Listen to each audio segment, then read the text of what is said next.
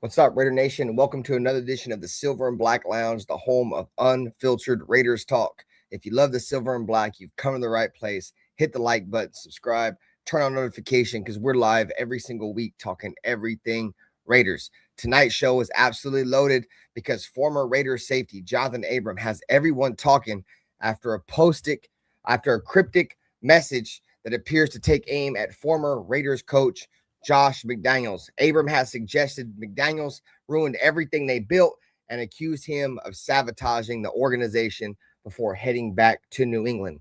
So the question tonight is, was Abram speaking for Raider Nation, or is this frustration boiling over years later? We'll break down what was said, what it could mean, and whether McDaniels' era has left scars the Raiders are still trying to overcome. We'll also discuss whether the current regime has finally turned the page and if the franchise is headed in the right direction under John Spytek and Clint Kubiak. Question of the night, poll for the night. Do you agree with Jonathan Abrams' comment about Josh McDaniels, or do you think it's time for Raider Nation to move on? Let us know in the chat. Grab your drinks, represent the Silver and Black, and let's get the conversation started. This is the Silver and Black Lounge. Let rock.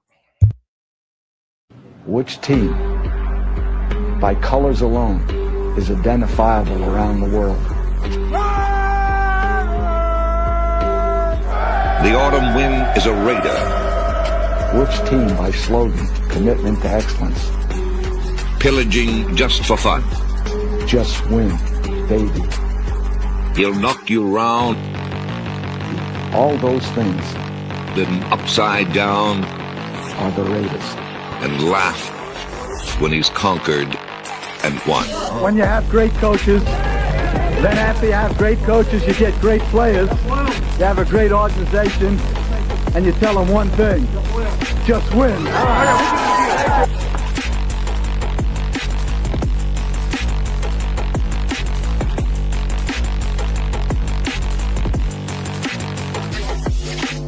He's blowing up. Raiders!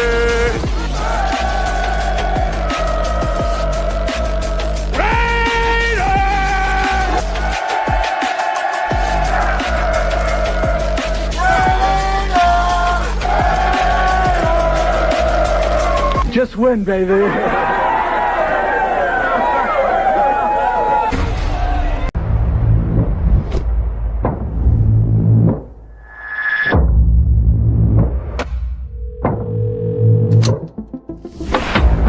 Greatest offseason for a single team in NFL history. Not only have the number one overall pick, they have taken every single round of the draft. Welcome to the dark side, my friend. Let's go, baby. Raiders select Ashton Jenkins. Houston, Bowers made the catch! Reached the 5! Touchdown!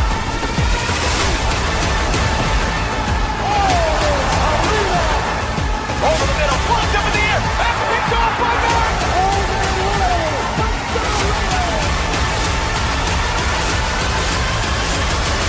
The greatness of the Raiders is in its future.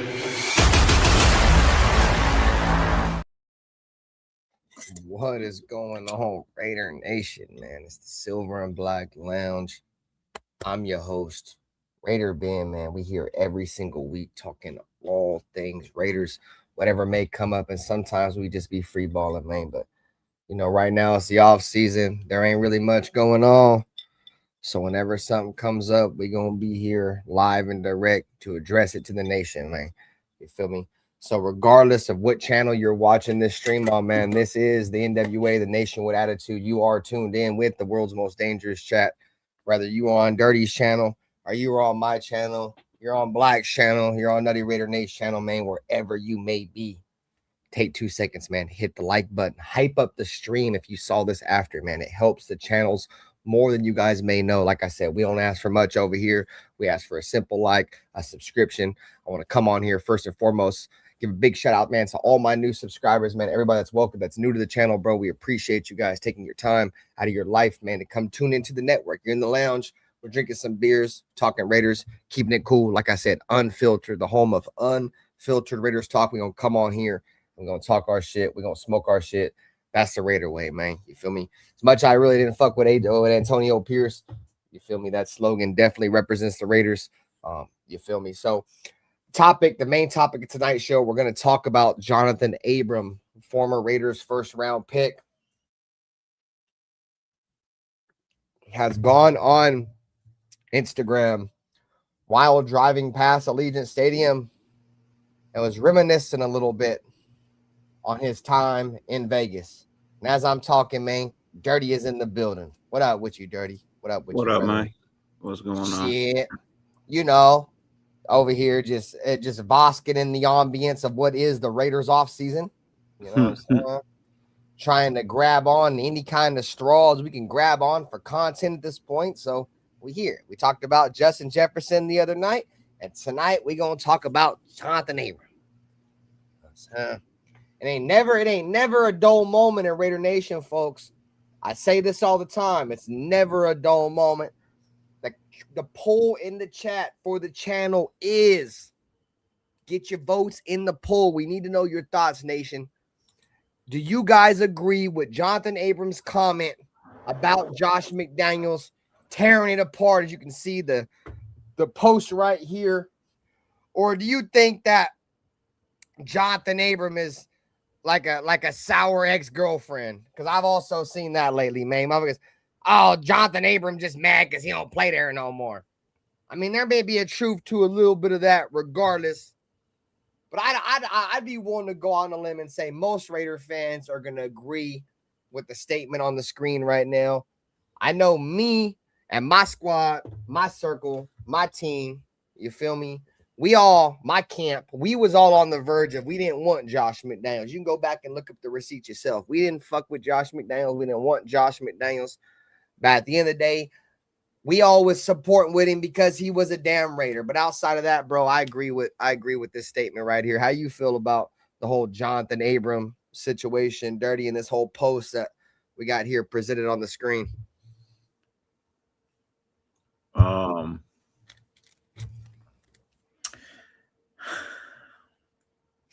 What up, Bruce? I personally don't have an issue with what he said. Hey, Will. SA. I've been saying this shit for years. Sinister. Okay. You know what I mean? I personally been saying this shit for years. So Pistol. This is not a disgruntled player saying shit just because he's mad. This is the truth. These are facts. Like, no lies detected. Yeah. Right. All right. He literally ruined the team and then left to go back to where he was at. I know he got fired, but I'm just saying, like, you know, you ruined a team that was playoff bound. You literally ruined it. You got rid of Derek Carr. You had no backup plan for who you was gonna bring in. You brought in the porno banger. You know what I mean? Like,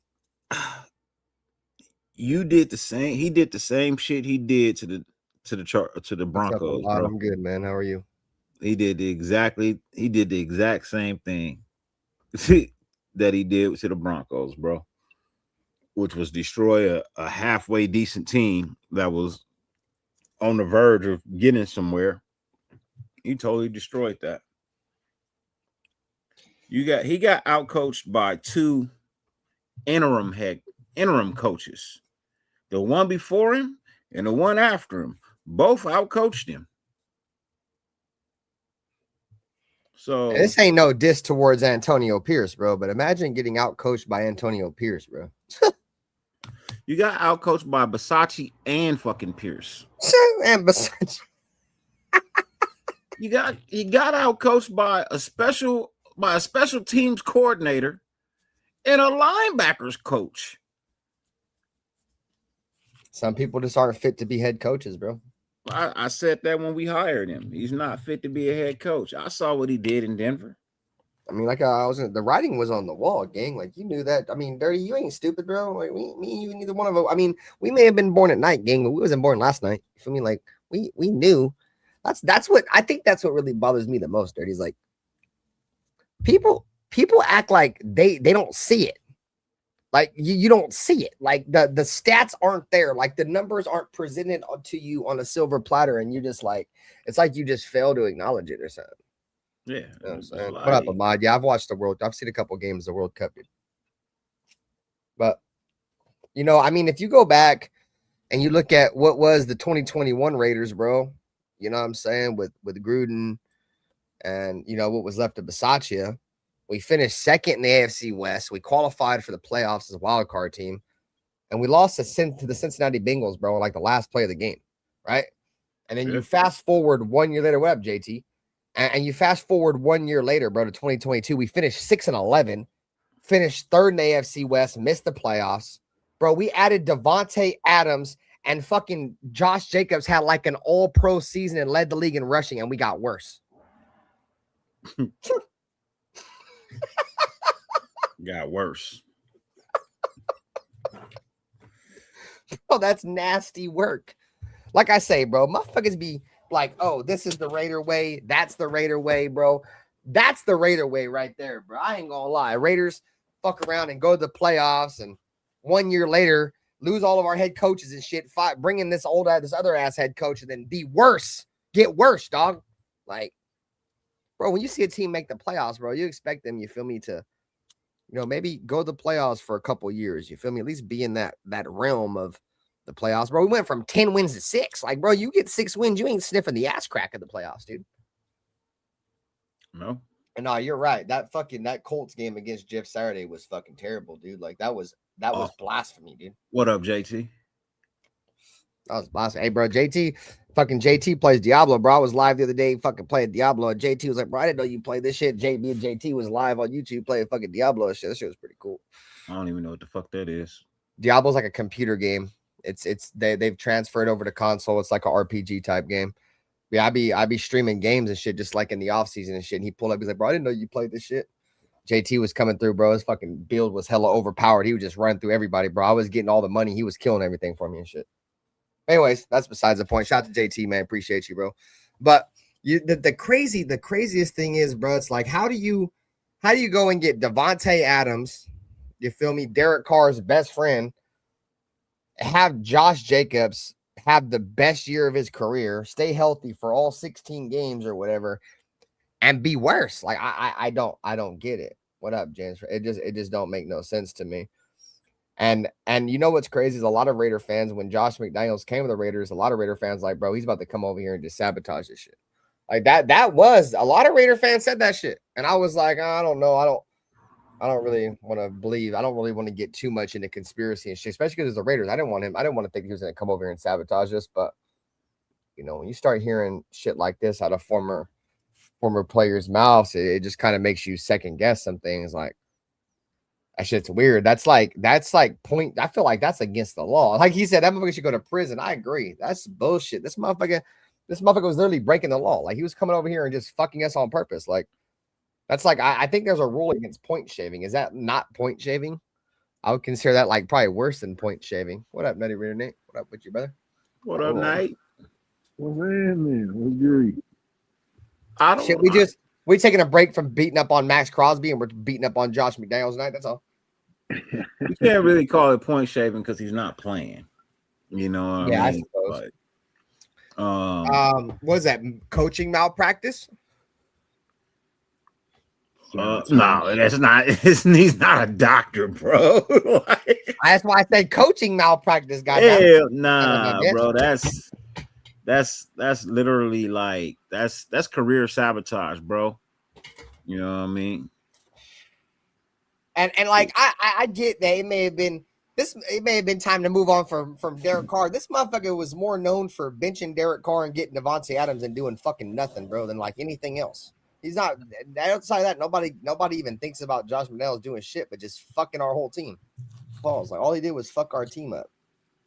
Lost Waller, lost Jacobs, lost Carr, lost Devontae, fucking lost everybody, dude. Like, in 1 year, we went from fucking a team that may have a chance to compete for the future to a team that was worth a fuck, dude, in 1 year.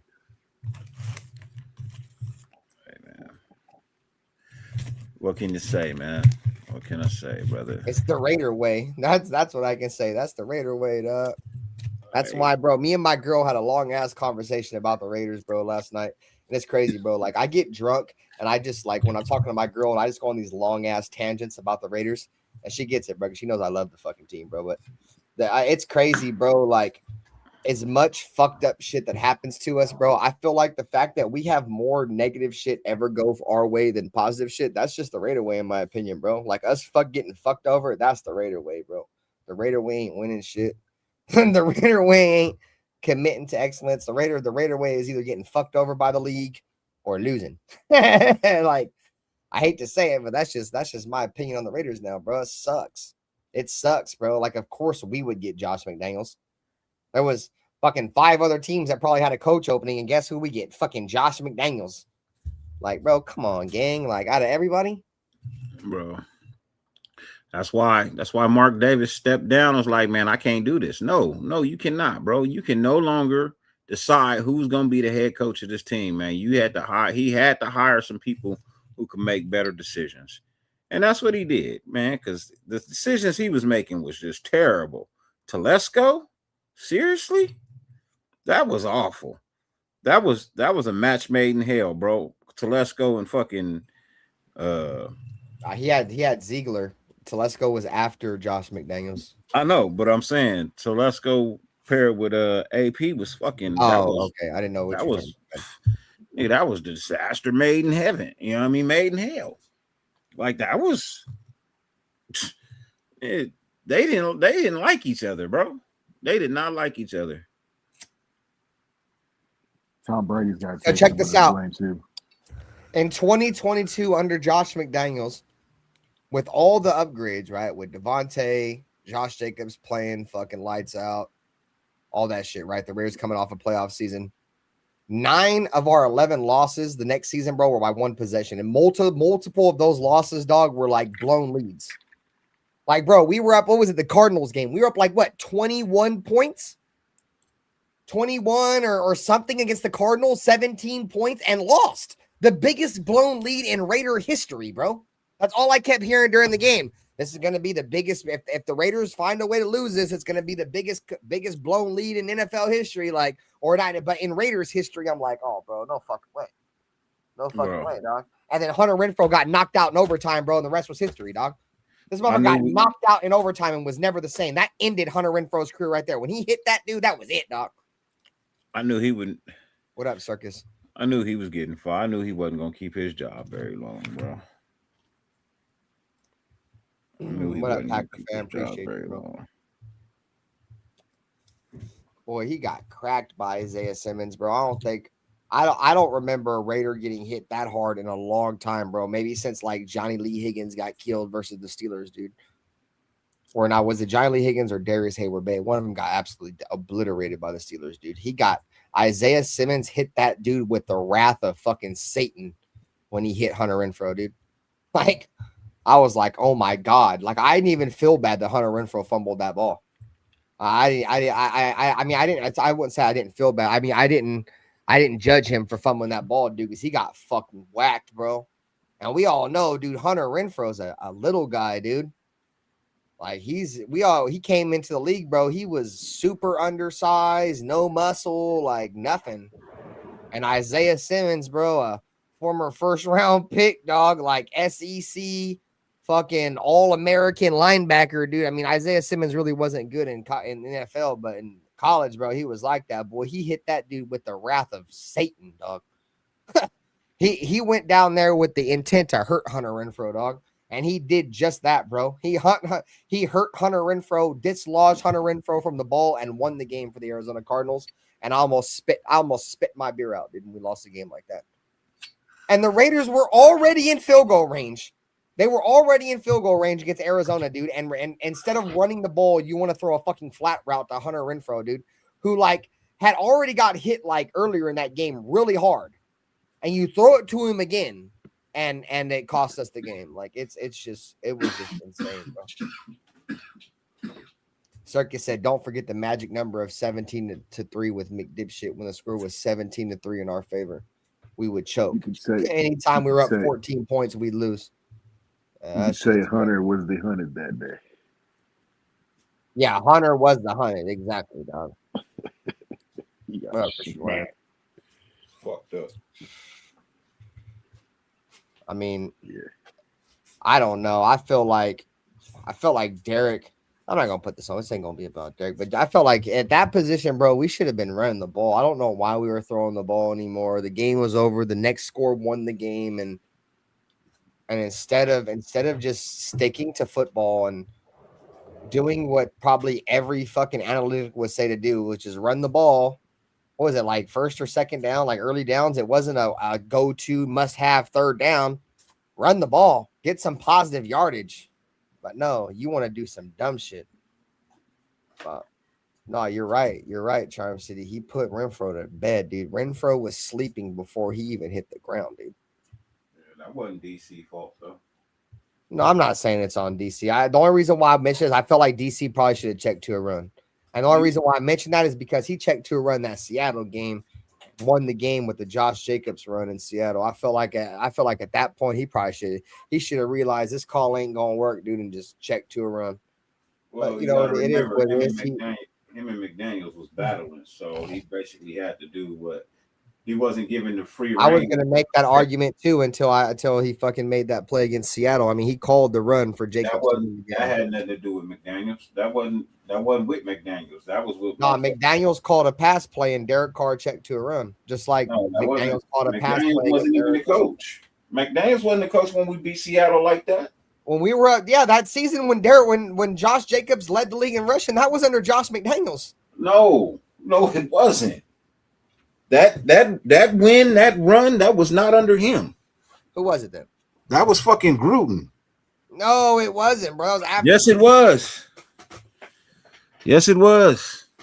That was not under McDaniels. That was not under McDaniels. And if I'm wrong, then I'm wrong. But man, I swear for God, that wasn't under McDaniels, bro. Because that was the same season we did we did motherfucking the Saints dirty. You know what I mean? That was the same season. Wrong. The only positive that we had under Josh McDaniels is that Josh Jacobs led the league in rushing, and we got Devontae Adams. Yeah, see, JT just said right there. That was the game before DC got benched. That was under McDaniels. No, it wasn't. Yeah, it was because DC got benched under McDaniels. DC got. I didn't know it was that was the next game, but yeah, it would. The Raiders were pretty much out at that point. We had to play the Niners the last game of the year, and he benched Derek Carr the last game of the year against the 49ers and started fucking Nathan Peterman. I remember because I was at that game. I was in Vegas. We benched him after the Pittsburgh game. Oh, it was the Pittsburgh game, huh? It was a snow game, and fucking they benched. See, there you go, JT. Derek Carr was like, "Fuck this play," and he checked out of it, and Josh Jacobs broke and won the game. Because they even said that shit after the game, fucking that Derek Carr kicked out of it. That's why I would have made that argument with you too, Dirty. But like Derek Carr was checking out of shit. You feel me? Like I said, I don't want to make this about Derek. That's irrelevant. I'm just saying, like it was at the end of the day, it was a bad play call. Nonetheless, Derek Carr did his job. He's the quarterback. The coach called the play. He ran the play. I get it. So I'm not knocking him for that. I just felt like, you feel me? If you were gonna check out of plays later in the year and plays that won you the game, I felt like he should have checked out of that. That's all I'm saying. It was that shitbag dude. Yeah, that's the only thing that we had positive under Josh McDaniels is that was the first year that I ever seen the Raiders run the zone blocking scheme to perfection, because Josh McDaniels ran zone blocking, which the Raiders have notoriously historically never ran zone good. And Josh McDaniels brought in a zone blocking scheme, and Josh Jacobs led the league in rush and had his first All-Pro season behind it. You look. It wasn't working though. That right there, that's even more evidence that he was here to fucking sabotage the Raiders. How the fuck you get mad because your quarterback checked to another play that won the fucking game? How do you get mad? You supposed to come up to him and be like, "Hey man, great fucking job, man. You saw something I didn't see." No, he didn't want to win, bro. And I saw a question earlier that said if Josh McDaniels would have drafted a quarterback, would Mark let him stay longer? No, he would not have. And that quarterback that he drafted probably would have been out of here too. Well, no, because AOC's still here. So I don't know. But no, I honestly believe he wouldn't be here. I guarantee you, he wouldn't still be here. Cheers, chat. Hit the like button, man. Welcome to another edition of Silver and Black Lounge, man. The home of unfiltered Raiders talk, man. The home of the debate show where motherfuckers don't get their feelings hurt. You feel me? And if they do, they get beat up real bad, you son of a bitch.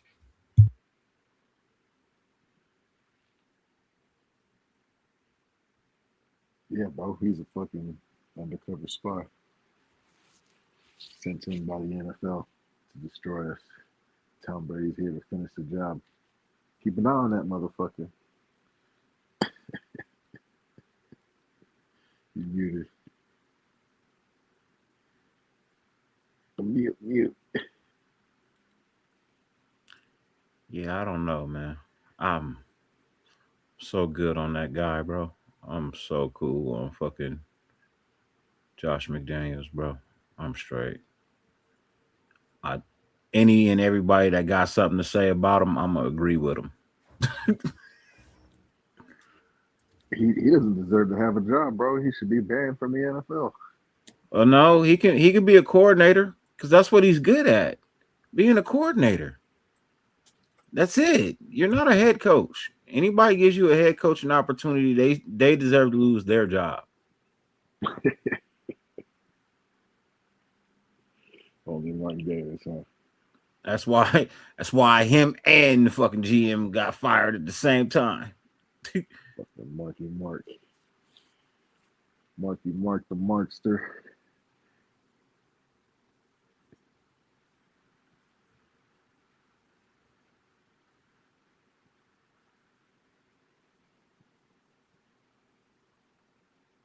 Shit. Oh yeah, hold on. What up? Let's see. What do we got in the chat? Charm City said, just for that, we're gonna continue to beat the Pats because of what McDummy did to us. Sounds good to me. I know this upcoming game against the Pats this year, this shit ain't about to be no walk in the park. They definitely looking to beat our ass. I ain't gonna lie. And it's in their stadium. They definitely looking for revenge. I don't know. I don't have the Raiders beating the Patriots this year, but you feel me? I like the energy. I like the energy for surely. I don't, like I said, I don't have much expectations for the Raiders this year, guys. Be a Debbie Downer or whatever. I'm not gonna do it to myself again, chat. You guys seen me last year, bro. I was doing play-by-plays and I was about to start breaking shit. I'm not doing that, bro. Like, I'm not financially stable enough to break TVs, and I know how my anger is, bro. So I'm not gonna do it to myself. I'm gonna go in this year. I'm gonna think the Raiders are gonna be garbage. And everything, the littlest thing, it could be a 2-yard run, and you're gonna see me jump for joy, dude. Why are you gonna bring? So I'm keeping my expectations low. I'm not falling for the banana and tailpipe. I want to have a fun year, bro. And I feel like when my expectations are low and I don't think the Raiders are gonna be very good, it leads me to a year where I'm more excited when we are. Because like when I think, this is gonna happen and this is gonna happen and it don't happen, I get pissed. I get like pissed. Like I don't just brush it off. Like I don't care about. I've told you guys this plenty of times, bro. Like there's only 3 things like in life that I'm truly passionate about, bro. Like I love and like shit that emotionally hurts me in life, bro. Like my family, my paper, and the Raiders, bro. Like the Raiders emotionally fuck me up bad, bro. And if I go in this bitch thinking that we're going to be fucking world beaters and we're not, I am going to be emotionally broken, bro. And complete fucking watch me put me in a fucking padded sail, bro. I'm just not doing it to myself. Like some of y'all motherfuckers might want to do that shit. Y'all want to think everything's unicorn and rainbows and shit. I'm not doing it, bro. Because I know for my own sanity, dude, I will fuck around and do something stupid, bro. Y'all seen me melt down last year, bro. I was melting down on play-by-plays, bro. Nah, bro. Nah, bro. And I feel like anybody that can see what's going on with the Raiders this year, like Milka Beasley said, like I was getting ready to go, bro. This is a rebuild year. This is the first year of a rebuild. Respectfully, I love y'all, but if y'all think the Raiders are going to get more than 8 or 9 wins in a first year of a rebuild, I need to smoke what y'all smoking on, bro. Like I need some of that. You feel me? So, but anything can happen. Anything can happen. But I'm The Raiders we're not the Washington football team, dude. We're not the New England Patriots. The NFL don't like the Raiders. The NFL hates the Raiders. We're the last team the NFL wants to see good. Everybody knows that. You think we're going to go from the New England Patriots, from a 4-win football team, to the Super Bowl? You think we're going to be the Washington Commanders and go from a 3-win fucking team, 4-win team, to the NFC Championship? No, we're not. I hate to tell you that, bro. We're not. We're not, bro. And that shit hurts me to say it. But I'm in the park of actuality and reality, bro. I read fiction while some motherfuckers are reading fucking color crayon books, dude.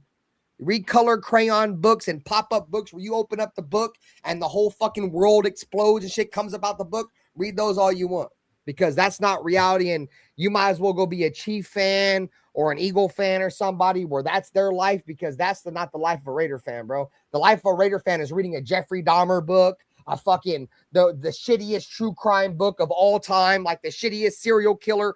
That's the life of a Raider fan, bro. It's not this sugary shit that motherfuckers try to portray us as, bro. And that shit be bothering the fuck out of me, dog. Like, I hate the Raiders suck, bro. I hate saying this shit, but it's where we're at. It's where we're at, bro. It sucks. That's why I hate making content when I feel like this, dude. Because I beat up the team, but I'm not doing it. That's how I feel. Anyways, Dirty, go ahead, bro. Oh, no. Letting you finish your rant, brother. I mean, it's not like we good. You know what I mean? We're not a good football team. What up, Raider Tim? What up, Milk? But we're making progress, right? It's got to start somewhere. Why can't it start this year? It can start this year. I'll be perfectly fine with it starting this year. Like I said, I'm not asking for a Super Bowl right now. I'm just asking to turn on the TV on Sunday and be like, okay, either they won, or you know what, man, they fought. They tried real hard, bro. They just came up short with a field goal at the end of the game or something like that. You know what I mean? But like, I'm not about to get I'm not about to go kid and play on it. I ain't about to get too hyped. You know what I mean? I'm not about to get too hyped about it. Like, I could see the amount of wins that I projected, you know what I mean, earlier. But like, if we don't reach that, I'm not gonna be upset. I just don't want to be a below average team again. Give me 8 wins. Give me 9 wins. I'm fine with that. That means you're trying. But this 2, 3, 4 win, like, man, fuck out of here, bro. I don't want to be no 3-win team. What kind of shit is that? You got 18 games or 17 games and you only win fucking 3. That's embarrassing, bro. That's how I felt last year. Bro, that's embarrassing. I'm still tripping.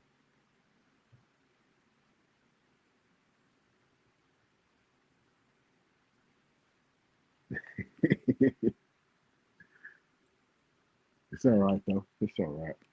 Huh? We got to start somewhere, and this is. Well, you do. No better time than the present. And if we're making the right moves right now, we'll see what happens. But we'll see. We'll see. I'll leave that out of it. All you can do is wait. You know what I mean? All you can do is wait, because season don't start tomorrow. Yeah, we're like a month away, bro. Yeah. It's just, you know what bothers me, bro? Like, how many times are we gonna say it can't be worse? It's only gonna get better. Like, bro, like, I hear it, like, I get it. Like, this shit ain't never gonna get better, bro. Like, bro, the fucking definition of insanity is coming in this bitch every single year and do what we do. I'm just, that's why I'm not insane, goddammit, you son of a bitch. I'm not insane, goddammit. So I'm not gonna be insane this year, you son of a bitch. I'm gonna say that the Raiders are gonna be shit. I'm gonna play, bro, and I'm gonna keep it a beat there with you. I'm gonna play with I'm trying to play the opposite card all year. I'm gonna say the Raiders are only gonna get 3. They're gonna go 3-13, but all actuality, in my gut, in my gooch area, I want the Raiders to be 13-3. Goddammit, you son of a bitch. You know what I'm saying? But I'm gonna keep my expectations super low, so then I don't get hurt. You know what I'm saying? Because like I said, the Raiders, those motherfuckers, boy, they bother me, dog. Like that shit. I tell y'all motherfuckers don't get emotionally invested, but I'd be a hypocrite, goddammit, when I keep saying that shit, because when I turn this goddamn camera off, I'll be in this bitch like, goddamn Max Crosby, you son of a bitch. I'm about sick of your shit, goddammit. You better get the fuck off my team, bro. Like, I'm literally letting the Raiders affect me in my actual life in the offseason when football don't matter, goddammit. You know what I'm saying? Like, I'm over this shit, bro. Like, we better start winning some shit, because I'm about goddamn tired of whenever I ain't on this bitch, or I ain't even, and I'm just living my goddamn life, goddamn Raiders got to come up in some kind of negative fashion, goddammit. I'm about sick of this shit. That shit keep bothering me, goddammit. Bro, I be in this bitch mad, boy. Like, bro, I got to the point where I felt like my girl probably got mad at me mad as fuck about me talking about the Raiders so much, damn it. I was talking so goddamn much about fucking how much I think this team has a chance to be good, but then like fucking contradicting myself and saying they're gonna be bad. Like it's bad, bro, because like I think the Raiders can be good, but at the same time, I don't think they're gonna be good because the Raiders ain't never good. God damn it, we ain't never good. Like Angry Raider said, every motherfucker that comes over here goes from being a goddamn Super Bowl coach to being a goddamn perennial dumpster fire in 1 year. Coach, player, it don't fucking matter, bro. And you want to know the one thing? You want to know the one thing that has stained the entire time? The Davis name, goddammit. You son of a bitch. Like and we've had coaches after general managers, after everything except a new goddamn owner. You son of a bitch. I think the NFL hates Mark Davis. I truly believe that, bro. The NFL hates him. I don't know if as much they hate him as much they hate Al, but they hate the Davis name. They don't ever want to see the Raiders ever win shit because, especially now that John Gruden done won the lawsuit. So there's only two motherfuckers that have ever beat the NFL in a lawsuit and won. It was goddamn two Raiders, the Raiders, Al Davis, and then John Gruden. God damn it. So you think they hate us? In my opinion, our only hope is Tom Brady, bro. If it don't work with Tom Brady, it ain't never gonna work because we all know Tom Brady is the NFL's golden boy, bro. That's their golden child. If they want to see anybody be great, football, post-football, it's Tom. So if it don't work with Tom and it don't work with Kubiak and Mendoza, I hate to break this to you, but it ain't never gonna work. You might as well go ahead. You might as well go ahead and get your popcorn ready, goddammit. You might as well go ahead and start watching another sport or something. Because this shit, if it don't work with Tom Brady, bro, it ain't never gonna work. And especially with Mark Davis sitting in, this motherfucker ain't on the pinnacle no more. He's sitting in the crowd. So Mark Davis has stepped away from the team and has handed over to somebody else. If this shit don't work, it ain't never gonna work, dog. I hate that. I hate that because they're talented. I hate it too. God damn it. There's something there, but it's only because we've been building backwards for so long and we don't have the pieces for them to succeed. It's just more of the same shit, bro. I see it every year.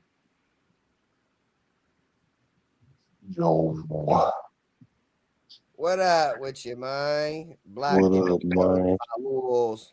I had a show already scheduled and it ran over, but y'all you done were basketball? live. Huh? I was like, is he live? Is he not live? Yeah, no, I was live. I had already scheduled it for 7:30, and I thought it was gonna be done by 9:30. I mean, by 9. Yeah, because I definitely had planned on being here. But did y'all finish beating up Max already or what? This ain't even about Max. This about Max. This is about. Oh, I'm sorry. You right. Josh McDaniels. I'm sorry. You right. We were talking about you. I'm sorry. What did y'all talk about? My bad. So we got. I don't know if you've seen it, but John Abram a couple days ago. I don't know the exact date on this bitch. It says June 25th. So 4 days ago, John Abram on Instagram was driving on the freeway past Allegiant and said on a post, I miss playing inside you. So first and foremost, if you're not talking to hold on, wait. If you're not talking to woman, you should say that. Anyways, I miss playing inside you. Josh McDaniels ruined everything we built, and he should be arrested for sabotaging the organization and going back to New England. Yeah, I mean, all that is true, and we can't feel. First of all, he was off of appeal, coming out of a strip club, so that's why he said he missed being inside of her. And then he got all sentimental and started talking about Josh McDaniels. So that's how I kind of felt like that played out. But all that is alleged. I'm alleged and all that. But I do agree. We already knew that Josh McDaniels was sabotaging us. Y'all can't see that by how he treated Derek Carr. Like, what are we missing? So what are we mad at Abrams? I went over some notes that I had. What up, Ralph? Let me see if I can pull it back up real quick. Charm City, what's up, brother? So let just look at 2021. That was the year that John Gruden got fired. We obviously lost Henry Ruggs and all that bullshit, right? So 2021, the Raiders finished 10-7, finished second in the division, qualified for the playoffs, a wild card team, and we lost to Cincinnati damn near in the last fucking play of the game in the playoffs. All right, so that's 2021. 2022, you have an all-pro season from running back Josh Jacobs, over 1,600 yards rushing, adding all-pro wide receiver Devontae Adams, teaming him up with his former college quarterback and Derek Carr. 6-11, third in the AFC West, missed the playoffs. That's crazy, bro. That's what we were talking about, bro. Like, how the fuck you get probably arguably at the time top 2, top 3 wide receiver in the NFL, depending on who you thought was 1A, 1B, or whatever. You get all 16 games healthy from Josh Jacobs, which we had never got as a Raider fan because he was hurt every fucking year. And all that, and you finish worse, bro. Like, you're worse. Like, this shit's just diabolical, bro. I said earlier, bro, that's some Raider shit, bro. That's some Raider shit. It's definitely some Raider shit. And then not only all that, so after all that being said, Josh McDaniels completely gets rid of everybody. Gets rid of Derek, gets rid of Hunter Renfrow, gets rid of Darren Waller, gets rid of Josh Jacobs, all guys that had got the Raiders to where they were at the year before he got there. Like, this dude don't have a fucking skin on the wall and got rid of everybody, dude. Got rid of Alex Leatherwood.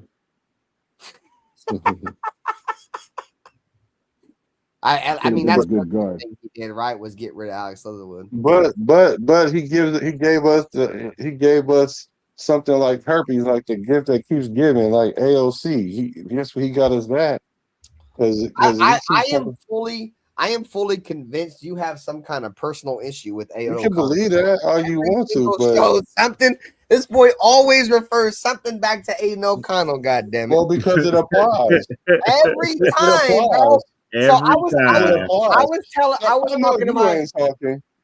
talking about old lady last night. I was talking about old lady last night, and I think this holds maybe just a little bit of truth, maybe just a little truth. Just hear me out for a second because it makes sense.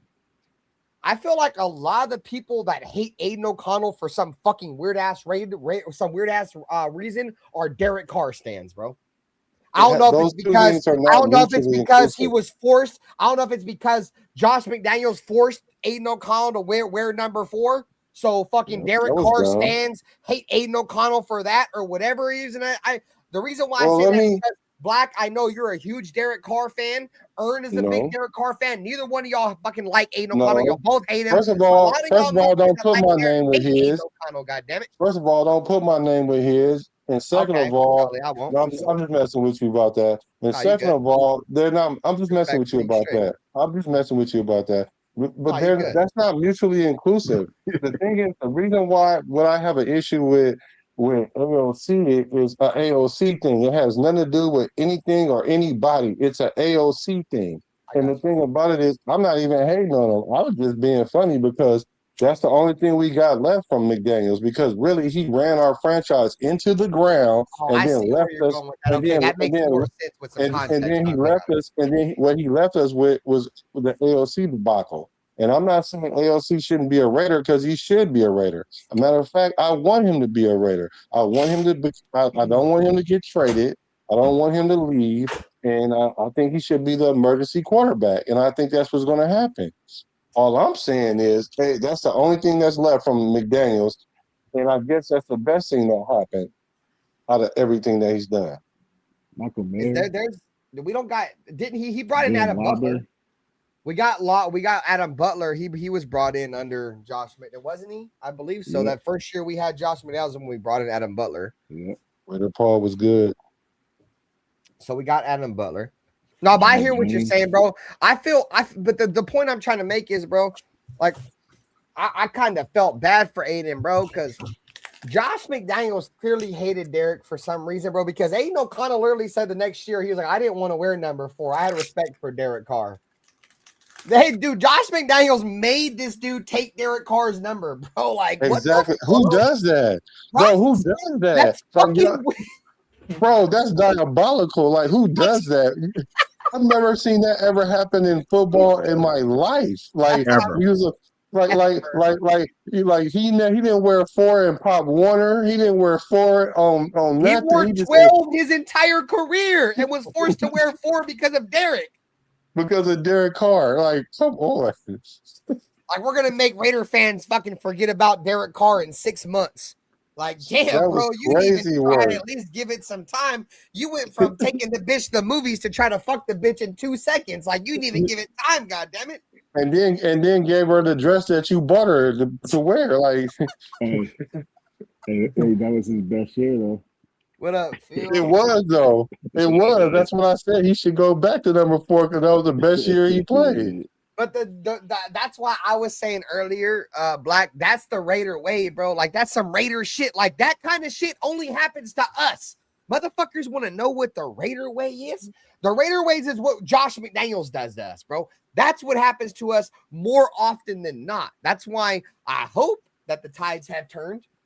I'd have probably $1 million if I had fucking every single time a motherfucker said it's going to be different.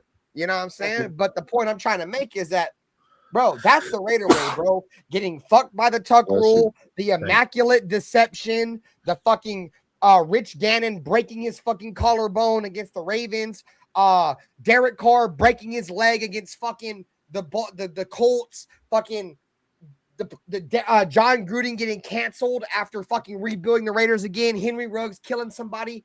All those situations is the point. That's some Raider shit, bro. That kind of shit only happens to us. How many other teams you see have to deal with that shit? No, but very few and far between. Just us.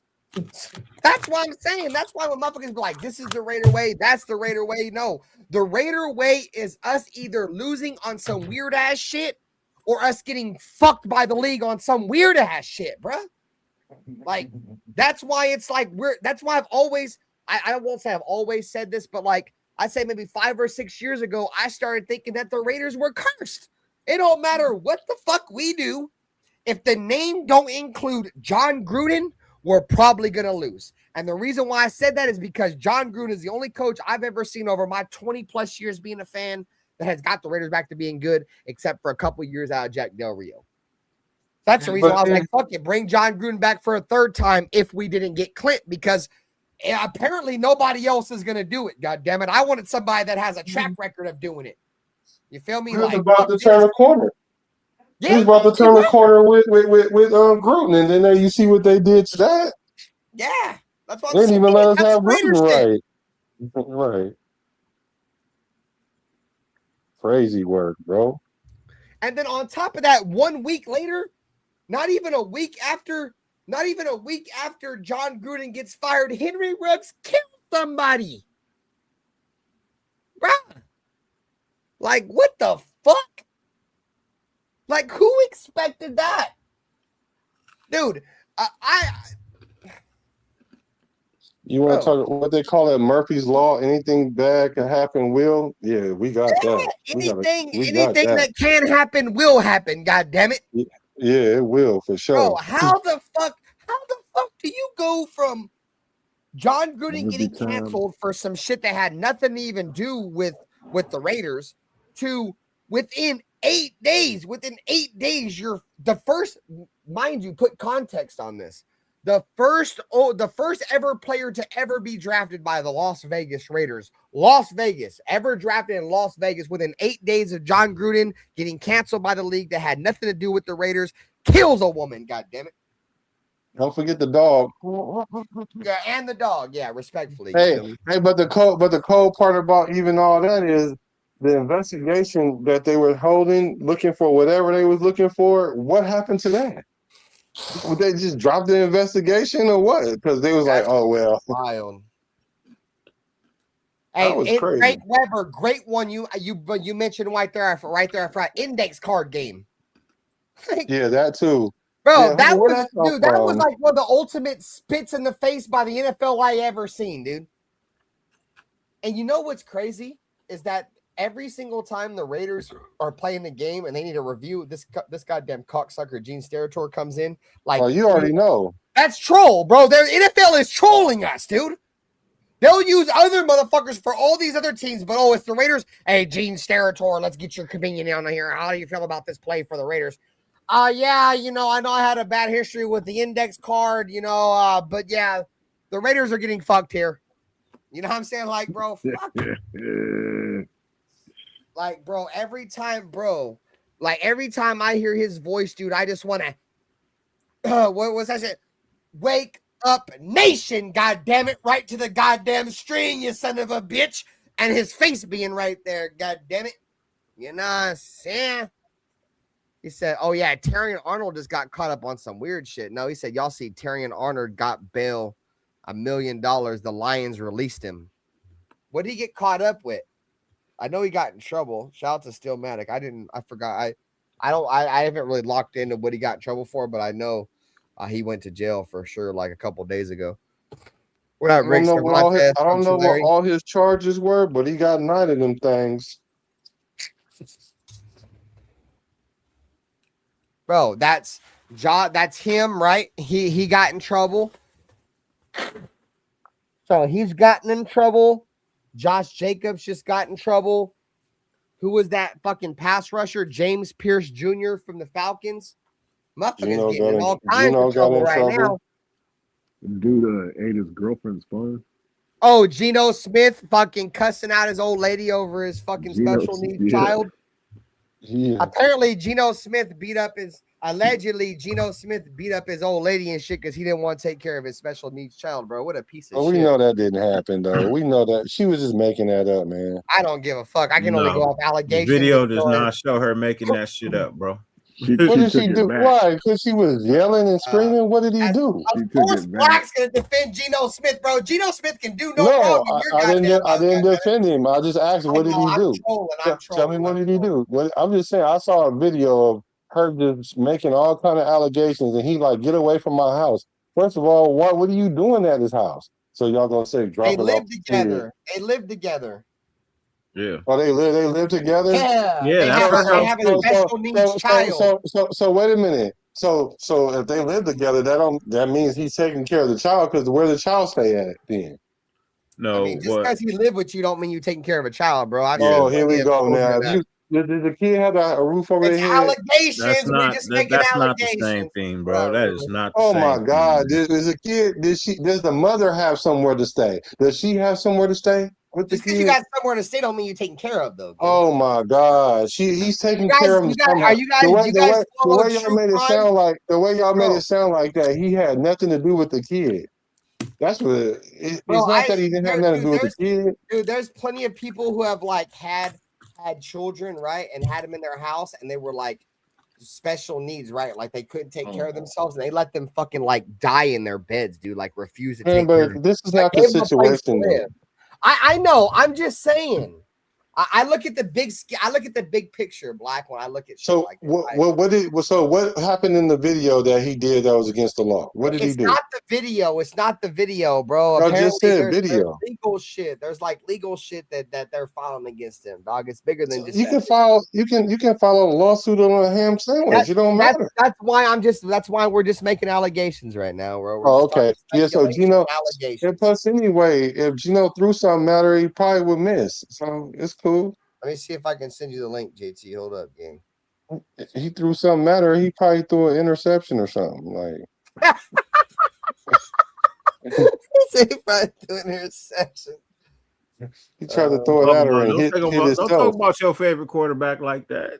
No, my favorite quarterback is cousin Kurt. It's my favorite quarterback. But you know what's crazy, bro, is back-to-back years in the offseason with Geno Smith, dude. He's getting caught up in some shit. You guys remember last year he was hosting that kids football tournament and got into a fight and was like, that's why I make the big bucks.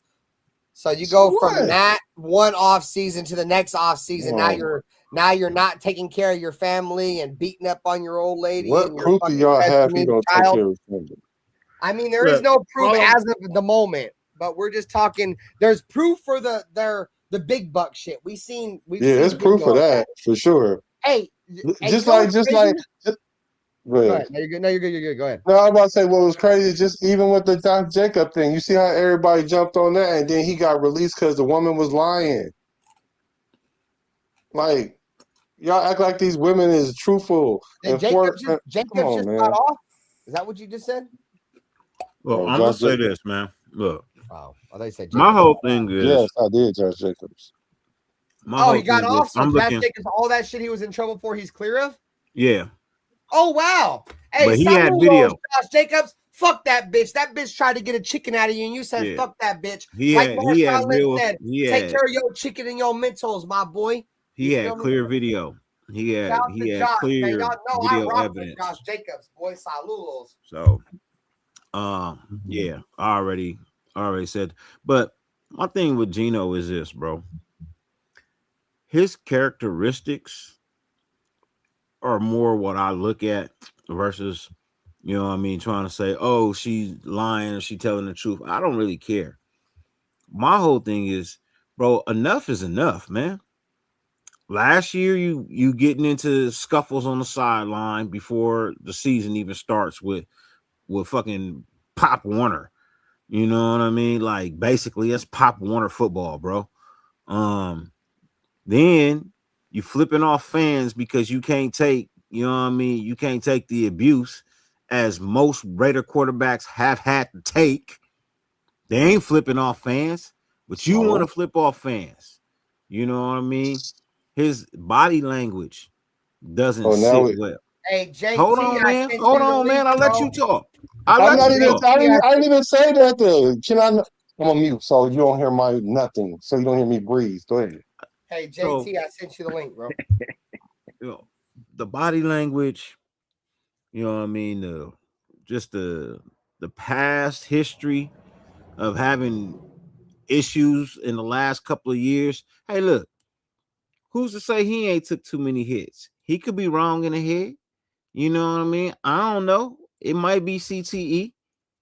Who knows? Cheers, you know what everybody, I mean? I'm not gonna fully blame him, but what I'm saying is, over the last couple of years, his character has taken a decline, and this is just like one of those things where it's like, bro, did you or didn't you? Like, it shouldn't be a question.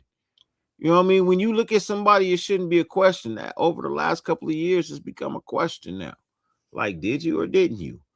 You know what I mean? And if you're a man of good character, it should never be a question. You know, it's not your fault, Black dude. I've been doing shows with Dirty for a long time. I think he's got a PTSD of me cutting him off so goddamn much, dude, that he just fucking like loses his fucking mind, bro. I have a bad history of cutting people off. Yeah, because I let y'all talk, man. I sit back here quietly. That's from just doing content for me, bro. It's nothing against you. So fuck, I was getting ready. Oh, so that's where I was gonna go with this. So y'all remember the preseason game last year when the fan had the sign up when y'all were talking about flipping off the fans, right? Who's worse, Jamarcus Russell or Geno Smith? Dude, we were all talking hella shit about that, bro. That motherfucker was right. I mean, you can't compare Jamarcus to Geno because obviously Jamarcus is the first overall pick and was actually drafted by the Raiders. But I think what he meant by the sign was just overall talent and the performance and the kind of, what the Raiders would do under him. But I mean, if you go out and you want to look at it in all honesty, that fan was kind of right, bro, because the Raiders weren't shit with Jamarcus, bro, and we were just as bad, if not worse, with Geno. And you can make. I'm gonna hear it. It wasn't on either one of those guys. It wasn't their their whole fault because we know Jamarcus Russell. He came into a shitty situation. You feel me? Obviously, he's a first overall pick. First overall picks aren't drafted to good teams. You feel me? Obviously, the team had the first overall pick for a reason. But on top of that, Jamarcus Russell came out the Pivot podcast, told everybody, you feel me, like, hey, my pops died, or my uncle who was like my pops died, and then so people just started dropping like flies in his family in the most respectful way possible. I don't mean to make that sound disrespectful, but his family just started dying, bro. And you feel me? At least he kept it a beat there, man. He's like, man, I attacked the only way I knew, bro, and I just started, you feel me, getting high and shit. And so he had that on top of the fact he was to the Raiders. So I don't really put that too much on him. But Geno Smith, he wasn't a number 1 overall pick. He wasn't a Raider and shit. But performance wise, yeah, bro, they played just as bad, bro. So I think it was more of a overall of how he's going to perform for the Raiders. But I remember a lot of Raider fans are like, bro, that's a crazy ass sign.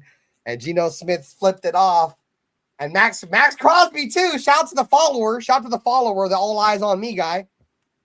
Flipped it off for some attention so he can get some fucking more attention. Look at me, guys, so he can get put on a newspaper somewhere. Anyways, that's a story for a different show. But flipping off just for the fan to be right the entire time, dude. The what's the word I'm looking for? The fucked up the fact the fan was right, dude. Man, can I talk now? Talk now? Yeah, I'm done. Y'all been on, how long y'all been on? Like 45 minutes without me. So that's on you, goddammit. You ran your show late, goddamn. No, I'm just saying. So I'm not over talking nobody. All I'm saying is this: for one, Jamarcus had more than one season to play with the Raiders than Geno Smith, right? Because I know dang on well had they would have flipped the coaching staff over like they did right now. I'm gonna say hypothetically that we kept Geno Smith. You telling me Geno Smith gonna look like the same quarterback that he did last year? That's what you trying to tell me? Dirty? I mean, they didn't look good nonetheless. You want me to talk? Y'all motherfuckers is stupid, dog. Bro, look, they got rid of him. Now y'all want me to talk? No, they got rid of him for a reason, bro. Like, I get your hypothetical, bro, but no, I just need a answer to that question first before you run off and do something else with it. Do you think Geno Smith will look the same? Yes. Okay. Yes. You guys remember that game where we played the fucking Washington Redskins? I think it was Jamarcus Russell's rookie season, dude, and it was him versus Brian Arakpo, and Brian Arakpo came out of Texas as one of the best defensive ends coming out of college. And Brian Arakpo literally fucking destroyed Jamarcus Russell, bro. He had like 4 sacks or something, a safety sack. Like, that shit was nasty work, bro. I'm sitting there. Used to be a beast. Bro, I wasn't even talking about the fan in Seattle he flipped off. I was talking about when he flipped off our fans at Allegiant Stadium. He should have. Whatever. Don't cut me off. Don't cut me off. Okay. He should have flipped the fans off because a lot of these fans don't even understand the dynamic was what was going on.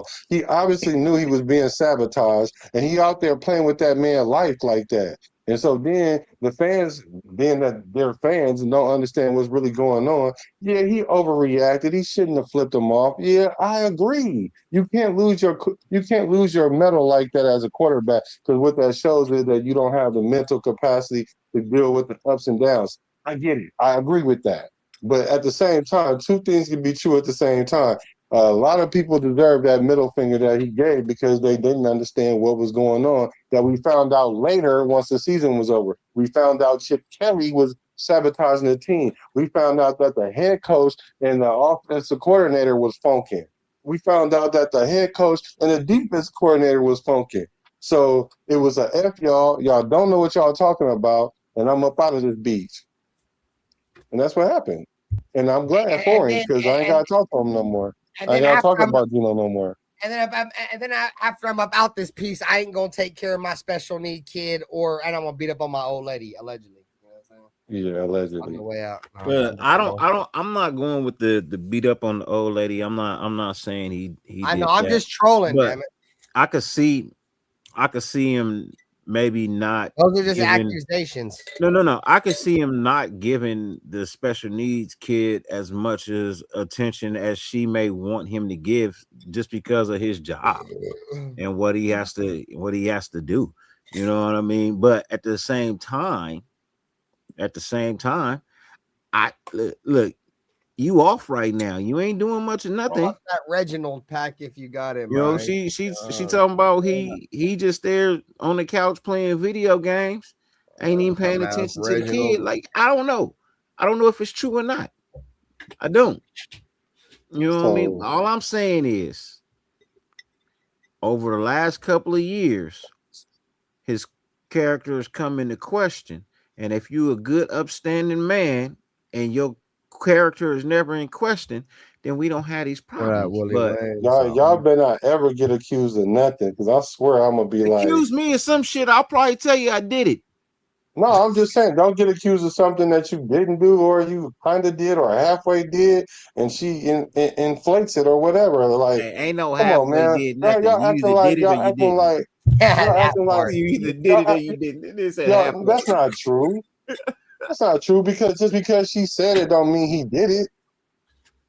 Just because y'all know. If you do something, you did it. Not that if motherfuckers say you did something, you did it.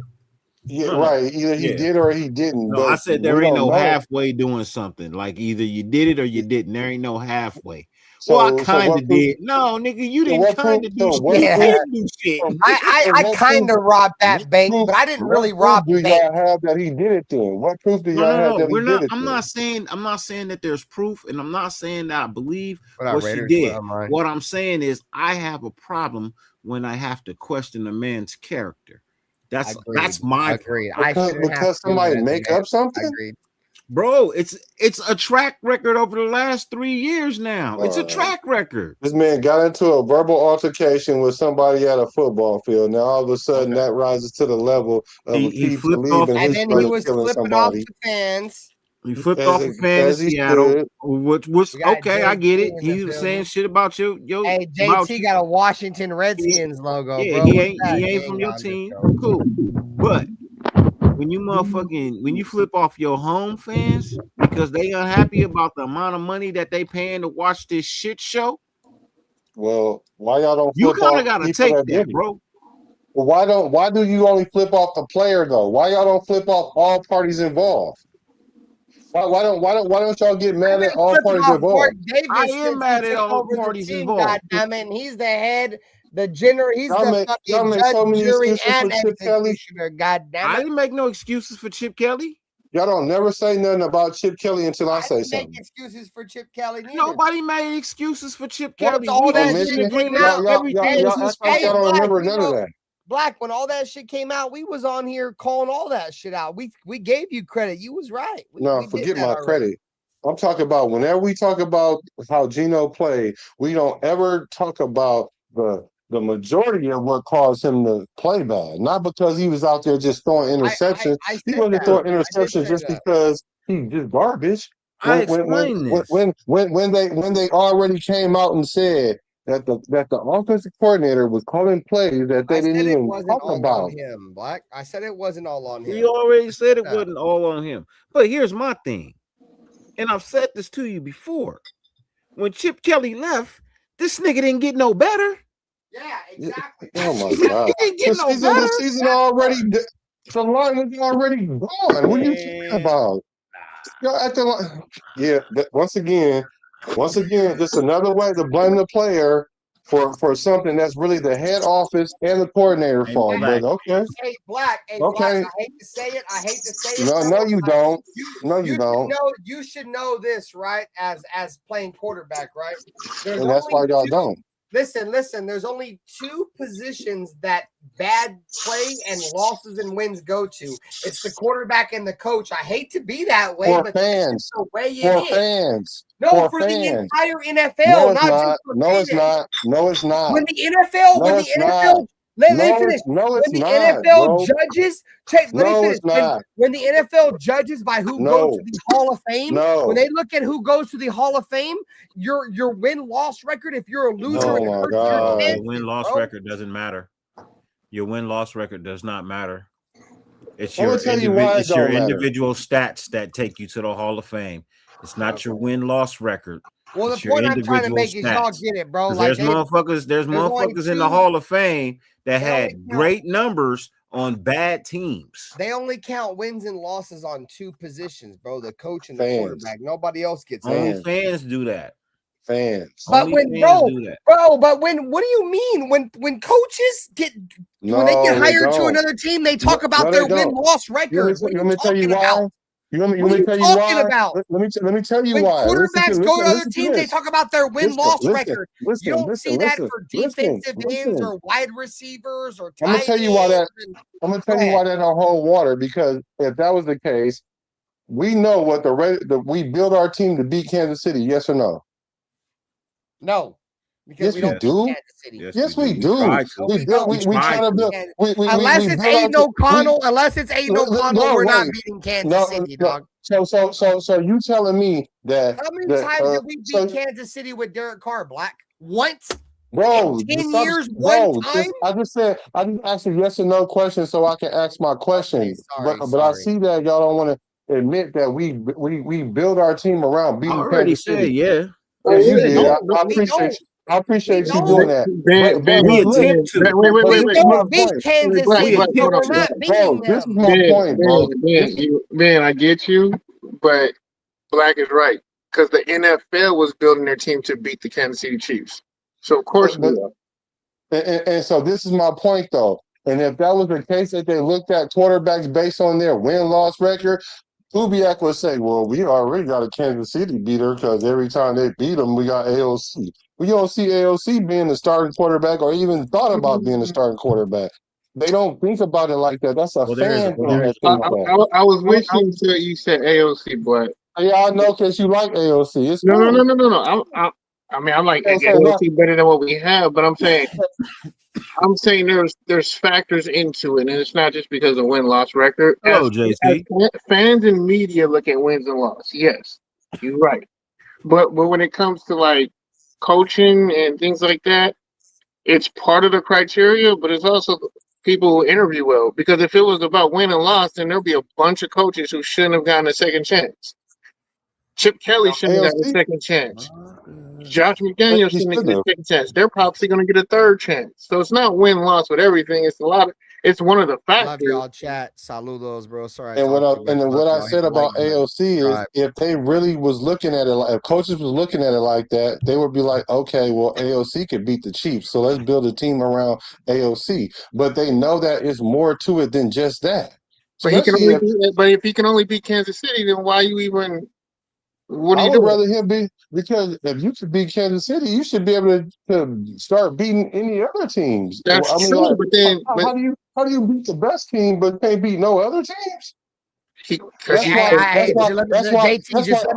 Let me say this, bro. That's why all of that is a fallacy. That's why it's all a fallacy. The Raiders play up and down to their competition, bro. That's the reason why we suck. We play, for the most part, when we play decent teams, we'll play all right and still lose. No. And then we'll play fucking bad teams and we'll play fucking terrible, dude. No, the reason why is because AOC wasn't the reason why we beat Kansas City when we beat Kansas City. That's the reason why. It was a team game, but he gets the credit for the running game.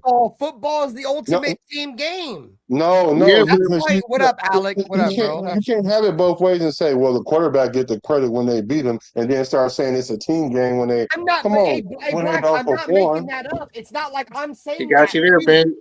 He got you in the corner, Ben.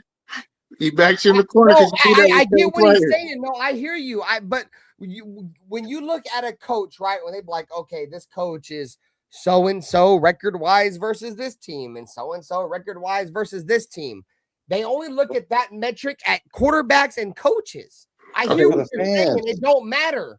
But at Okay, the end of the day, so this is my they question. don't be like, oh, well, this wide receiver is 1-4 versus this team, or this defensive end is 1-4 as an overall metric in terms of wins and losses. They only track it for quarterbacks and fucking head coaches. For Okay, fans. so if that's the case, if I'm 6-2 against the Chiefs, the Eagles, and the Patriots, but I can't beat no other team, should I be the starting quarterback? As a fan, that's not my decision to make. But you're making that decision right now, though. That's your whole argument right now. That's what you're arguing against Black right now. So if we're getting 6 wins in the first season and Aiden O'Connell is the starter, I'm cool with winning 6 games. No. That's not what I said. Don't change. Yeah, exactly. I said specific teams. I'm saying teams that win. If my guy can only play good and show up versus Super Bowl caliber teams, but he can't be no other team. I don't know if I'll say that, because if you go back to the year that Josh McDaniels got fired and Antonio Pierce took over, Aiden O'Connell, dude, they were smoking cigars, and I don't remember the teams exactly. I remember the Chargers specifically, bro, because we broke our record against them, but they were a terrible team. Dude, the Raiders won 4 out of their last 6 games, and 3 of those teams had backup quarterbacks.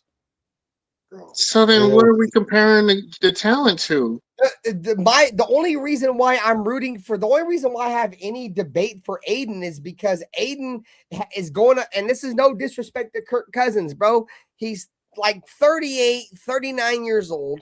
He's coming in with a fucked up Achilles. We don't know if he's going to be able to sustain. No, he's not.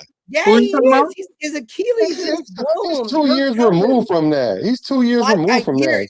A year and a half come football season. Oh my gosh. Come on, bro. That's 2 seasons, bro. But he's 38. He's 38. He's not 28. He's 38.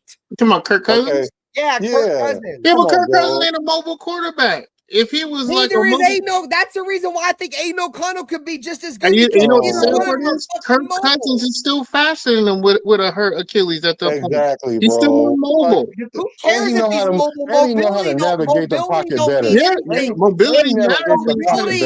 And if a quarterback running the ball meant anything, Lamar Jackson would have won 20 Super Bowls, and so would have Michael Vick. Okay, Who navigates the pocket better? Tom Brady is one of the most immobile quarterbacks in NFL history, and he's that's not true. That's not true. What the fuck are we talking about? That's not true. Peyton Manning was crazy. How many times did Tom Brady run with the football? A lot.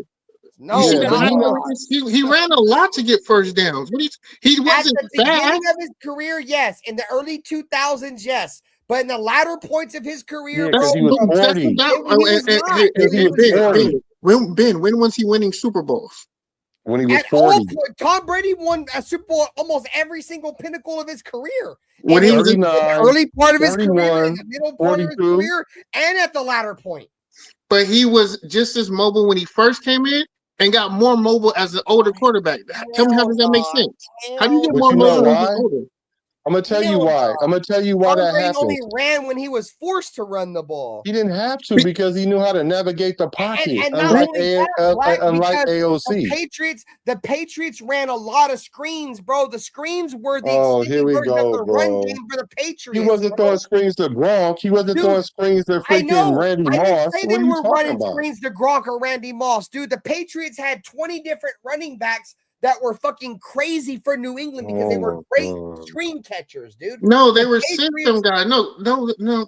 I disagree. That's a better word. They're system guys. They were system. They had Kevin Falls. They had Corey Dillon. None of those guys were screen guys like that. They could catch the ball. What Brady are we talking about? No, because they had a great scheme. It was a great play call at the time, bro. That was honestly when Josh McDaniels let his best. AOC beat the Chiefs 2 times. more than twice, but I'm saying 2 games he played, he threw for 60 yards and 129 yards. How do you justify that as I'm being a rocking with good Aiden quarterback, O'Connell bro? over Kirk Cousins. I ain't gonna 60 lie, man. yards? Saludos, bro. 60 yards? I'm riding with Aiden. Come I'm on, team bro. Aiden You can O'Connell. ride till with the him all wheels you fall want off, to, chat. but you would be riding on the, you would be getting Definitely airlifted team with Aiden him. O'Connell.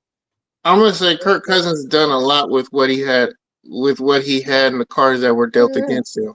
We going team He only AOC. threw for 7. He only threw for 4,000 yards 7 times. Aiden O'Connell will No, never it's throw team for AOC. 4,000 yards ever. AOC's already that Yeah, out. but he never had a Yeah, he right never that had, out. he never had an Y'all say he offense. never He never Millions. had an offense like that Like, though, Black. He don't got like receivers. what? He don't got Jordan Jefferson, Justin Oh my Anderson. God. Come on, man. He ain't had an Okay, offense like that. can, He can, ain't had an can, offense can, like that. We can't do that. can AOC throw for 3,000 yards? yeah, No, I because he think can't Aiden play can 12 throw for games. Because 3 he can't play dinkers. 16 games. No, because he Fuck can't play a yeah. whole We season. don't know that yet. He ain't Yeah, we given the do. goddamn Yeah, we opportunity to be do. there. Bro, We, ain't no. I hate to bro. yell, bro. I get a little emotional when it So comes to now Raiders. Aiden Black, never I had a love chance you. to start. Hey, He never had a Black, I chance to love you, start bro. and keep the starting job. Ain't no He Connell. did it his rookie year. Let me He did it his put rookie year. context on it. God damn it! Ain't no He did it his Connell has rookie year never been named the starter week 1. because he Okay, I'm can't earn gonna say it. this. I'm gonna say this. Because he's I not that agree with good. you. Bro, they I weren't agree gonna with you, start Black. Aiden O'Connell over goddamn Gardner Minshew and Because he's Geno not Smith, better who than were Gardner making Minshew. multiple millions of dollars a year. Because he's You're not crazy. better than him. What are you talking about? AOC can't even play a whole season. Now And you that comparing it, statement is not true. and you That's not the comparing reason why. Man. That's he not ain't the get a reason chance. He ain't get why a chance. AOC didn't He start ain't over get a Gardner chance. Minshew. Hey, what up, Gardner Minshew 805 started. Saludos, bro? We drinking big Coronitas Gardner tonight, man. Minshew started week 1 because that's what the fuck Saludos. Telesco wanted. Yeah, he was. Hashtag team Yeah, Telesco, AOC in the that was the chat, horse he man. died. Yeah, that was the horse he died on. That's what got him fired. He that's wasn't rolling with AOC. It was his You know last I'm year. rocking Well, with Aiden. AOC What wouldn't up, have D made it through Minutes? week What up 6, with it, bro. man? AOC would have been a Y'all better know pick that. for him. D AOC would Minutes, have me been and D a Minutes couple at the minutes, same man. hotel in LA, man. You Y'all, feel me? y'all crazy is all outside. Y'all Locked really in. think AOC is Tapped good in. enough to Me start and a D whole Minutes. season? Me I and D didn't. No, The no, no, Minutes. no. boy, Hold on, hold on, hold on. Dumbass Reggie. Wait. Let me say this. He's not good enough to start a whole season on a winning team. But he's on a Raiders team. That's who And I am, boy. and We the realistic quarterbacks fans, we get your shit had, in the chat. he was a better option at times than what we had and what we were running out there. He was when he wasn't even was playing? he not a better option than Jimmy Garoppolo? Yeah, anybody's better than Jimmy Who was a better Garoppolo. option than Okay, Jimmy so that's Garoppolo? what I'm saying. He was a better Bro, option. you And name Fuck one yeah, person. Aiden was. You name one person. Don't go there. You name one. Jimmy Gardner Garoppolo. Minshew. the next one is Gardner Minshew. The next one is Better He Gardner than ain't better than Minshew. Gardner Gardner Minshew. Minshew. He was better He than ain't better Gardner than Gardner Minshew. Minshew. I don't care Better what than y'all that say. part. He That was. part. What was Gardner Better Minshew than better Gardner at? Minshew. What He was Gardner wouldn't. Minshew really better at? Let me tell you what he's better at. He's Let's have a better than. quarterback conversation. Really, let's break it He down. finished. Let me tell you what he's Yeah, let's better talk at. He's better. quarterback. He's better at navigating the pocket. He's better at staying healthy longer.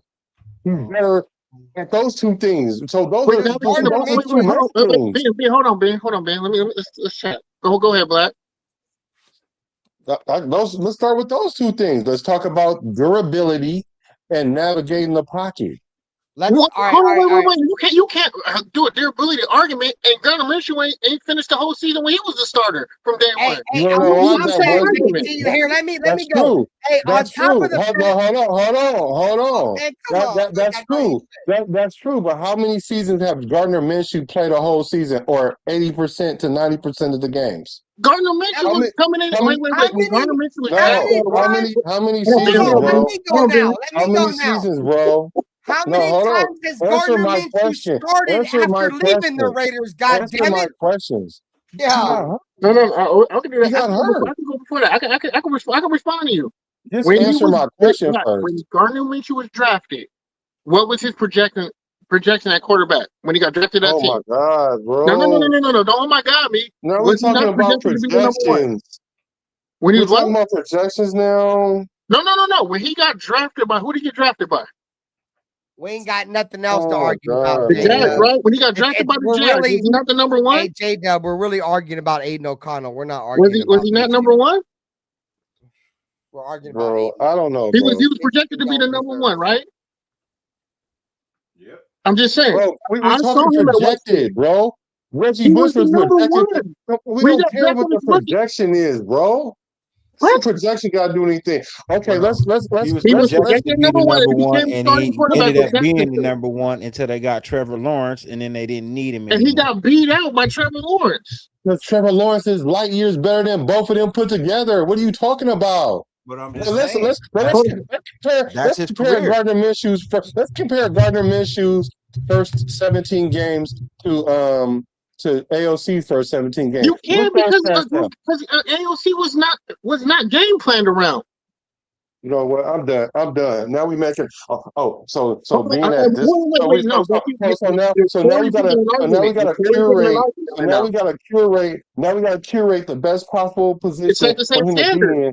But any other time y'all want to sit there and say, well, let's look at Gardner Minshew's. I mean, let's look at AOC's first 17 games. It's a full season. This is Because what he it would didn't look get a like if he season. played a He full hasn't season. got a season You as want a to number know one. why? You want to know why? Because he gets hurt and don't hold the job. No, because he got drafted as a backup. Gardner Minshew got drafted as a number one when he was taking number one reps. AOC has never came into camp being the number one quarterback, getting the reps. No, why? Because he's not good enough to take someone's job. I'm not disagreeing with you, but Gardner Minshew wasn't either. And if you compare both of them as backups, whatever, man. who's a better backup? Who's a better whatever, backup? man. I know Gardner Minshew done started for some franchises, and I know he played a whole season. I responded to you. I answered your question because you're cherry. What's the question? When Gardner Minshew was a starting quarterback, when he came in as the number one for multiple years, which AOC never got the chance to do that. Okay, so you can't compare those games. You can't compare. That's weird. That is hella weird. That's hella weird. Now we can't compare games because the situations ain't the same. It's hella weird. Get the hell out of here. He's not even running the offense that was built for him. Get the hell out of here, man. Y'all crazy as hell. I'm not. I'm crazy as hell. I ain't never heard that argument in my life. Oh, the reason why is because he got to start and he didn't. So you can't compare. I'm not saying that. I'm not saying that. If you're comparing careers, AOC is a. No, we're comparing players, not careers. Comparing players. But we're comparing. You said 17 game season, which can be a career for most backup quarterbacks. Yes or no? So we're comparing a starter to a backup. That's what we're doing. Yes, Gardner Minshew was a starter when he came in the league. So that goes to tell you right there. We're talking about a career backup, and y'all talking about he was better than a starter. Yes, but he can't start nowhere. I'm saying no. When they're both I'm saying he can't start because the Raiders won't let him start. As backups. Yes. Now we're comparing that he was a backup. No, because you're trying to say ADP is the king of controversy for a reason, bro. No, wait. So we're comparing when Gardner Minshew was a backup, was AOC a better backup than him? Yeah. He's a better backup than him. But that's how you can't compare. But that's not beginning who's a better starter. You can't tell me better starter than career. You can't who's a better starter. That career to the same. Who's a better starter? Minshew's a better starter because he got starter stats. Yeah. So what the hell y'all talking about? And he was trash. What are y'all arguing then? What are y'all arguing? He was ass, and now he's a backup. No, he wasn't. A backup, which is what his role was going to be from the beginning.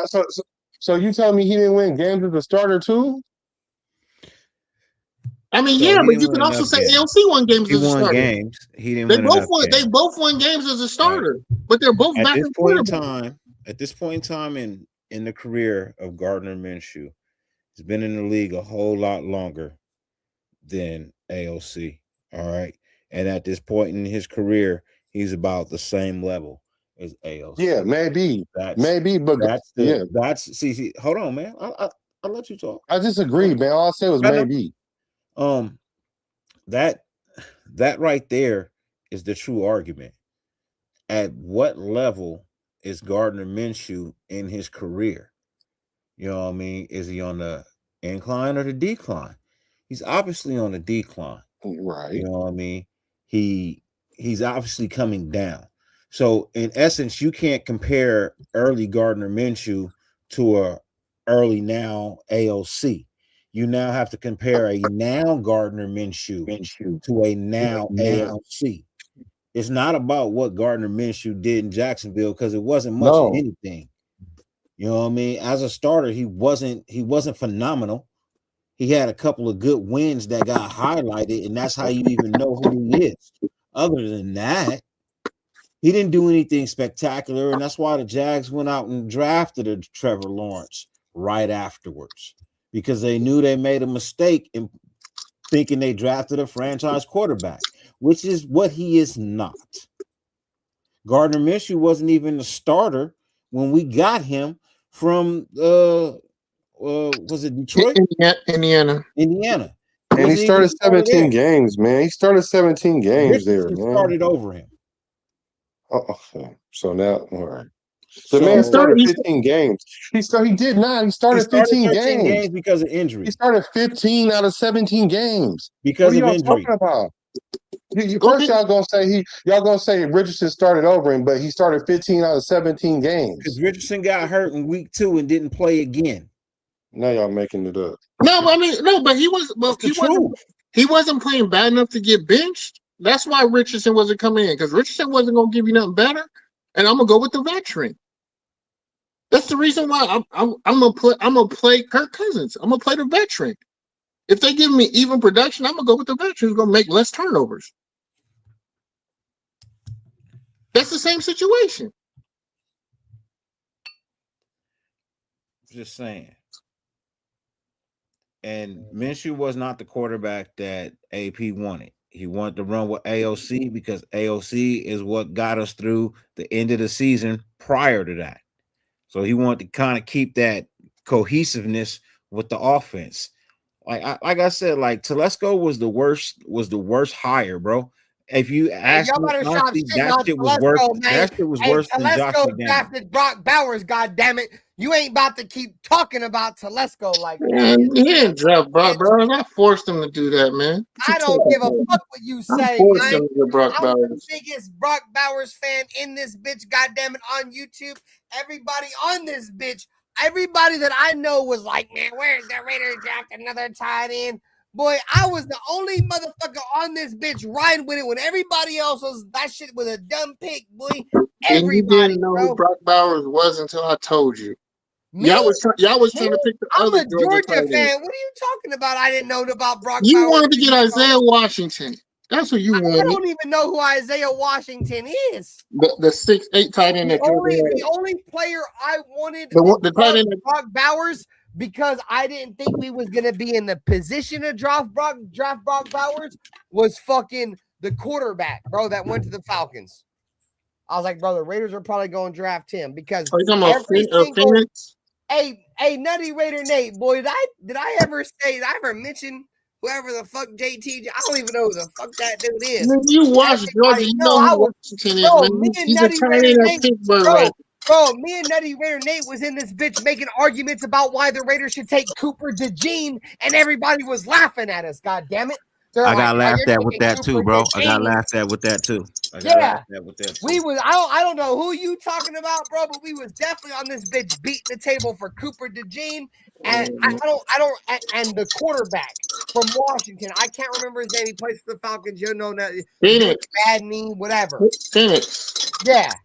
Outside of that, bro, I wasn't beating the table for nobody in this motherfucker.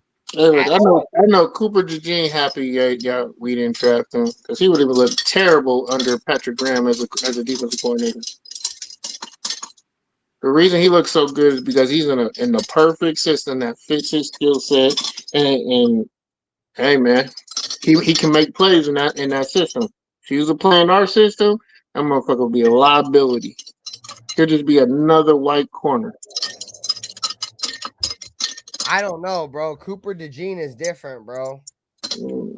I'm not a big college football guy, bro. Like, I don't watch a lot of college football. Like, people who watch me know, like, if it's coming up to the draft, like, I don't know too much about college. I'm not going to be the guy that's going to tell you, who the Raiders should draft or who they shouldn't and deep dive into the tape. I'm just going to tell you the guys that I want. But we came in this bitch, bro, and dude, Cooper DeJean was everything for Iowa. That's how, in my honest opinion, bro, that's how you know or should somewhat analyze a player coming out of college, bro, especially playing for a small school from Iowa. And that's no disrespect to Iowa. But he was everything, dude. Cooper DeJean played offense. He played corner. He played defense. He was their best punt returner, their best kick returner. Dude, the writing was on the wall that Cooper DeJean was going to be special. Natural athlete. Yeah. Bro, hey, Nate, Nate. How many people laughed at us, bro, when we did the stream and we drafted like, bro, who the fuck is Cooper DeJean? 2 years later, Cooper DeJean wins Super Bowl MVP. Like, come on, chat. Like, I'm not gonna come on here and beat my chest and say I know ball and I'm the best. It wasn't 2 years later. Bro, Cooper DeJean's only been. He hasn't even got through his rookie contract. It was yet. his It rookie like year. 2 years later. It was his rookie year.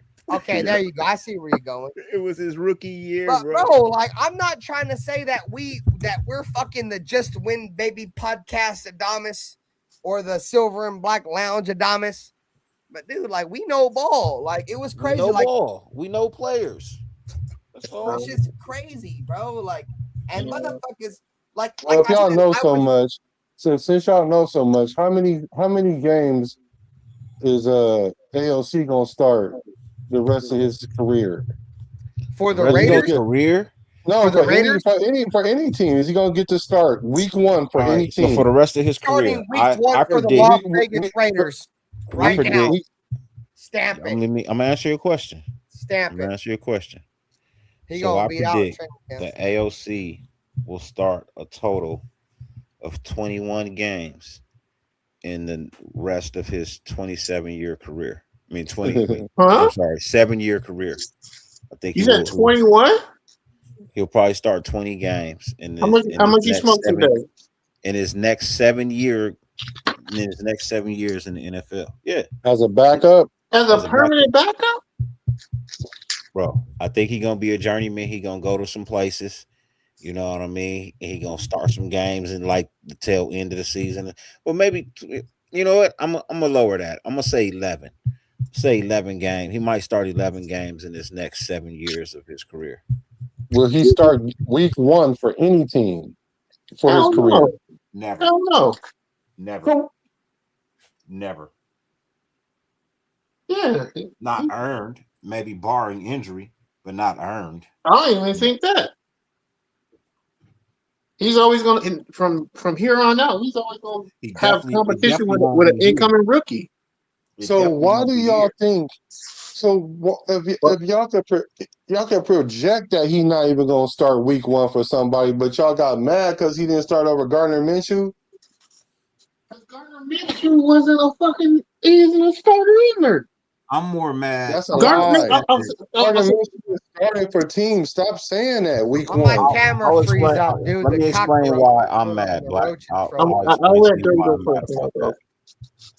I feel like a head coach should be the one that picks his starting quarterback, and he should run with what makes him comfortable. If AOC was what made him comfortable, then that should have been AP's. That should have been AP's availability option. You know what I mean? But Minshew was forced on him, forced to start. You know what I mean? So in that essence, for me, I felt like AOC should have got the shot he deserved because the head coach believed in him. You know what I mean? That makes sense. And then if AOC went out there and stepped up the joint, hold on, bro. I'm trying to go full circle with this whole AOC thing so y'all can stop thinking I'm hating.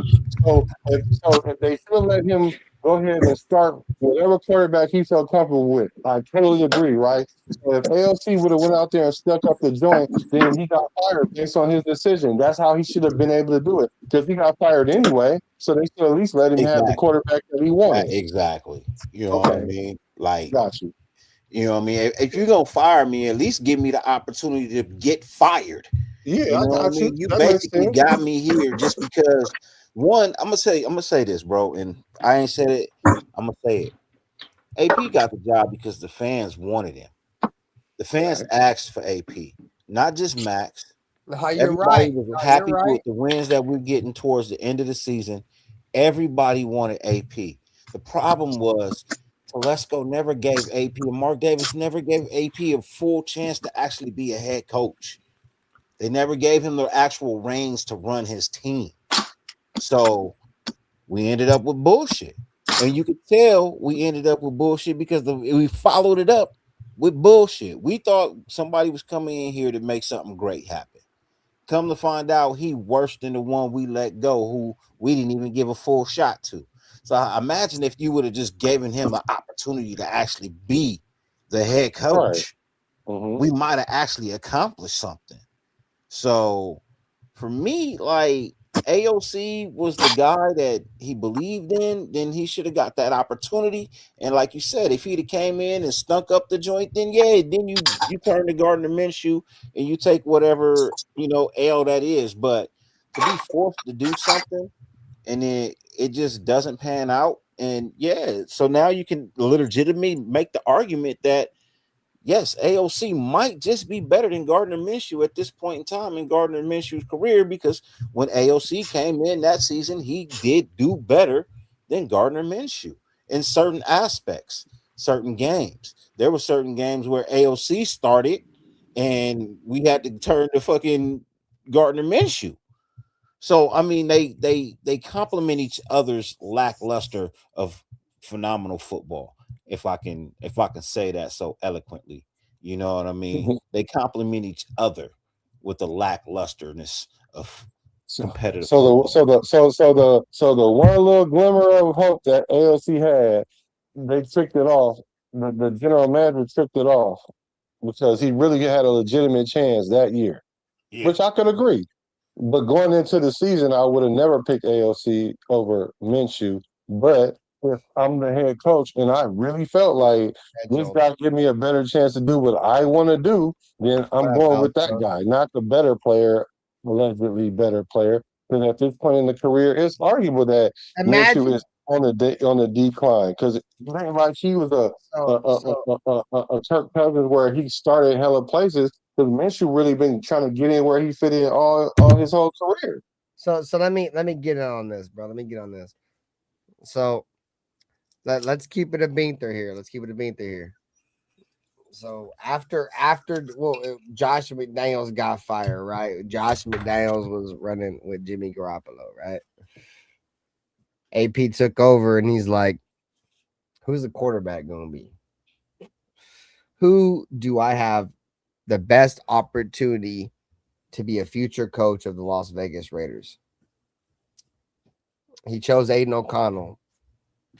So this is my mindset, right?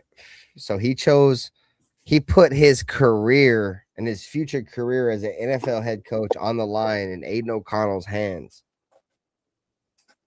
Aiden O'Connell wasn't the best quarterback in them final games. But going all the way up until week 17, the Raiders had a chance to make the playoffs. Aiden O'Connell had won a few games. You feel me? And then broke, like I said, y'all can take this how y'all. I know y'all get, some people get emotional about the whole Aiden O'Connell broke the record against the Chargers. It wasn't him or whatever. But still, that was in there, right? So Aiden O'Connell had did all that. What do you?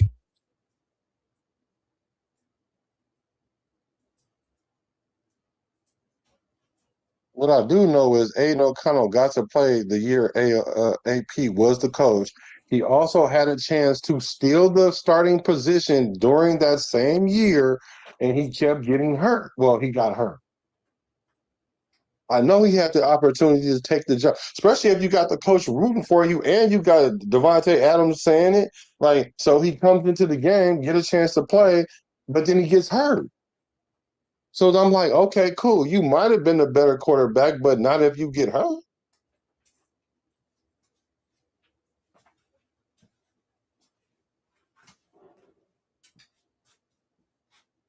You on mute, bro.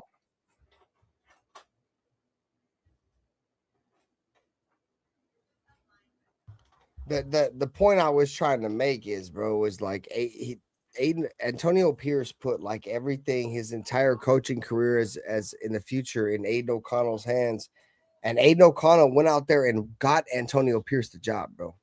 Got Antonio Pierce the job.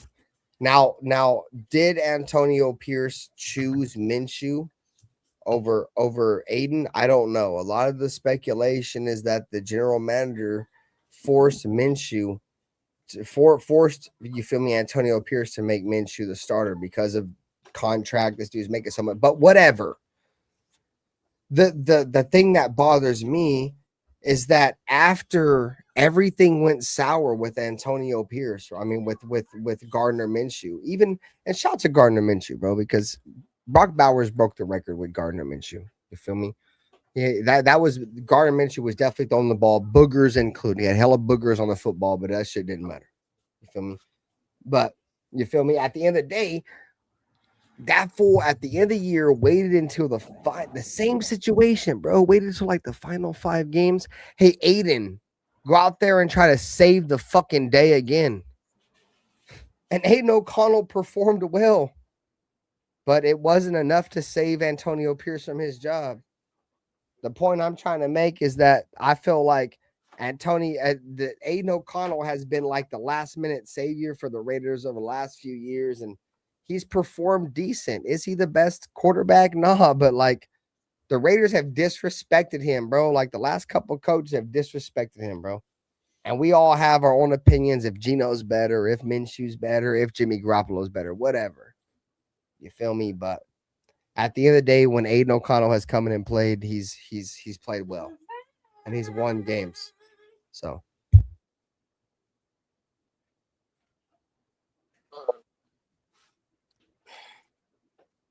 I'm gonna be honest with you, Ben. Aiden O'Connell didn't say shit with AP. We didn't want AP as a coach. Hey, shout out to JT, bro. You was one of them ones. I didn't want AP as a coach, neither King. I was happy with AP because I knew what was coming, and I didn't want what was coming. But AP didn't get a fair shot at being a coach. He was forced to play Aiden O'Connell. He didn't want Aiden O'Connell as his quarterback, but he was the best option at the time. You know, and for me, with Gardner Minshew and AOC on the team, I think Gardner Minshew. Cash Lord, what up, brother?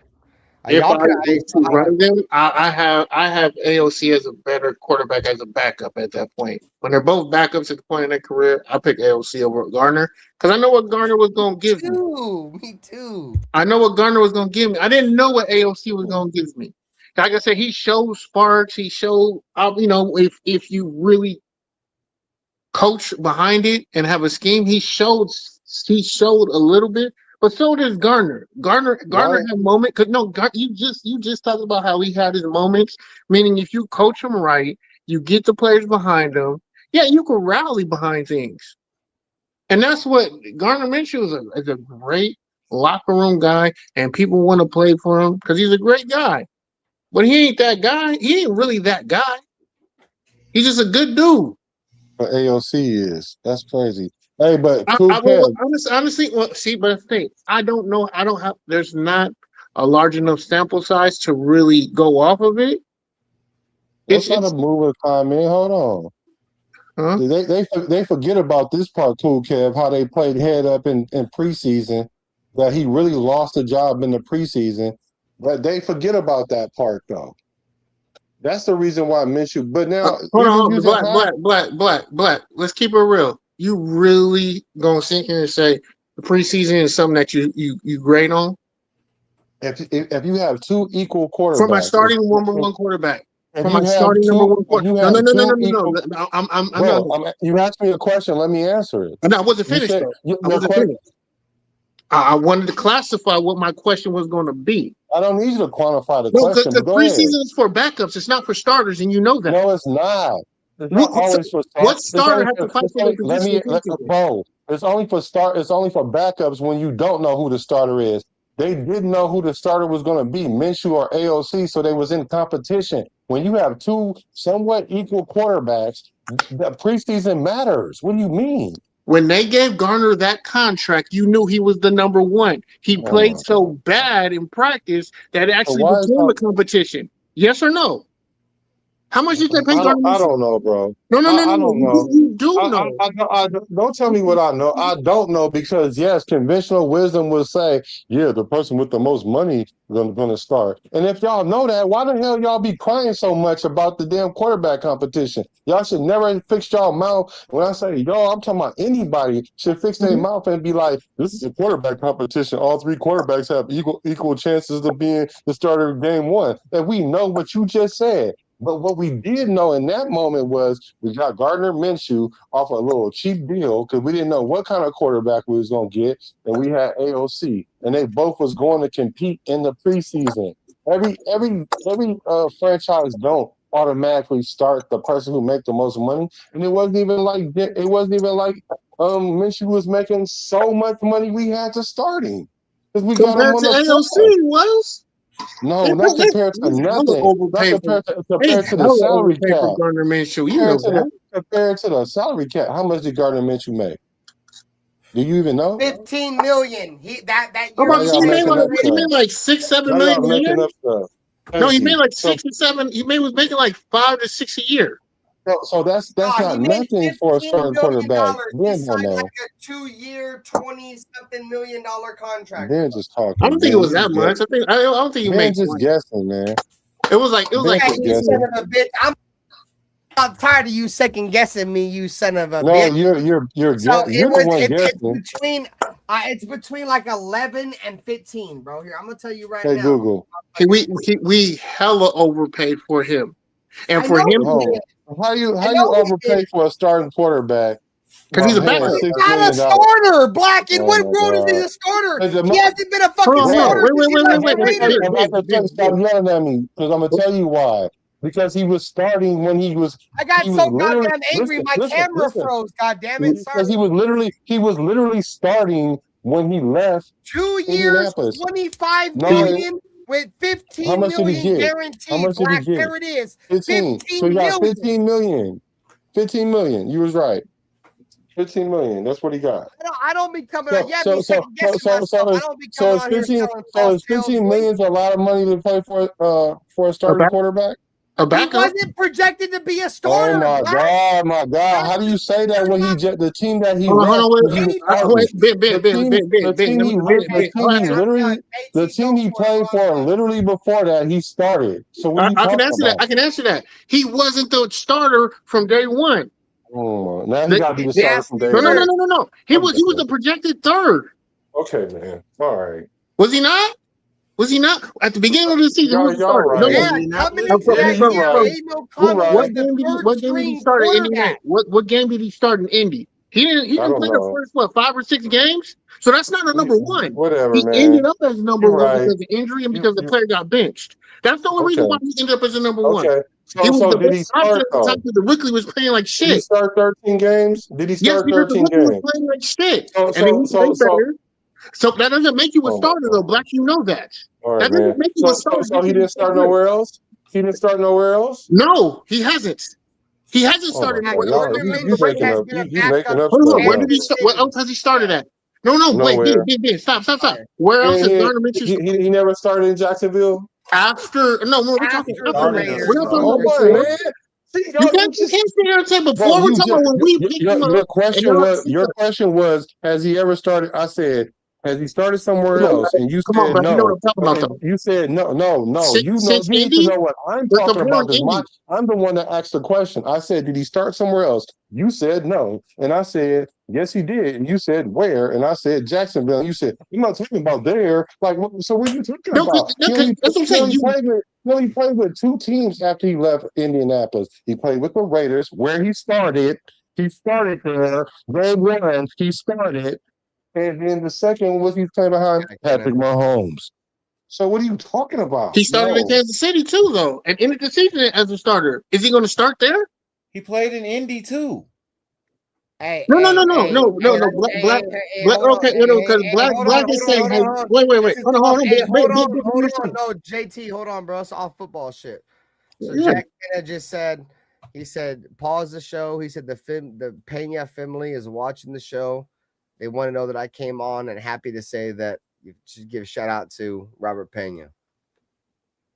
You feel me? To the Pena family. Love you, boys, Love man. you guys. I All right, bring appreciate you guys. I wish I would have streamed more. I always just talked to Rob in the back. He always was encouraging. He was an amazing man. He was an amazing person, an amazing father. Uh, my prayers are to you guys. If y'all need to chat, y'all can hit me up at any time, man. Yeah, Robert My Pena, door, bro. my thing is open just as much as it was for him as y'all. Hey, So Robert it's Pena, bro. He was one of the most humble, most down to earth, no drama. Hated all the infighting between Raider Nation. Just wanted us all to grow as, you feel me, a nation as we should. One of the best people I ever met. You feel me? And he was there for everything. Respected everybody. You feel me? Was in everybody's chat, bro. And never judge anybody, bro. And I think that's one thing about Pena, bro. No matter where you were as a Raider content creator, if you had no subs or 25 subs or, you feel me, a million subs, he was in your chat. He was supporting you. And yeah, some big shout out to all of the whole Pena family. And yeah, man, we love you guys, man, for sure. Like I said on my post earlier, you feel me? Like, you guys, the Robert Pena and his family, they hold a special spot in not only my heart, but all of Raider Nation's heart. You feel me? And I hope going forward and Robert Pena continue to sell them silver and black C's. You know what I'm saying? With Gord Peterson and Spotlight, they're all looking down on us right now, and they want us to be better as fans and as content creators. So, I'm focused. That's the one thing I'm focused on, bro. I'm trying to, let all my beefs aside and just focus on Raiders now. You feel me? Like that whole Mount Shieldmore shit, like all that shit's to the side now. Like, I'm just focused on the Raiders, and I know that's what they want. They want us to all be as one as a nation, and that's how we should be. We should be fighting this shit. So, shout out to Robert Pena, man. Like I said, one of my day ones for sure. Him and Gord. So I love you guys. I love all your guys' families. I dedicated my channel and my Instagram to Robert Pena and his family and Gord Peterson and his family. So like I said, guys, we're content creators, bro. Like Dirty has his slogan, like, you could be doing anything right now, but you're tapped in, and that means a lot, and we respect that. Like, y'all think you guys might just be somebody that's commenting our chat, but that shit isn't. You guys aren't just chatters, bro. Like, you guys are part of our network, our community, and what we wake up and focus on doing every day. And I don't think anybody outside of my camp and like we lock in, and when we see people, bro, we honor them in a different way, and I pride myself on that. For sure. I respect all of you guys because, God fearing, if any of you guys were to go, expect that same energy. You feel like we love all of you guys and we don't take nothing for granted over here. Like I said, God fearing, if anybody was to go, you can expect that same energy. We're going to push you. If your family does, any kind of like GoFundMe's or shit like that, we're here to support all that shit. We're Raider Nation. And now, like I said, that's the reason why myself, I'm trying, even though there's a lot of personal shit, bro, I'm pushing all that shit at the side, and the Silver and Black Lounge, the Just Win Baby podcast, Dirty with the Raider Nation Network, and Black with the Business Decision Sports, and Nutty Raider Nate obviously just rebranded with the Loaded Box Entertainment. We're focused on more of a positive, going forward, so love you guys, man. Appreciate you. I'm gonna go grab some beer, so I'll be right back. I'm gonna say this. That was so nice of him. I'll be honest. I'm not gonna say it. Ben's a better person than me. Let's just say that. But Rob, love you, bro. I know you wanted me to continue to do this more, so I'm gonna be more active. But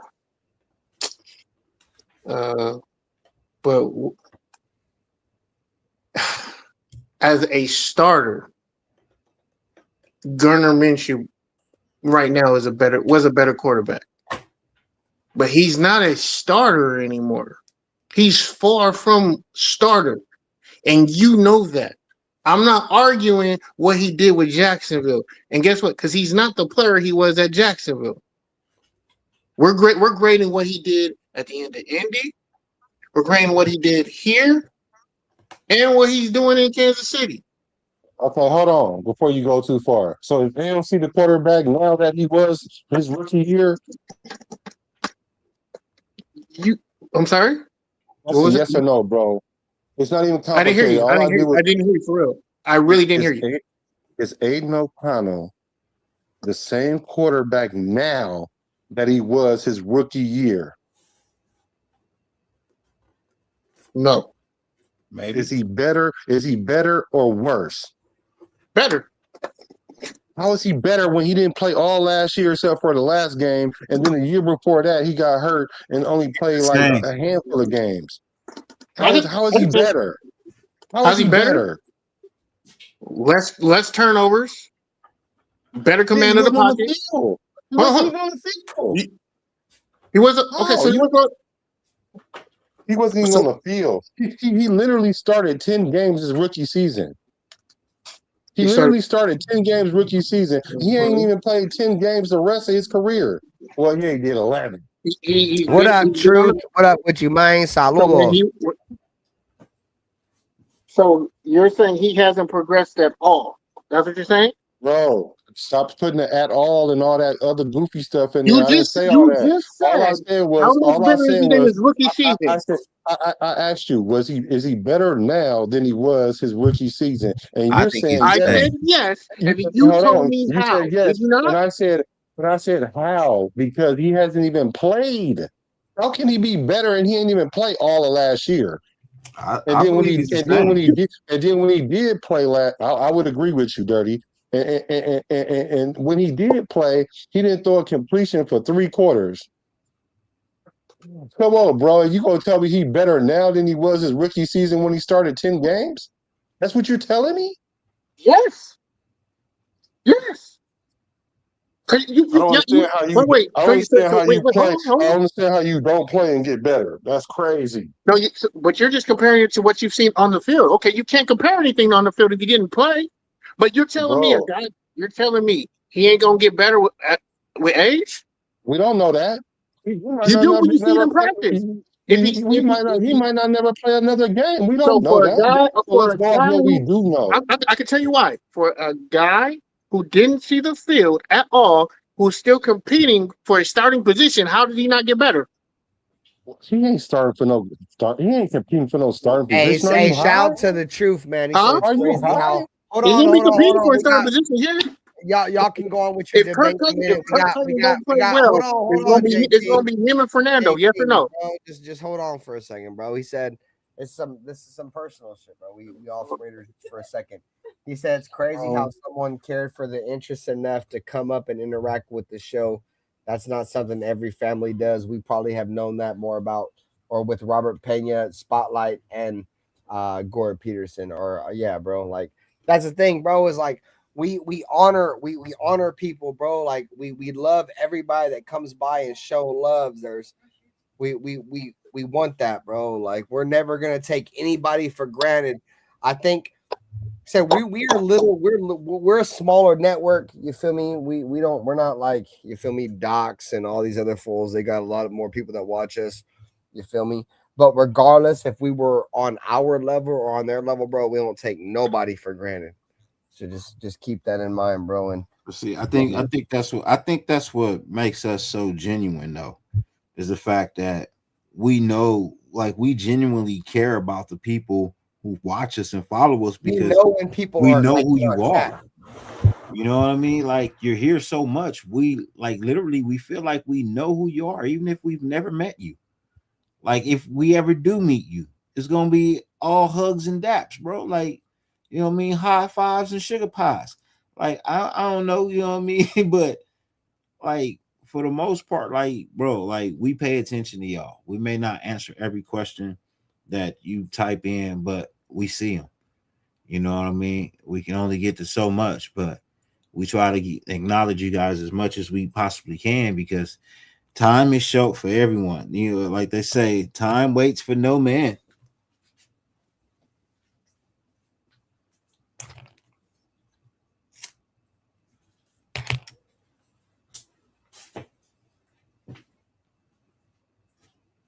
Why y'all so quiet?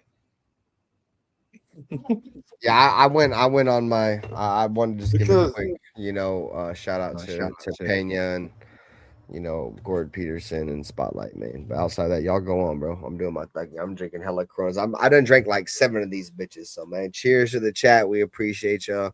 I'm chilling. Shout out to my brethren. Shout out to Nutty Raider Nate, man. He dipped out. That's my guy.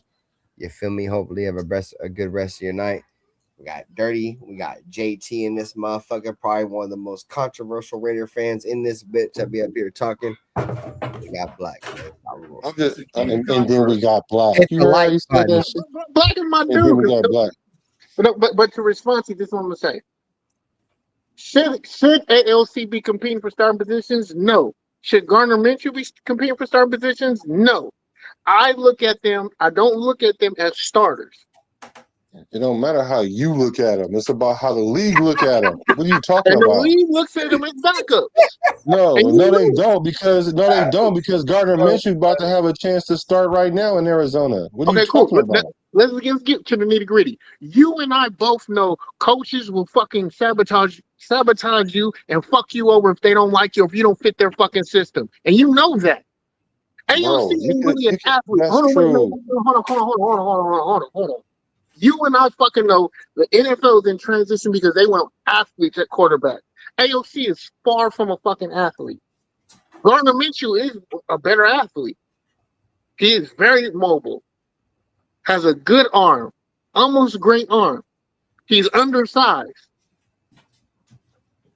He can make any throw, but that's always been his problem. He was never as good as making the big play as Brett Favre was, but he always made the Brett Favre error and mistake. That's what his issue is. That's why he couldn't win big games. What's his issue? He makes mistakes. He's not as good. He can't. His skill doesn't overcome his mistakes that he makes. What are these mistakes you talking about he make though? Because are you talking about interceptions? No, just bad throws. Period. He just makes bad throws. He'll force a throw because he thinks his arm can get it there. The same issues that Brett Favre had. Now he didn't have as good of a team as Brett Favre in Green Bay. I'll give him that. He didn't have the players like that, but he had some players down there. He made some plays. He won games. Let me ask you this, bro. Let me ask you this. No. Since with all that being said, right? Because you just said he won't have a chance to start nowhere else, and he's going to have a chance to start in Arizona. Who? Where? Minshew. He's gonna lose to Jacoby Brissett, another backup. Another backup. Bro, Jacoby Brissett is a career backup, right? And he's one of those. He's a better starter than Gardner, though. But he's a better starter, is he not? Let me finish my comment. I'm about to tell you that. But he's earned his way to be a starter. So now I believe that he's going to be a starter for the rest of his career until he gets a little older, and then he might go back. So at this point in his career, yes, I think he's a better starter than Gardner Minshew. Will he beat out Gardner Minshew? Well, I probably think he will. But my point is this. Him and Gardner Minshew are going to have to battle it out for a starting job. You will never see AOC battling nobody for no starting job, including here, because you can say all you want that he's battling for the number 2, but that's only so that we don't have to play Mendoza. Because if all things being equal and Mendoza was on the table to play, he's not playing over Mendoza or Kirk Cousins. And you know that. Wait, say that last part again. He's not doing a roof. If all things being equal and we wasn't trying to preserve Mendoza from playing early in his career and they all had the availability to play, we know that AOC is not going to start over Fernando or Kirk Cousins. And you know that. You know that he's not better than neither one of them. You know that. He's in the same position, and that argument works for Gardner Minshew too. No, because Gardner Minshew is because he's actually competing for a starting job right now. AOC. So if AOC was in Arizona, he would too. You can't. We don't know that he ain't in Arizona. He ain't in Arizona. He ain't in Arizona. But that's not the same. You can't compare the same. So now we acting like. So now we're gonna take something that we know is true and then say, well, hypothetically, if he was over there, then he would be too. Come on. You're changing the situation. You can't do that. In the situation because Well, you're no, trying to make you up a can't sit here and hypothetical. say, did Arizona draft a rookie at number 1 Why for their quarterback? Why didn't what? Say that again. It's a yes or no question. Did Why, they what? draft a quarterback in their first round because they were looking for a quarterback? Who? Arizona. Did they draft a quarterback this year? I don't know. Did they? With their first pick. Okay, and okay. So what's your point? Yes, they did. So the answer is yes. Did they bring in a quarterback at top dollar to be their number 1? Bro, I don't. Yes or no? Yes or no? Oh, so what does So that got how to is do that with? the same situation? Oh, now everything got to be the No, same you situation. cannot So how about compare. this then? You right. Okay, you right then. So how about this? Was AOC and Geno Smith on the same roster at one time? Yeah. Okay, and so didn't the Jets trade for one of those quarterbacks? Say that again. Then the Jets what for the quarterback? Didn't they trade a draft pick for one of those quarterbacks?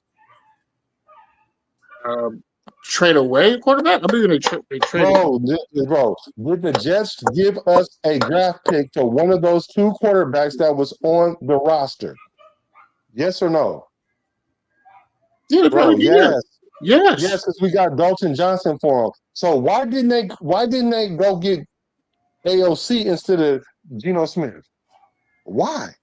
Because we know that one is a starter and one isn't. Because he wasn't better than Geno Smith. Wait a minute. So, okay. So he's not better than Geno Smith, but he is better than Gardner Minshew, though. Yes, would Gardner Minshew get that same trade? No, he fucking wouldn't. Probably They're not. the same guy. They're not the same. They're not the same guy. Stop saying that. Because AOC ain't never threw for 3,000 yards in any season. They're not the same guy, bro. Hey, shout out Jay Schroeder, man. You are type shit. And I didn't get to answer that. I was quiet to that. Do I think AOC can throw for 3,000 yards in this NFL? Yes. You don't know. Yes. We don't know. No. We don't know because is he going to get the chance? No. But you also know. But you also know favoritism plays in today's NFL. There's a bunch of people and they don't deserve it. It's gonna get real here for a second. JT, hold on. It's gonna get chat. We have a Broncos fan in the chat. I don't give a fuck. No, I know we don't care. That's the point, right? I want to clip that. Hey, burn yard Bronco, cocksucking son of a bitch, dick eater. You feel me? Likes to play fucking anal cavity Olympics.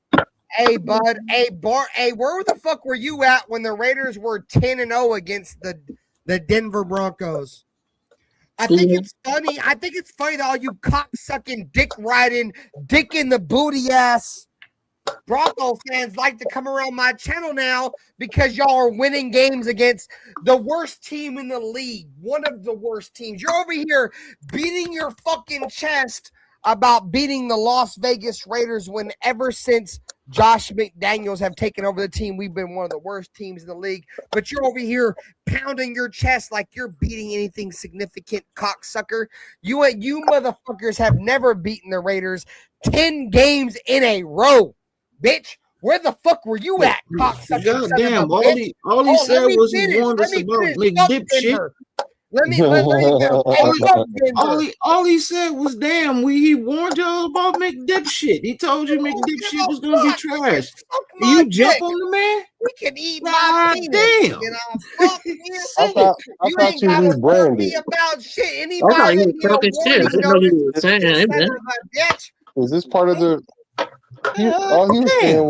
All he was just saying was, man, I tried to warn y'all about it. So y'all wouldn't have God dang. So y'all saying old buddy caught strays? Oh, my bad. Yeah. Hey, but I ain't gonna lie. There's no love lost for Denver, so you can go fuck yourself. Hey, come on, man. We're trying to expand the brand, brother. Hold on. Alienating people, man. We're trying to expand the brand. Check this out. What's the name? Hold on. My most hated teams in the league. You know what's crazy? Anybody playing us? My most hated teams in the league, the two at the top, aren't even in our same conference, bro. Anybody who's playing us is the most hated team. No, the 49ers. So the 49ers by far are number one, my most hated team. I've rooted for Kansas City. I don't give a fuck how none of y'all feel about this. I've gotten constant, you feel me, motherfuckers talking shit. I rooted for Kansas City in 2 Super Bowls against goddamn San Francisco, and they won both of them joints. You feel me? I wouldn't say I rooted for them, but I definitely didn't want the goddamn Niners to win that shit. You feel me? So my most hated teams in the league by far, number one, the Niners. I don't give a fuck. Like, I love the Raiders, and I don't never want the Raiders to lose. But if we finished 1-16, I want that one win to be against the goddamn San Francisco 49ers, bro. That's my Super Bowl, no matter what. I don't give a fuck.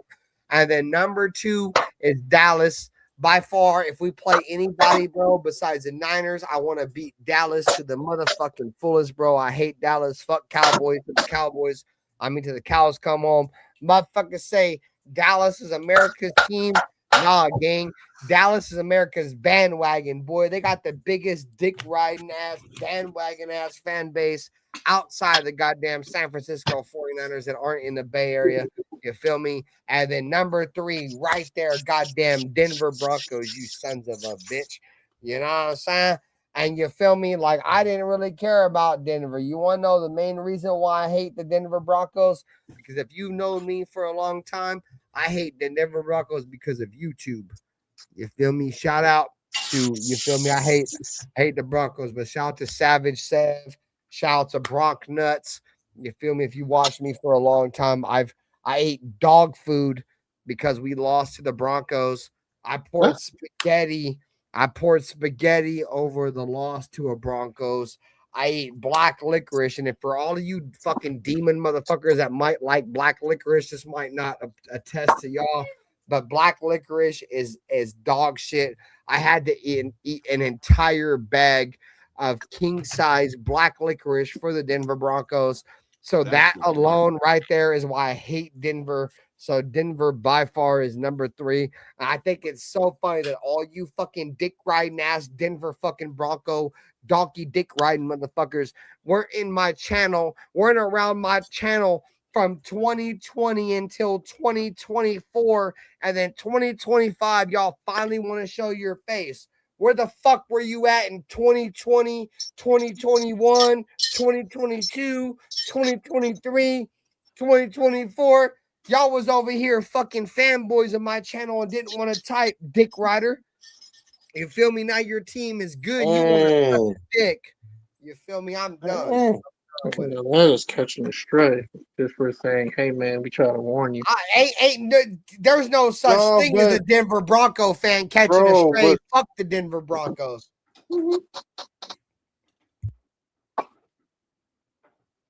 Next time, I guess you should be louder. So y'all go for y'all thing. I just went this long ass tangent. Now y'all go for it, bro. What y'all got? We kind of forgot what we was talking about for a second. Hey man, but Bronco Ben, Barn, whatever your name is, bro, appreciate you stopping by and getting this church up in here. You know, get passionate, bro. I hate Denver. Like I don't care. We all have a disdain in our heart for the Broncos.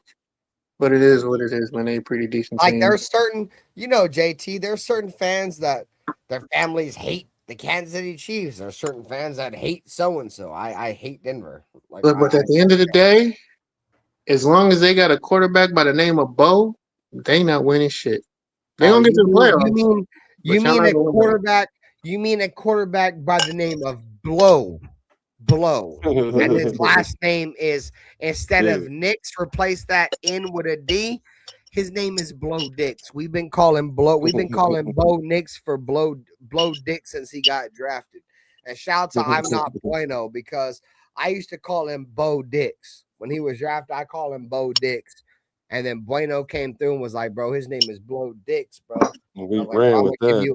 I'm going to give you credit for that. We for sure ran with that. No, I ran with that. We ran with that so hard. I want to say I came up with it, but I know I didn't. Type shit. And he was like, bro, you got it. Shout out to Plano, bro. Yeah, blow dicks, bro. That's blow dicks, gang. Right. I'm not gonna do that, but you know, No, I will. I feel you, but I hate the Broncos. It's pure disrespect with the That's Broncos. super Fuck them. disrespect. I love it. And that, bro, we're the Raiders, gang. Like it, bro. Our aura, our stigma, what we're about is fighting. Like, bro, we used to have physical fights with the Chiefs and the Broncos. Bro, we've gotten away from that. You want, like, I know the league is softened up and that shit's not allowed anymore. But dude, our fan base has softened up. The organization has softened up, dude. We are. I can go on these long tangents about why the Raiders suck, dude. We're not the Raiders no more, gang. We're not trying to go to jail for 20 years now, man. I feel you. Hey, Hey, man, Raider shit is gang affiliated now. That part. If you black or Hispanic, then it's gang affiliated. That's automatic fine. Bro, I didn't think me and JT would ever start agreeing on shit, man. 3 years later, me and JT just agreeing on everything. Shit, nah, man, I'm all with the fisticuffs, but they gonna run and go tell. You know what I'm saying? For all that. And now you got camera phones, so you can't even deny this shit. But no, it is what it is. He said now you can't deny it. Yeah, man, you on camera smacking the shit out of 4 people. Oh my god! And then and the girl gonna be screaming in the background. That's gonna make it worse. Hey Lou, this may be an overstatement. This may be an overstatement for some people. He said Cousins didn't win and was shipped to Atlanta. Man, Cousins was. Let me. So I highlight this for a reason. He was balling his ass off in Minnesota. He got everyone paid in Minnesota. Stop it. Yeah, he did. I don't think he's going to be very good for the fucking Raiders. So when he started playing good, do not. No, I'm gonna dick ride. I'm gonna dick ride Paul. But I'm gonna give Crow. I'm gonna give Crow. I'm gonna come on this bitch. And let us come out the gate 5-2. Like it's a Thanksgiving dinner, dude. And then I'm gonna ride. Let us come out the gate 5-2. I need to win games. And Cousins is leading the lead with touchdown passes. How do you think? How do you think he kept know me? Y'all know me. Y'all know how me. you think he still getting them contracts in Minnesota on 1-year deals? I'm a give Crow, and then I'm riding whatever we own. You feel me? Like I'm not. You know what? I've never just come because on you this said that and not admitted for being wrong. Every time I've been on this, every time I've been wrong, I've been on this bitch and said I am. And that's why I can with you. That's why I can mess with you because hey. You at least would say that. Hey, I ain't got nothing to say after that because there's gonna be a lot of people that act like that they saw this coming and they didn't. The reason why I say that, Black Bro, is because the only time I really talk Raiders outside of when I get these drunk moments and talk with my old lady, I'm on YouTube, dude. Everybody has me in 4K with my statements. You feel me? Mm-hmm. So, like, if I don't stand on business, motherfuckers got me clipped not standing on business. Right, I feel you on that. I'm still waiting for people to come and clip me when I was wrong. I ain't been wrong yet. What? Stop lying. I ain't been wrong. Well, everybody's been wrong. You've been wrong tonight. I ain't been wrong tonight. We got a difference of opinion. Hey, A-Bomb was no difference of opinion, bro. We arguing over 2 backup quarterbacks. You trying to say one's a starter? They both backups. One is a starter and one isn't a starter. One Gardner Minshew was considered a starter at some point in his career. They call me LeVar Ball of the Raiders. Never lost. But I've never lost. Stradamus, you feel me? Never lost.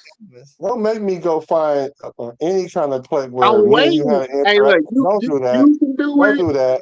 Dark has all the footage. He's still trying to top up a highlight video of me being wrong. That's been 2 years of running. You can go. What's that bust? I ain't gotta go nowhere. Mike, the Raiders should hire me as like some kind of like roster or something. Like, bro, I ain't gonna lie, gang. Me and you went back and forth for like 6 hours one night. They should hire me, goddamn it. Like, they have a bunch of bums in that bitch. Like, see, this is my thing, right? Like, I'm just obviously I'm over exaggerating, right? Like, I don't think they're hiring me. The point I'm trying to make is, and I've said this before, the Raiders are different. We're not. Al Davis didn't lie. Al Davis didn't lie when he said there's 31 NFL teams. There's Las Vegas Raiders or the Oakland Raiders or whatever. That's what I wanted to talk to you about. Just let me finish. It's gonna be quick. But the point I'm trying to make is like if we're gonna get a coach, if we're gonna get a quarterback, or if we're gonna get a GM, we have to have somebody that just embraces the uphill battle that what intunes and being a Raider, bro. Like the NFL don't fuck with the Raiders. It takes a different breed, bro. A dog, like that's why I fuck with the Raiders, right? You know what I'm saying? So I think the Raiders now, are going at a good pace in terms of getting motherfuckers like that. My girl, my girl's over here doing goddamn. Bro, my old lady's over here doing goddamn emotes beside me, dude. I lost my entire train of thought. God damn it! I'm gonna be honest with you. I disagree with you, man. The NFL loves the Raiders. I'm over here trying to think, and she's over here doing goddamn emotes and all kinds of goddamn shit. She over here, dude, bro. Oh my god, bro. I was going on a tangent. Go ahead, JT. Sorry, dude. I literally had like an entire segment lined up right there, dude. She's over here doing emotes and shit. Go ahead. He said that the Raiders. He said they like the Raiders. They like the Raiders to be good so they can squat on us.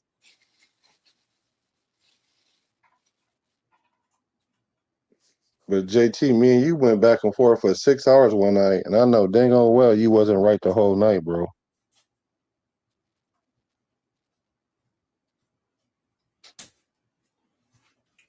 No, the Raiders, the NFL doesn't hate the Raiders. The problems was with Al Davis. But in all honesty, the NFL they actually want the Raiders to do well. If you notice, we've had less penalty calls in the last couple of years than most, than what we were getting in the past. A lot more calls falling our way, not as many as we would like. You know what I mean? We can still see, the disdain for us.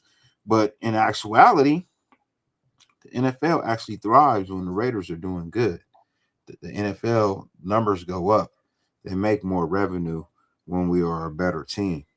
So they don't hate us.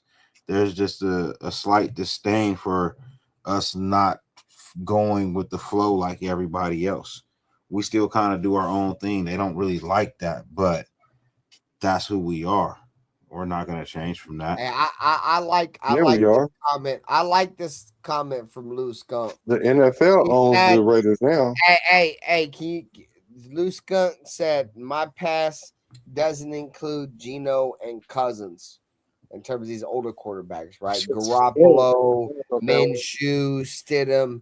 It does include going forward with $21 million total invested in Aiden O'Connell and Mendoza. We're going nowhere with Cousins or Minshew. And I'm with you, gang. That takes sound like you drunk. Yeah. That's that, bro. And that's what I'm saying. Hey, come over to the Raider Ben channel. Come over to the Silver and Black Lounge. Come subscribe over here. Yeah, lock in. Come tap in with your boy. If you don't like me, you don't love him. That part. Yeah, hey, that's been his motto ever since he joined the squad. If you don't fuck with my content, you gonna love my brother and shit. For sure you is. If you don't like being mouth, then go to Dirty's channel. Yeah, we got 4 motherfuckers up, 5 motherfuckers that's in the network. You gonna fuck with one of them for sure. No, so I agree. I agree with what Raider Skunt is or Lou Skunt is talking about with the future. Like that's my thought process is I'm not saying Cousins isn't the better option. He could be. But the NFL is building your team around rookie quarterbacks. You feel me? If you can get a Russell Wilson, these late round. I mean, Aiden O'Connell was a 3rd round pick. The point I'm trying to make is if you can get a quarterback on a rookie deal, that's how you win games. The NFL is not. built around. I mean, the narrative is there, bro. Like, look at all these. I'm drunk, bro, but look at all the young quarterbacks that have won. Mahomes, Jalen Hurts. I mean, Ben Roethlisberger in his younger career won on a rookie contract. There's lots of them, bro. I'm drunk, so don't. I don't That's know all of probably them. it. Out of No, I 15 just years. named like 5 or 6 of them. You Everybody just knows named if you know 3. football, You just if named you know 3. Don't put the football, extras on it. if you want to build around a rookie quarterback, bro. And the point he's trying to make is you have a better chance overall team development to try to build around Aiden O'Connell and Fernando Mendoza. That's Get the not hell out of here. saying that's not. Listen though, Black. I get what you're saying. Like we're There you not go. saying that they're better. Look, I didn't say that. Kirk Cousins is making hella money, dude. He's eating hella cap space. You feel me? No, you know what? I know one thing. I'm not. I overreact. No, Hella cap no, space. that's why I took it. No, I know what you mean by that. I mean, I know what you mean by that. I'm not arguing that point, but what I do know is this: the Raiders have a better chance to win the Super Bowl with a 38-year-old Kirk Cousins than we do with a rookie Mendoza and a 4th-year UFC. So I don't understand what the argument is. Like, why we keep comparing it? It's not even a comparison. Like, you're talking about somebody that ain't even played in the NFL yet, and somebody else that hasn't started the whole season yet, and we want to compare him to somebody that's done it multiple times. And matter of fact, he's thrown for hella yards, hella touchdowns, got hella contracts because he's hella good. But for some reason, we need to sit him down so we can struggle for some more.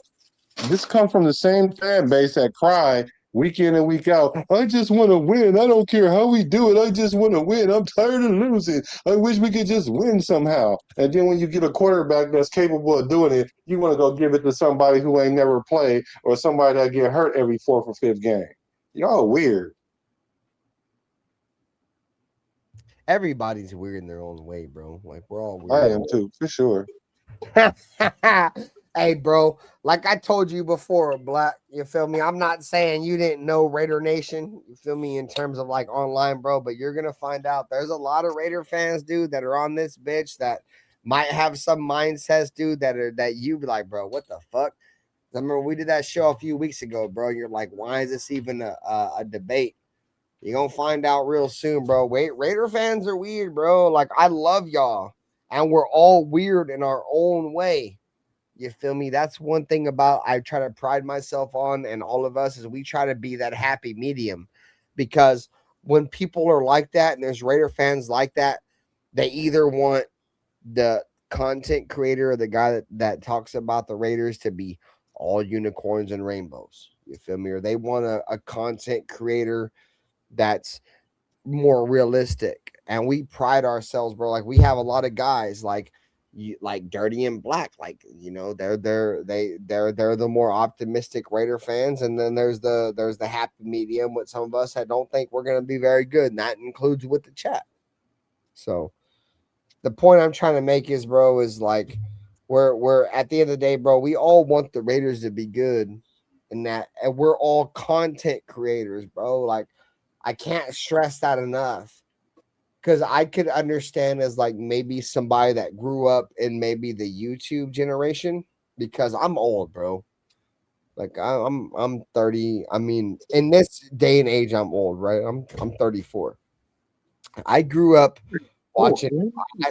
I grew up reading Raider articles in the newspaper, dude, and grew up reading reviews and online articles and the point I'm trying to make is like, bro, like if you really want your actual knowledge, if you want to learn a lot about the Raiders, don't rely on us.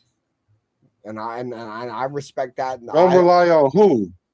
On content creators in general, bro. Nah, don't based on opinion, because we're all based on opinion. No. Speak for yourself then, because I'm not basing mine off no opinion, bro. Me neither. I'm basing mine mostly off of. Bro, none of us really know facts Speak about for yourself. it. Speak for yourself. Okay. Don't speak for me then, because I'm not speaking from a lot of the times when I'm telling y'all what I'm telling y'all, I'm not even telling you my opinion, because we're not talking about my opinion. We're talking about what the organization history is, what our tendency is, and things of that nature. Now, that don't mean I'm right about everything I say, but what I'm talking about, the nature of what we're talking about, is up for debate, because there isn't necessarily everything being black and white. But yeah, I would agree. There's a lot of content creators that don't know what they're talking about, because one, they don't know football because they ain't never really played at a high level. Two, they're not even really Raider fans because they not. I mean, a lot of them just will tell you that they do it because of the job. They kind of migrated to the Raiders for whatever the reason, so their heart doesn't bleed silver and black. And that's the problem with this YouTube thing, is most of the top people are those people. But then when I say something about those people, then the talk mentality comes. Don't talk about him. Don't talk about him. Like y'all was talking about earlier, a lot of these content creators don't even care, because what they'll do is they'll give you the bare minimum, and they won't even give you a real take. They'll be on both sides of the fence, so that way they're always right. They'll take your super chats and they'll say what's up to you and keep on going. They don't even really do real content, because all they do is just get on here, read the chat, and then just give their little opinion. But real content creators like us, who structure the shows out, make sure the thumbnails just right, and all that, and put a lot of time into this for y'all, them are the people that don't get the love like they supposed to. So it's not all of the content creators. It's a small percentage that's real ones. You know me. I'm bad. I know you didn't mean all of them, but I mean, like, for real, there's some real ones, and a lot of them is over here. Mhm. Not like car salesmen at all. Cool A kid. lot of them don't have to talk shit about people behind their back and try and sabotage other motherfuckers. I genuinely want you to be happy after you leave the show. I want you to feel entertained. Car salesmen, they don't give a fuck because it's just a check to them. Well, I care. Right. I look at it like this, bro. There's food that feeds everybody, bro. Either you're gonna be with the unicorn and rainbow crowd, like no matter what the Raiders do, it can't be no wrong, or you're gonna be with the Raiders really ain't really done shit. There's one of two options. That's my. For me, I just want to educate. Want to educate you and give you knowledge and information that you didn't have. Because I'm gonna be honest, man, Raider Nation is becoming dumber by every season. We're just getting dumber. That shit. I try to tell Black that, bro. Like, you ain't never told me that, because I tell y'all that all the time. I know. I'm sorry. I'm gonna be honest. I used to say this: the dumbest fan base used to be the Dallas Cowboys, but I don't think they're the dumbest fan base anymore. No, but Ben, you have told me that these fans ain't as smart as you have said that. But I know there's a couple shows you're like, why are we talking about this, bro? There's a reason why these motherfuckers, bro, fall for the banana tailpipe left and right. There's some if the national media ain't gonna set Raider Nation straight, somebody got to set these motherfuckers straight, bro. Exactly, and it's the reason why I started doing Raider content. Yeah, but then I got a little bit of gripe with that too, because earlier y'all was saying how the NFL is against the Raiders or they don't like the Raiders, and I disagree. And that you said the Raider way is losing. The fuck Who said that? Who said that? I said that because that's all I've seen as a Raider fan since I became a Raider fan in 2000. And you only 34, like you said. Nah, bro. The Raider way ain't about losing. The Raider way was the winning way. I mean, in all you're right, JT. In the bigger spectrum, it's not. We're not. It's just recently. Hey, send Jack the link. Send Jack the link. I did send Jack the link, but it's not just recently, JT. Bro. We haven't won a Super Bowl since 1984.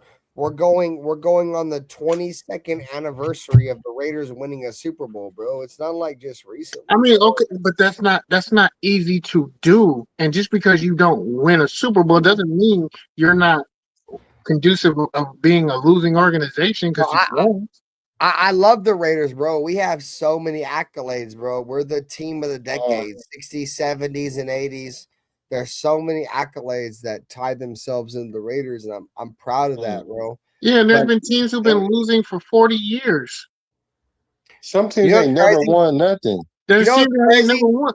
I've been. You guys know me. I hate the Niners, right? So I've been looking for anything I can to beat up Niner fans with, But because let me finish real quick, bro. And you know what's crazy? It's like, I don't know why I just barely thought of last night. You know what Raider fans can also talk shit about Niner fans? Bro, y'all had Jim Plunkett and didn't win shit. Like, bro, y'all had Jim Plunkett, one of the best quarterbacks, in my opinion. 2 Super Bowl rings. You put him up there with one of the best quarterbacks ever. Like, quarterbacks can't even win Super Bowls, bro. Y'all had him, and he came with the Raiders. Y'all couldn't do shit with him. He came with the Raiders and won 2 ships. I feel like that's an arguing topic for the goddamn Niners too. Why couldn't y'all win shit with Plunkett or the Patriots? You feel He me? didn't fit the scheme, man. The It's a motherfucking coach to get you the franchise. fuck out of there, man. I was talking about my old lady like that last night. Because I always be looking for arguments with the Niners, bro, because I'm surrounded by Niner fans, bro. I live in the Central Valley. If it's not Niner fans, it's probably Cowboy fans, but it's mainly Niner fans. And I always be looking for reasons to argue with the Niners. Obviously, their ultimate debating point is they got more Super Bowls, but whatever. They Man, had they had hold Eddie DeBartolo. You feel me? Y'all won Super Bowls with Eddie DeBartolo. Nobody cares. But anyways, I was like, bro, pre DeBartolo, y'all had Jim Plunkett. Why couldn't y'all win shit? I mean, I'm not saying that he's great or nothing, but like, y'all let him go and he went to the Raiders and won 2 chips. So I don't know. just because we had a defense that was out of this world. Shout out to the Soul But Patrol, man. but Rest in but so peace. Rest in so peace, Jack George Atkinson, Jack Tatum, all them boys. Kennedy say Raider fans have the right to their opinion, and I totally agree with that. I'm not saying that the Raider fans don't have a right to their opinion, but just because you got an opinion don't mean it's right. Because a lot of these narratives that get pushed through, especially this YouTube stuff, is because those same people that I was just talking about that don't really care about the Raider fans, they say whatever because that's what gets them clicks and likes. And then so essentially, you don't really care about the Raider Nation. You care about keeping your lights on and making more content. That's what it's about. And I'm like, yeah, that's cool because that's the name of the game on YouTube. But then don't act like you one of the realest ones. Then you want to put yourself on this Mount Rushmore rare stuff. Like, what are we talking about? Like, what? So now when you say something, it has weight. And then when you say things and then people regurgitate it to people like me that I know that you don't really know the history like that. And I'm not saying you, Jack. I'm talking about the person who's saying things to me I because they sent you the link, regurgitate Jack Kennedy, you son of a bitch. because they regurgitating something they heard somebody else say without fact checking it. And then when I give you the real because I was either there or grew up in it, then it's you can't tell somebody how to rate her. Oh, y'all should just let Bro, you be bro. delusional. We live in a world where Instagram reels and YouTube shorts reign supreme on the world, dude. Nobody fact checks anything. You know that, dude. That's crazy. I feel like I can have a whole nother channel just based on the human. I mean the human race, bro. Like, bro, we live in a world now where like everything that was common and has been common for the human race for like the last 100 years has been absolutely obliterated by social media in the last 20 years. Like, dude, we are so fucked.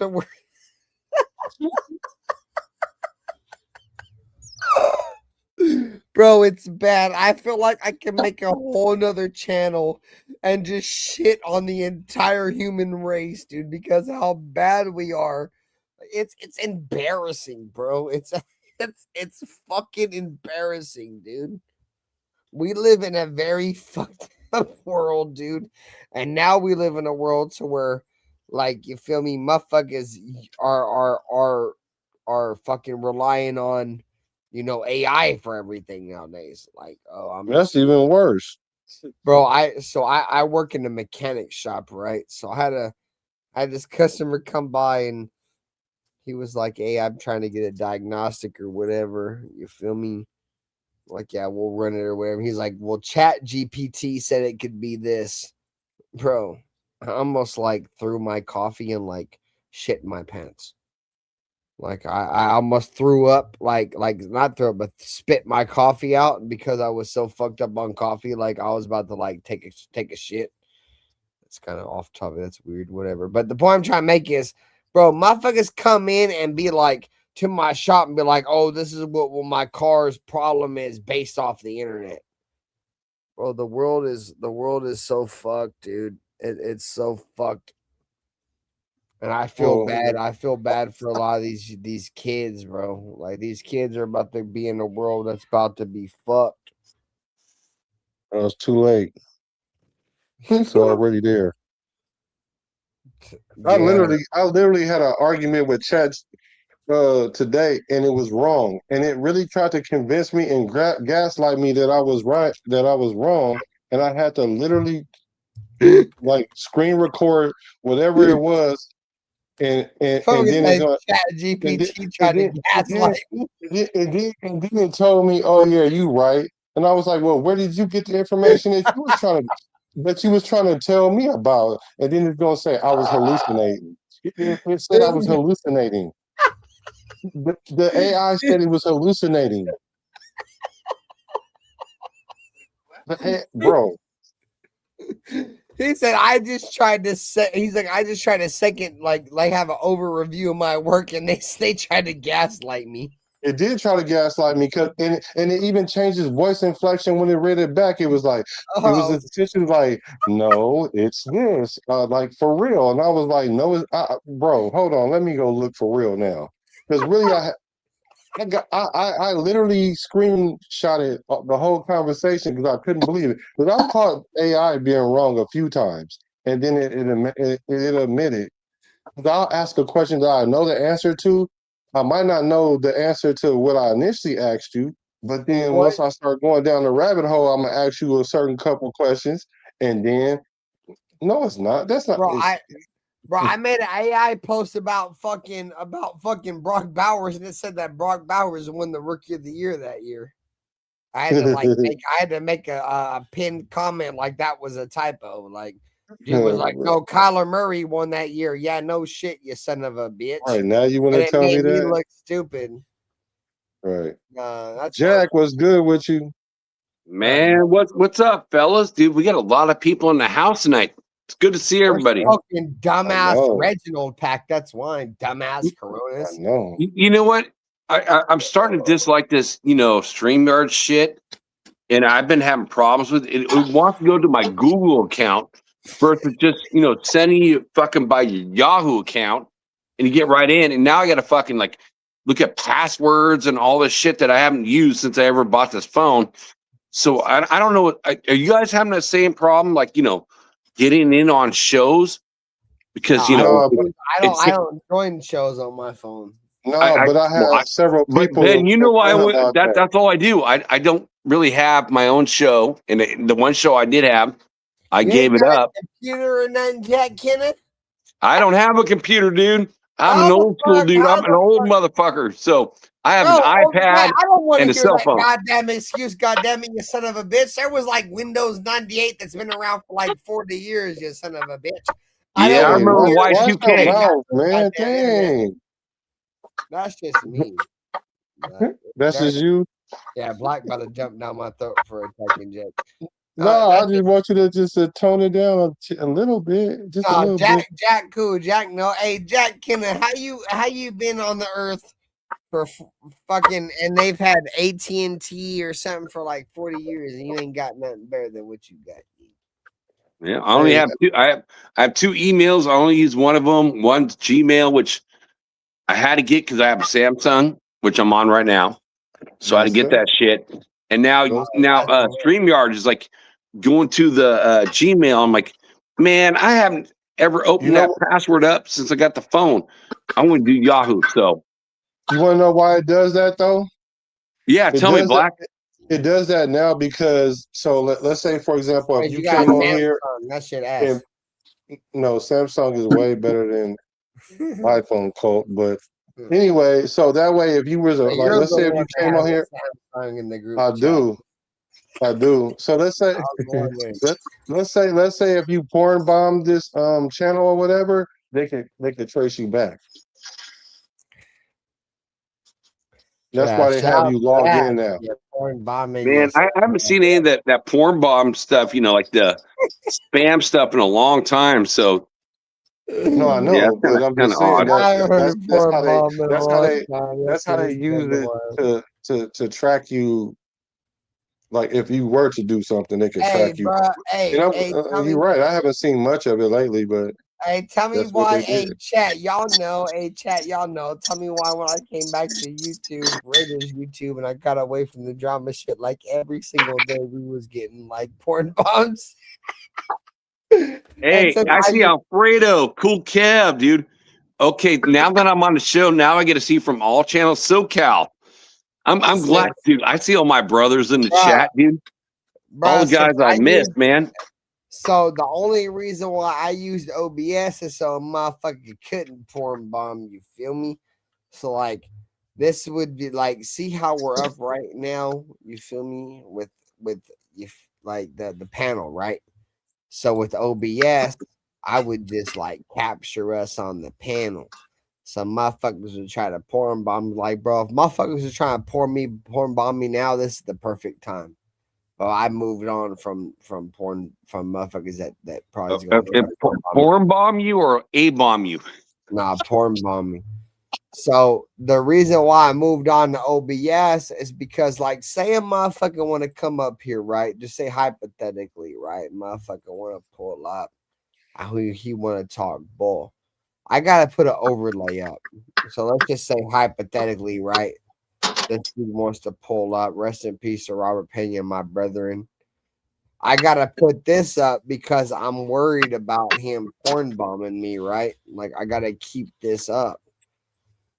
The reason why I ran OBS is because I could have this same image up, but the panel, the chat, the viewers would still see us. They wouldn't see that Max Crosby image. So when somebody would come in try to porn bomb me, they would know right off the rip, bro, you can't porn bomb me because I had the overlay up. With OBS, they don't know I had the overlay up. So people would join, right? People would join the panel and the overlay would be up on OBS, but we would see them like this. Like we would just be chilling like their homies, and I would be able to cancel their ass out. So I think they can do overlays now on StreamYard. Now I ain't did it yet, but I think you can do that now or something. no, I mean I have the overlays here. The point I'm Not trying that. to make. The point I'm trying to make is though, Black. Like I could have an I know overlay. what you mean. You've I know seen, what yeah, you mean. you've seen the porn blockers. You can't have that. So I could have a random up here for hella long, and we could have the camera on. He could be, you feel me, be part of the show or whatever. But because I don't trust him because of my history on YouTube, I might be skeptical and I might put a thing over him. But y'all won't see it. But that's because of OBS. I could throw whatever I want on top of somebody's shit. So it's like the thing is about OBS, bro. A lot of people feel like OBS is complicated, and I could understand it because the way I talk about it. But once you just get the ins and out of OBS, bro, it's just like anything. Like a lot of people think, driving a manual transmission is hard. Yeah, it might be hard at first, bro, but like it takes practice. Everything in life takes practice. We're in a world now where motherfuckers want to take the easy route. I'm a chat GPT on how to do this or how to do that. Well, bro, we live. I'm gonna go on a whole another tangent. Motherfuckers lazy. Motherfuckers don't care.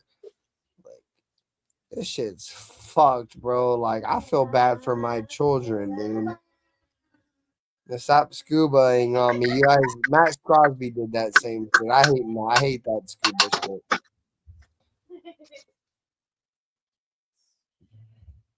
Bro. I hate to like think like, but I hate to say this, but like I have a my brain is like a brain that thinks outside of the box, like in between the lines. Like I feel like the bro as a human, as the human fucking what's the word? The human race, bro. We are in a very dire situation right now, bro. Like I don't know if I'm the only person that feels that way, but we are in a dire situation. And the only reason why I care is because I have kids. Like I wouldn't even care, bro. My kids gotta grow up in this shit. I mean, am I crazy to think that? I mean, this ain't Raider shit. Obviously, it's fucking 12 o'clock in the fucking morning. Like, do y'all? Is it just me? Or y'all think like I feel like the human race, the world is in a bad spot right now, bro. I don't know about bad, but it ain't trending. It ain't trending because I know it's a lot of worse places that I could be right now. Surely. But we ain't trending. I know that because we are getting stupider because we think we're getting smarter. But that's fine because the real people that ain't stupid know how to capitalize on the situation. So Like which sucks though. You know what's crazy, bro? Is like China outside of this, like basic like numbers and basic English or basic, their language, right? Like obviously ours English, right? Like the ABCs or whatever. Outside of that, dude, like like kids from China are building fucking engines and building schematics for homes. Like bro, like it's so different. It like our country's only backbone is the fact that we got the toughest, strongest, courageous army in all of the world, dude. Because I feel like the majority of these countries, bro, are like a step ahead of us, bro. Like there's a reason why they say America is the laziest country in the world. And I get it because I feel like I'm kind of lazy at points. What are you comparing it to?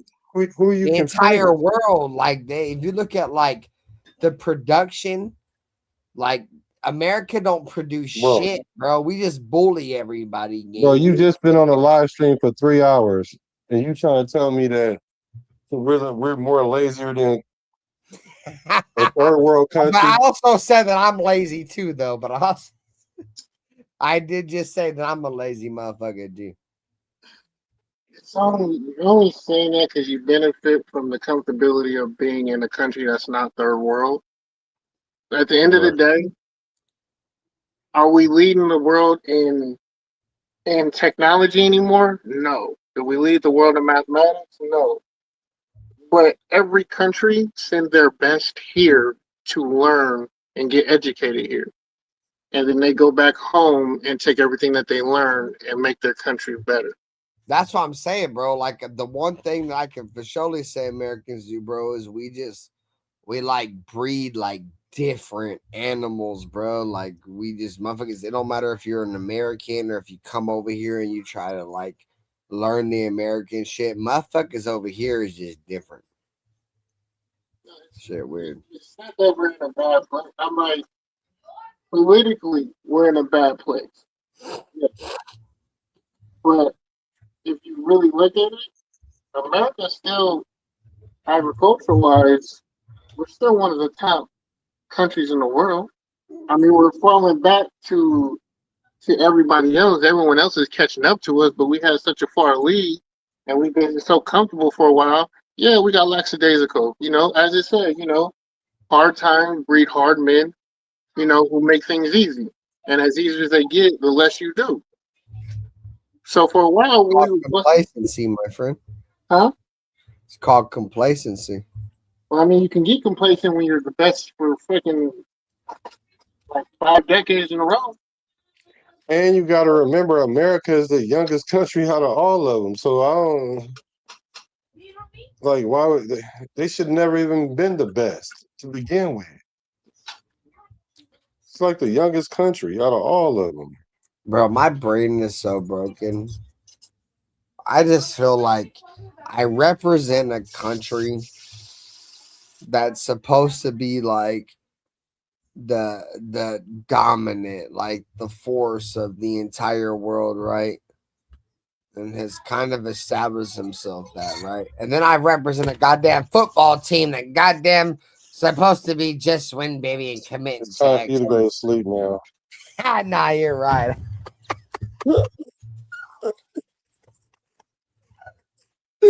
I'm trying to hold on, goddamn it, you son of a bitch. I'm trying to participate in any way I can, goddamn it. Oh wait, where'd Jack go? Time for you.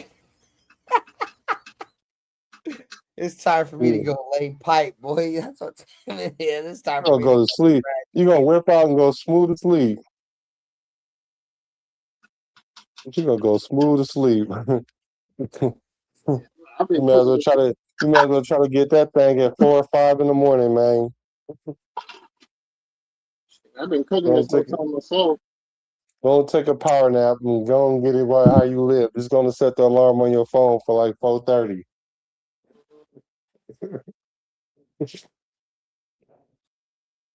fucking bro, my stomach hurts. On everything. Because if you try to get it now, it ain't gonna Motherfuckers even be know, worth. bro. Motherfuckers know that shit's funny. Mm-mm-mm. So JT, when you about to pop out now, bro? I'm just now. Shit. Once I finish this, I'm gonna eat a little Well, bit. we ain't gonna hear from you for another 3 months until the season start. Oh no, I mean, I'm here. Like I said, I was on I've been I got transferred to another institution over here, so I've been working, and I just been on like probation for a little bit when you transfer to Oh yeah. jobs. Oh So I yeah. just I'm working my way up and trying to get back up to a top manager in executive office over here in the bank. I feel it. So I just been like I said, been focusing on that. And plus, I mean, in the off season, ain't really shit to talk This about, ain't man. really the time. Yeah. Yeah, I This mean, ain't really there's shit I could talk about, but I really couldn't talk about it. I no. mean, if Max would have got traded, then I could say what I need to say. But there's still like I can't say a bunch of shit. Still, there's a bunch of stuff that just can't be said if someone's on the team. But like I said, I mean, there's it ain't gonna be as interesting anymore because I mean, it's like we have to move on. Like I'm tired of just being like the bitter ex at this point because like that's what we sound like, man. When we keep bringing up this shit about, dude, we just sound like the bitter ex who can't let About go. bringing up what? About Max getting traded? Max ain't getting traded No, until I'm just later. saying that's what you're talking about. That topic. Well, not even that stuff. I'm talking about like Josh McDaniels and Oh like yeah. shit we can't even do. Like, there's nothing we can do about it anymore. It happened, Like, I get it. It happened. Like, fuck. All right. Like, we was like, it's time to move on, man. Like, we can't. If we continue to dwell on this shit, we ain't gonna be able to move on from this shit. So it's just gonna I just agree. marinate and fester. So it's like, why am I even gonna like deal with it?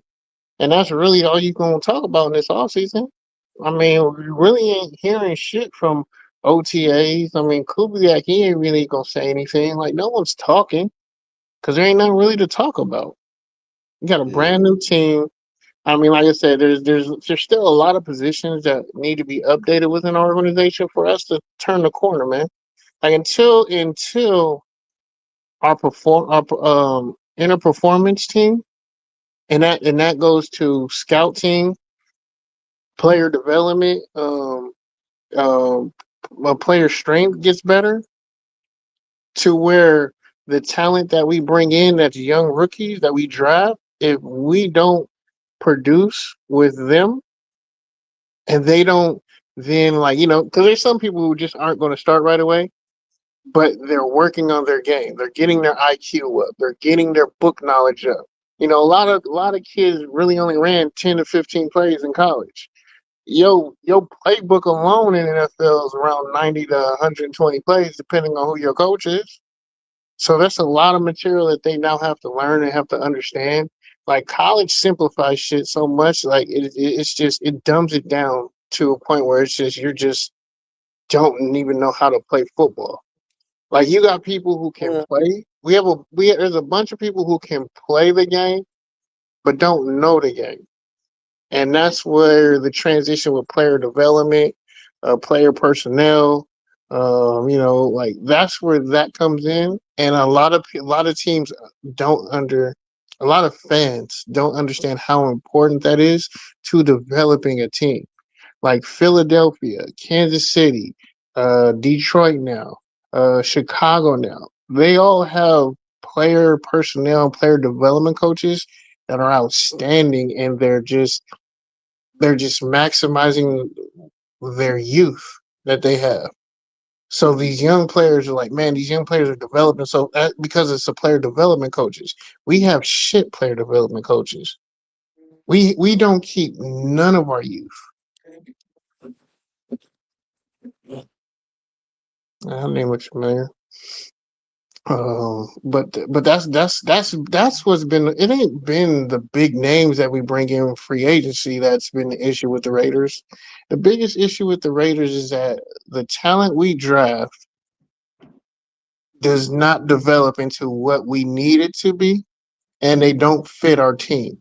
But they can go somewhere else and fit that team. So it's not that they couldn't play in the NFL. It's just we didn't know how to develop and nurture and encourage that player to be good in silver and black. And you're not that's wrong with been that opinion. the biggest Black, issue I don't know what with you why did, the bro, Raiders but can't turn the corner and will show glimpses of like just like we're right there and then regress the next 2 or 3 weeks because coaches can see that and they see tendencies of players. But I agree with you. It's like, but when we change coaches every single year, everyone's got a different scheme and until fit. that shit gets better, it is what it is. You're gonna have like the Ben era of fans who haven't seen the Raiders win shit and think that the Raiders are a losing organization, which is like, yo, what the fuck are we talking about? No, we're not. I understand. What's up with AR? What's up with you, bro? Oh, go ahead, Jack. My bad. Oh no, I disagree. It's like, but when you I mean, change that's it. coaches, I'm kind of just like fillering because I just want hear what y'all gonna say. Y'all can fill in because it's just like it is what it is, man. I'm like now that we have really overhauled the overall coaching staff finally, not just fill in 1 or 2 pieces, like actually bring in a whole new staff. This is where this is now the real optimism you should have as a Raider. Like before, when we were just filling in 1 or 2 coaches, ain't no fucking optimism. It's still the same motherfuckers in that office, man. It's still the same organization, still the same temperature, it's still the same message. It wasn't that different. So there was nothing to cheer about, which is why everyone was like, dude, you're just so negative. I'm like, I'm not negative, bro. I just know what I have. And I'm not gonna waste my time. I'm gonna watch and I'm gonna be entertained. I'm gonna treat it like entertainment. But to really invest time and effort and shit, I mean, I know a loser when I see one, and I know a winner when I see one. So, people always used to say, oh, you're just being a contrarian. I'm not being a contrarian, dog. You're gonna realize it at the end of the season. And y'all gonna hate me for it. I tried to like y'all? a lot I'm of not part of that. I'm not just saying yeah. No, I know, but I'm saying like those are see people like that. Those are people. Well, I don't know. I'm just different because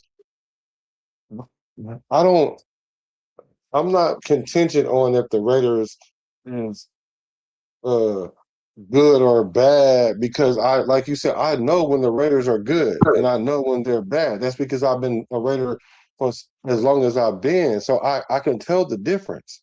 Mm-hmm. Now, Now it got to a point because I was mad because I was like, oh, so they went to Vegas and they don't even know the Vegas fans or the new Raider fans don't know the Raiders gonna be garbage for like 8 years. Let's see if they can survive that. That's what I was curious to see. And then the Raider Nation got sensitive, so different than what I know what the Raider culture is really about. You want to know why I know? Because I'm from Oakland and I grew up right there and I know what it is. And I'm seeing what we are putting out as fans now. I had to literally come on YouTube just so I can be the voice of Raider reasoning for those that really know what the real Raider and stuff is about. I'm not saying you can't have your opinion, but what I do know is there's some fans, a lot of fans that's been Raider fans for 50 years, and they know that this regime is different because we're actually doing something from the top down, not trying to improve from the player up. So that's the difference right now. And so now I'm here for it because if the Raiders was still doing what they was doing these last few years, the Josh McDaniels and the APs and the Pete Carrolls and trying to throw something at the wall and see if it sticks, I would have been a fly just like you on the wall, just paying attention from afar. Yeah, So I get it. yeah. I mean, it was just. But I just don't like the fan base right now. That's why. So That's why I'm making all this content during the lowest part of the time. So it's not like, well, Black just showed up because the Raiders are doing good now. No, I was doing the preseason and I was doing the off season when there wasn't nobody on. And not only that, I got all my 4,000 watch hours during this time right here during the dog days. So I know I'm putting it in. Pause. But I'm not trying to say that I'm better than anybody. I'm just saying I know that I'm authentic about what I'm doing when it comes to this Raider content stuff versus people just out here saying whatever, making the franchise look bad and making the fan base crash out for no reason. Well, I won't say for no reason, for emotional reasons. So much that they're scared to even realize that the Raiders are in a better place now than we've been in a long, long In a time. long, long time. And we ain't even played a game yet. Right. Yeah, because for me, I'm telling people, I'm like, yo, man, a 6-win season is a great Can you season hear for me? us, bro. That's gonna be a great season, and it can even be it's gonna be a good season. How it could be a great season is if our young youth players are developing. They get better if they get better as the year goes along. Like I said, 6 wins, 7 is my ceiling. 7, Yeah, and that's a 7's my stretch. ceiling, 6 is my floor. Do you You guys hear know. me? Yeah, I hear you. Go ahead, Jack. I know you want to get in there and say Yeah, I something. thought you My were bad. gonna. No, I just want to know because this whole StreamYard shit has gotten all whacked out. I So can't hear him. You I can can't hear hear me? him. I hear you. Oh, so that's why you kept talking when he was talking because you can't hear him. Mm-mm. So you got to jump out and come back in probably. All right. Oh God, this is Black. I would say this. This is what I hate about StreamYard. I had the same problem like going on Nabman's show, and it's like I hopped in. I'm echoing. It's all this Gmail versus Yahoo stuff. It now it's making more difficult. You said like verifying people. I'm gonna hop out. I'm gonna try to hop back in. This is You're nuts to me. good. You're good. No, you're good. It was him that couldn't hear. You're good. Can't you hear me? Can't you hear me? Jack, you I can't mean, hear me? I hear you, Black. Yeah, that's what I'm saying. Yeah, that's fine. Yeah, no, you're good. All right, No, JT, can you hear me? Yeah, I can hear you now. It was Oh crazy. man. I could hear you at the end right before I left. That was a funny thing. Yeah. So you were saying after I said what I said about the Raider fan base, you were about to say something. I want to hear what you was Well, going to say. what I was going to say is like I 100% agree. It's like as being a longtime Raiders fan from the 1970s, and I've seen those dominant teams, like dominant, and then the early 80s, dominant, and just go through year after year after year, and see no progression. And this year, what I see is like depth. I'm not going to say this team's going to be great. And JT, I agree with what you said. You said a 7-win team max. That's my max, and a 6-win team this year. not because there's not talent on this team. I just see we had 9 rookies last year, and right now, as it stands, we have 10 rookies. So that's 19 rookies on a 53-man roster with a new head coach, new defensive coordinator. Again, our head coach is going to be the offensive coordinator. So everything is brand spanking new. I mean, it is so new. And, world championship teams don't, because you got talent, doesn't mean you're going to win it. You know what I mean? You need to develop it to fit the systems that you're going to run over and over and over.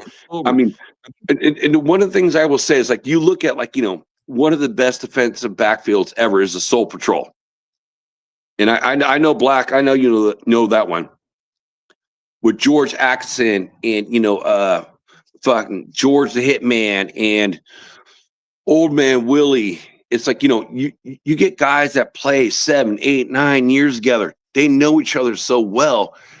That's what it takes to make a championship team. All right. And you're going to tell me, if anyone's going to tell me, man, we got all that right now in the first year of doing this? Oh, absolutely not. So it just takes time. So do I feel like this team has improved talent-wise? Absolutely 100%. But it's time to build on what we have. It's not that Pete Carroll, last year, don't play any rookies and don't give them any time to gel with their colleagues. So that set these guys back a year. 9 picks got set back a year. So we don't know what we have in a lot of positions, but let Kubiak, gel these kids and build off of it. So I think, a successful season is 6-10 or 6 wins, 7 wins. Hey, that's double than what we had last year. And I can't ask for more than that. And it's not because of talent. It's just because cohesion.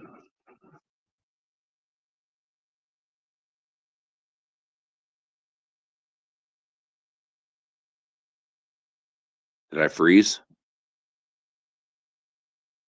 No,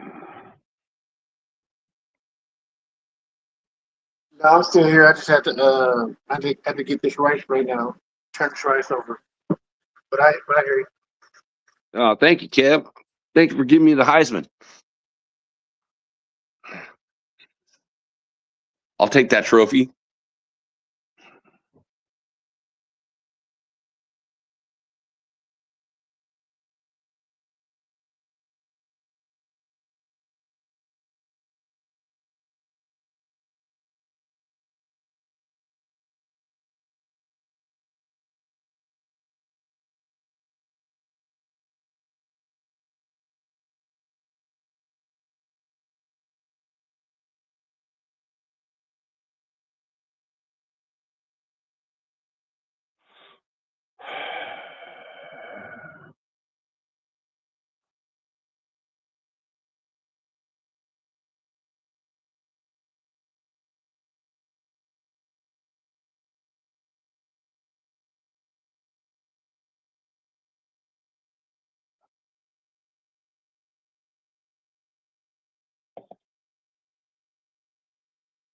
No, can you hear me? Can you hear me? I thought she was gonna go longer, Jack. I thought she was gonna go longer. Man, all I know is that JT, you started scrambling, and I don't even know what you guys heard from me in my take, but everything froze. The timer froze. Oh no, we heard I think we heard everything when you were saying am I frozen? No, we heard everything that you were saying. Oh, I cool. was just cooking some, so I was turning my rice over because I'll make some Spanish rice with some chicken. But yeah, it's just I mean, to play it safe, I would say we really got 5 wins. 5 wins. If we get 3 wins, then it's a setback. But 4 to 5 wins was progression. 6 to 7 means they're doing a damn good job in coaching these guys up. and that's going to be a great season for us because that means we've turned the corner. We're on our way. Doesn't mean we can't make a mistake and mess up, but it shows that we have the right people in the building. That's what I'm skeptical about. I know Dirty was more about Kubiak. I wasn't a big Kubiak fan, but I'm not totally against it either. What's up, Iron? No, I agree. It's like, I have no expectations for this team, to be honest with you. For the first time in a long time, it's finally called a rebuild versus a retool. And, we got so many young kids, so many new systems. I don't have any expectations. In reality, every game that we lose is going to hurt. We all know that. It's going to hurt watching it all. But at the end of the year, which I hate to say it, which I hope I never say this again, we're going to have another good draft pick because you know what? It is what it is. We don't have a Super Bowl caliber team. And I'm tired of putting my faith in we're going to go to the Super Bowl. AP. Oh, we fucking got a great winning record. Oh, we turn it over and we don't do shit. So I'm done with that. It's like we got too many young kids, and a lot of them didn't play last year. So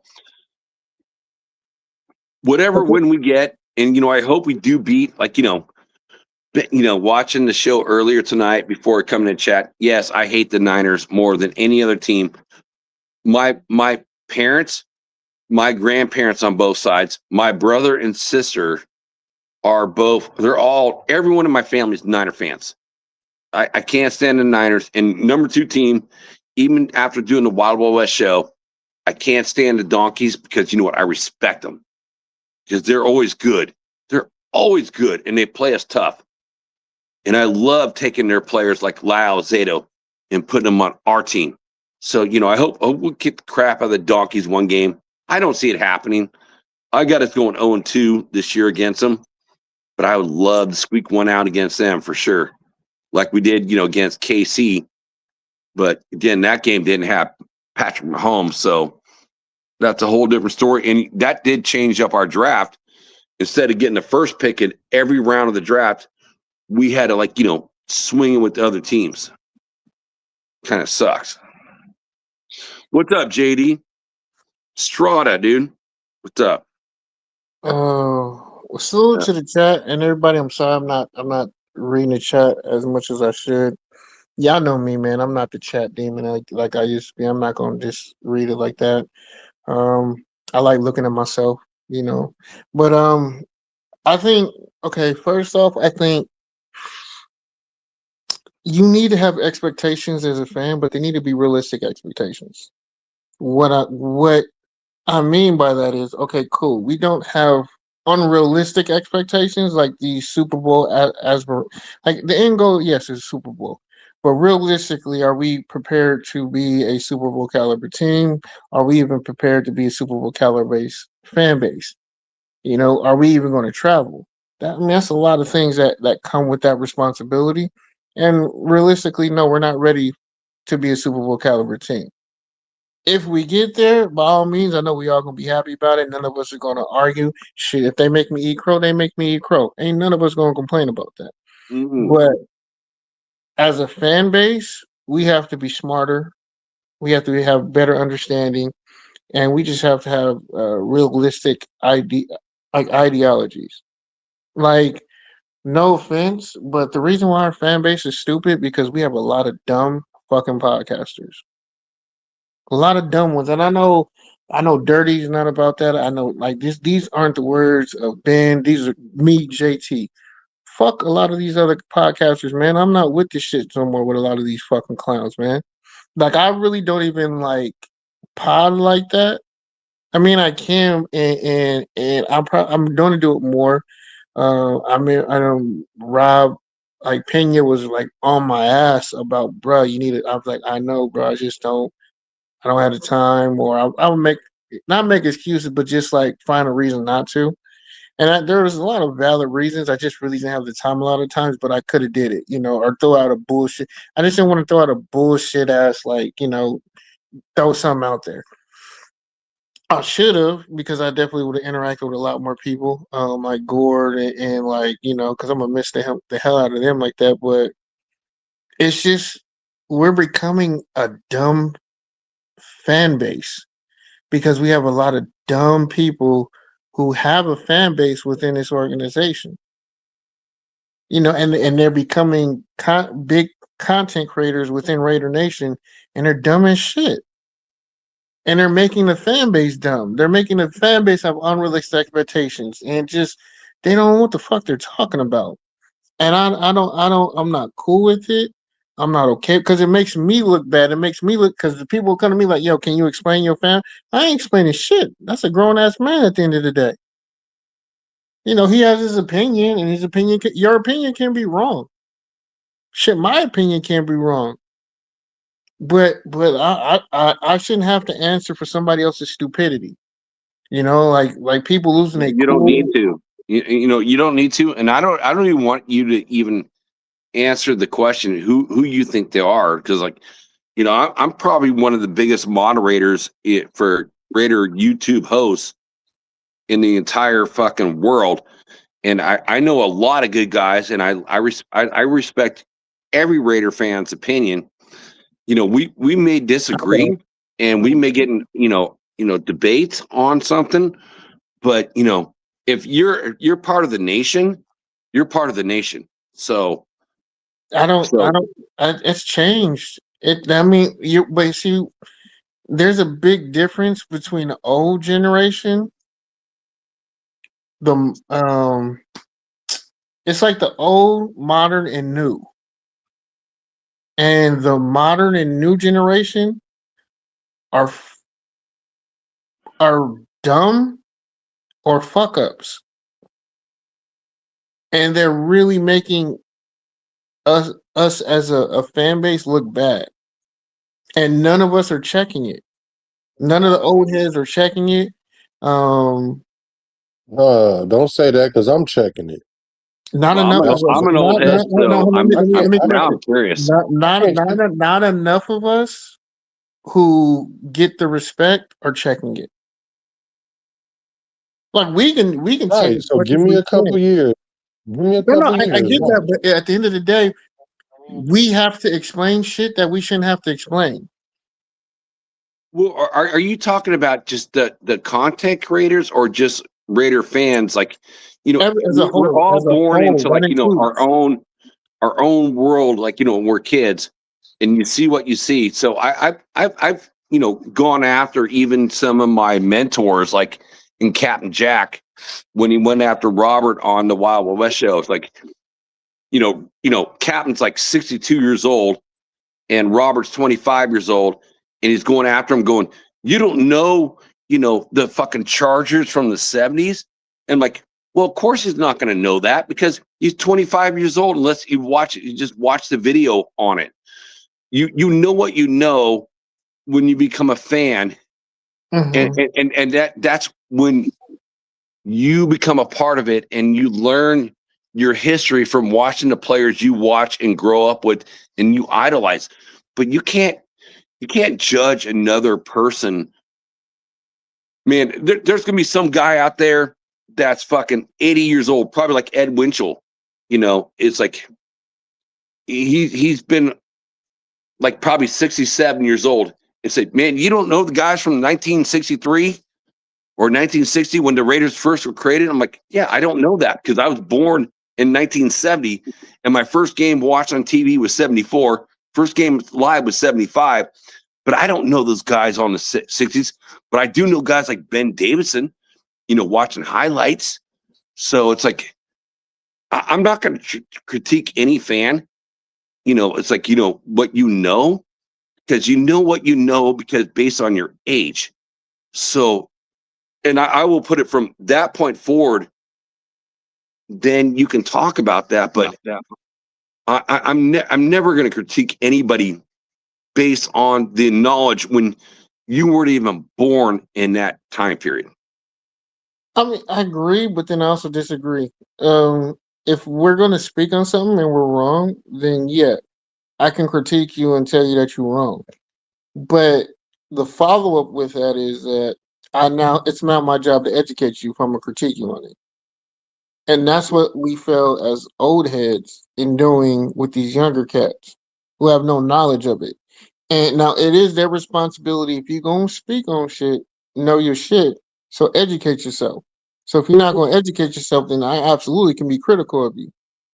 Well, you 'Cause have the right. You have the right to to ask them questions and and do that. But at the same time, I just look at when even when Tom Brady walks into the Raiders building, every player that the Raiders draft walk into the building, and they see the old heads, right? The Jim Ottos, the Lyle Zados, the Howie Longs, the Art Shells, the Gene Upshaws up on the wall. And you're like a 21-year-old kid, never grew up with that, and now you're drafted by the Raiders and you're getting to experience that. Wait, when did Tom Brady retire? You're going to learn, you know what I mean? You're going to learn. So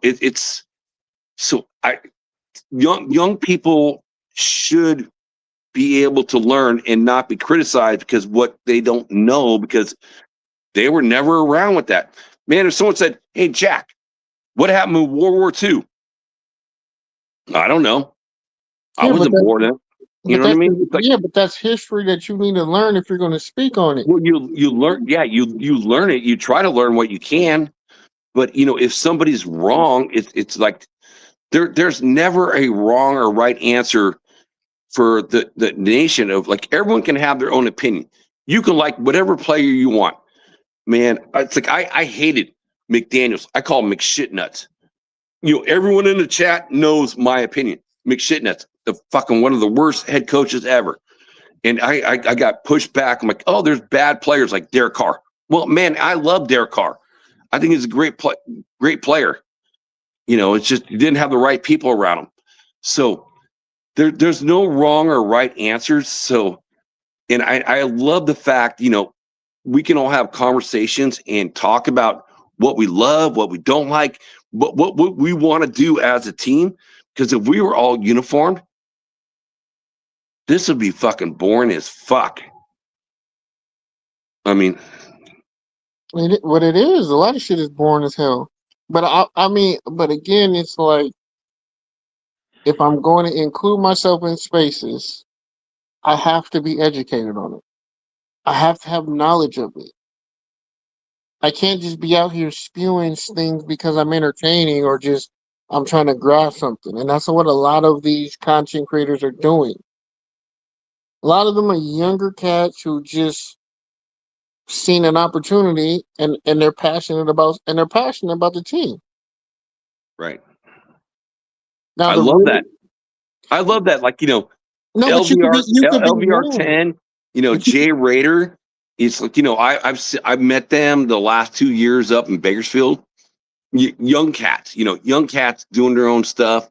Mm-hmm. I love that, and Chewy, man, I got to meet Chewy in Sacramento, last year. It's like super young guys. These guys are like the early 20s, and I go out and I meet these guys because it's fun. I just love meeting Raider fans. If you're in the 916 area, Sacramento area, dude, I'll meet up with you. I joined the Black Hole, in Sacramento.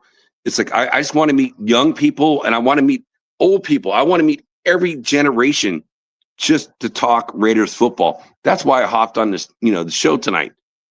Because it doesn't really matter, man. It's like because if being an old head, you can pass your knowledge and your games that you went down to a younger person, and they get to hear your story, something that they're never ever going to hear in their lifespan.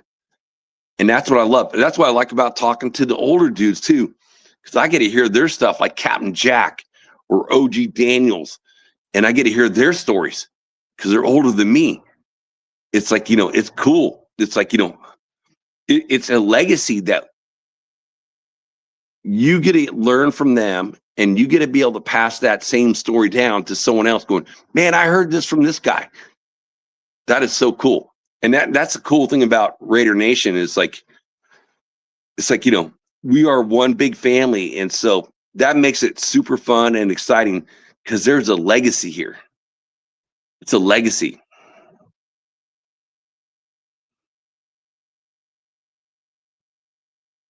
Am I only one on? Black, are you still on here? Yeah, I hear you. I'm still there.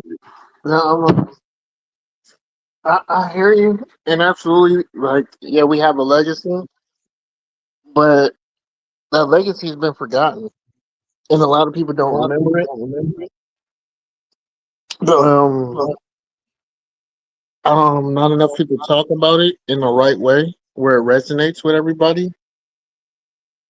Because as soon as you bring it up, everyone just bitches about how long it's been, and it's been quite a long time.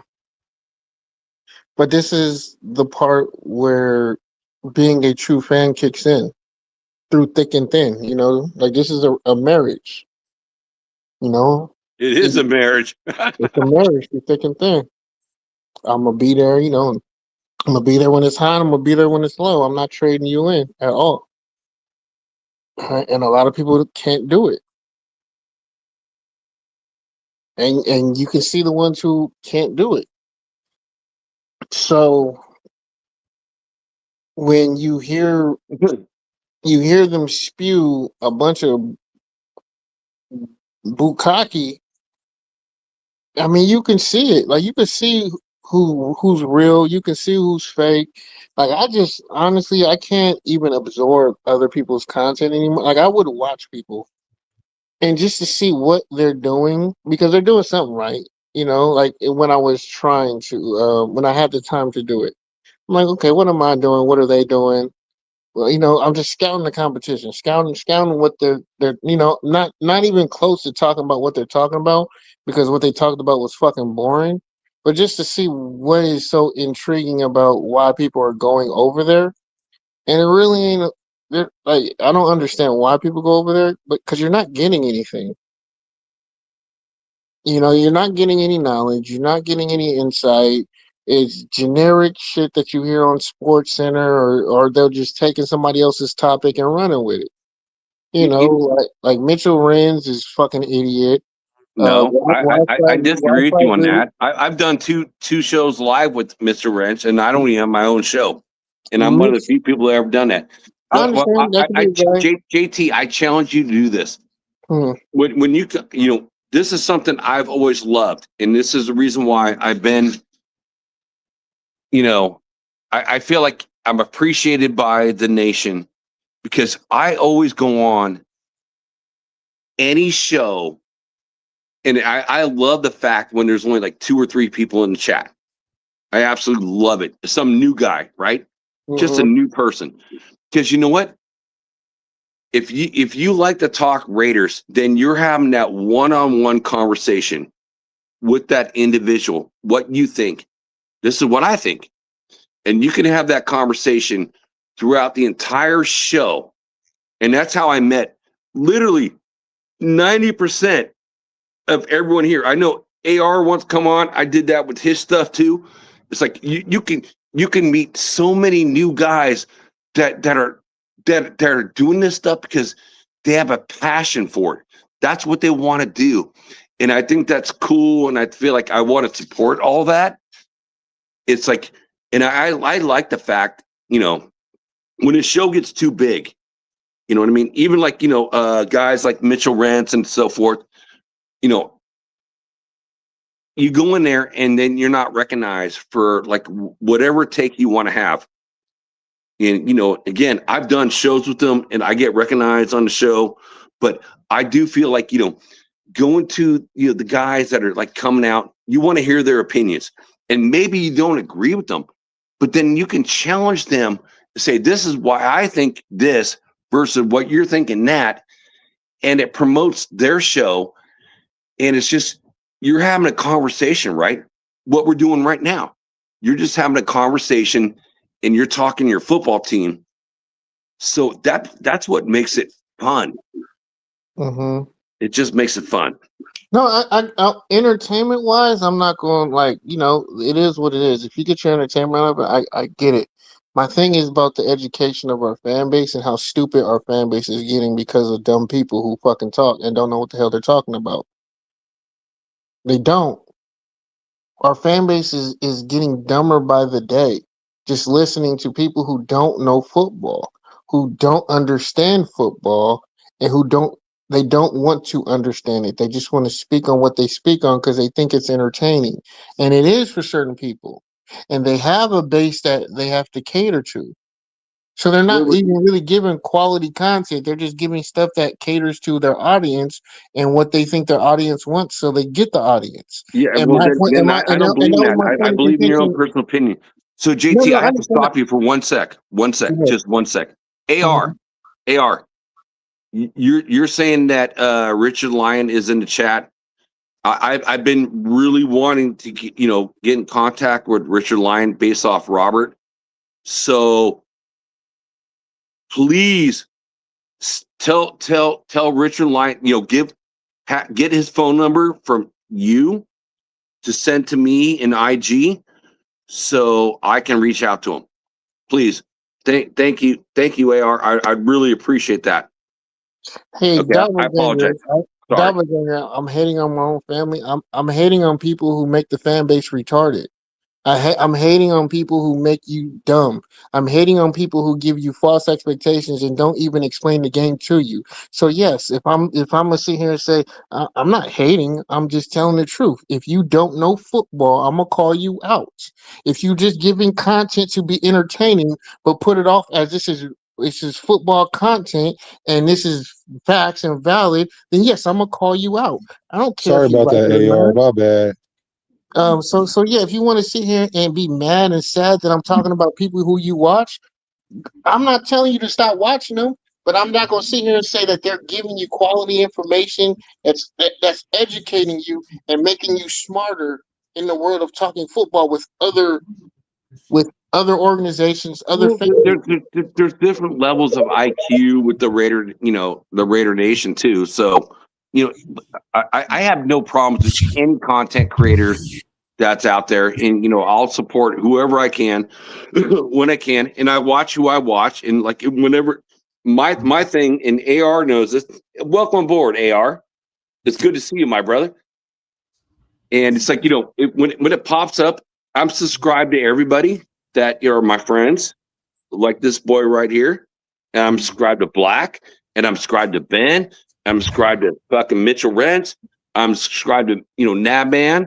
It's like I'm subscribed to everyone. The way I always put it, it's like when I get off work and I got free time, then whatever pops up for me is where I go into. And you know what? I can respect that, and I salute you for it. That you don't get drawn into things. For me, on the other hand, it can sound to people like I'm bitter, but I'm not bitter. I just speak the truth, and I just don't like fake motherfuckers, and they know who they are. Well, yeah, And I keep think that to yourself. Doppelganger, you're one of them people who know exactly what the fuck I'm talking about. Because I never had any issue with anybody, but people kept running their mouth about me for some odd reason. I never said anything about anybody. I was supportive to everybody. I went on other people's shows. Like people, like I'll be honest. Hammer's House was the first person to actually let me come on the stage. But I've been on Hammer Show, and I got bounced from my boy Docs. So I have no problem saying this. Fuck, nigga. You want me to stop, AR? Yeah, I'm just waving at everyone in the chat. I'm waiting to get in, So, kind of deal. Docs is from my home city. Here is like when his dad passed. I'm like, I'm take you and your brother out to dinner. And I'm back in the day, because this is like way old school. Okay, way old school.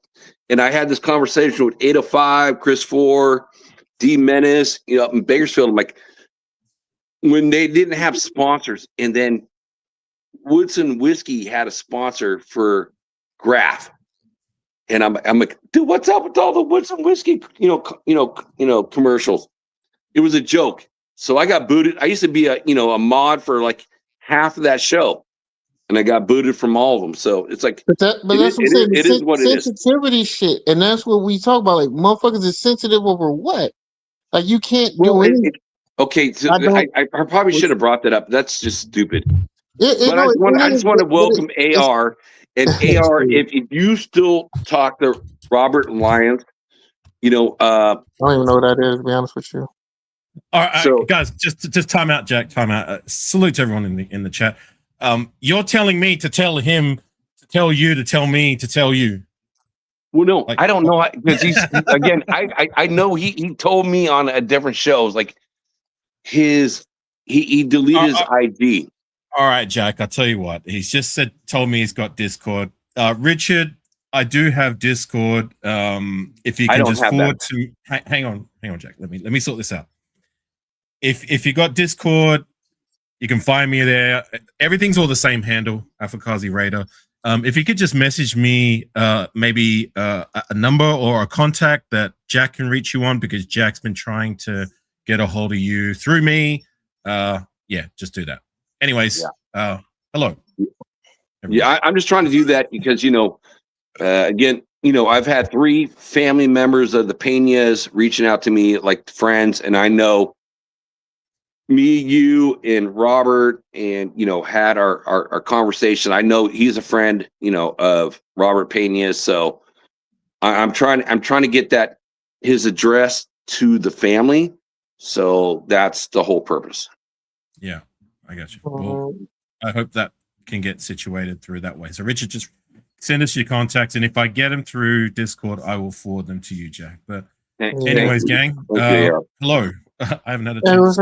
I mean, we can shift it. Like I said, we stuck on it, but like that wasn't a lot of my thing. Was just there's a lot of bad content out there, and a lot of people can't decipher it because it can be entertaining, or they think it's informational, and it's not.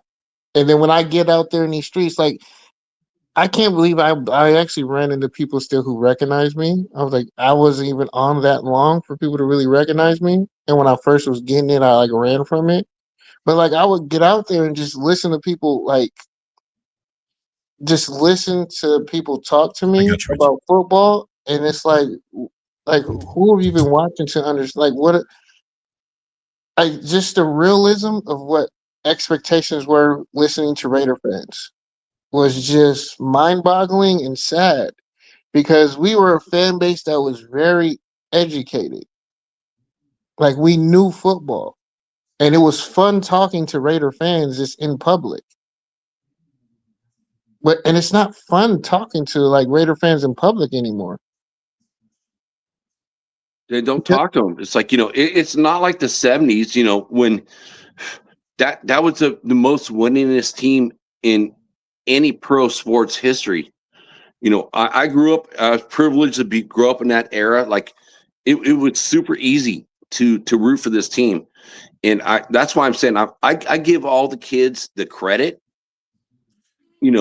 at being Raiders fans. It's like, now it's like, you're rooting for a team that has not had a winner in a long time. So I give those kids even more credit.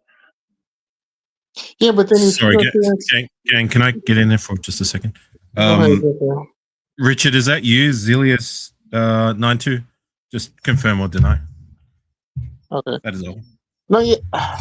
Just because the team ain't won during your period of watching the team doesn't make it a losing organization. You need to understand what that means.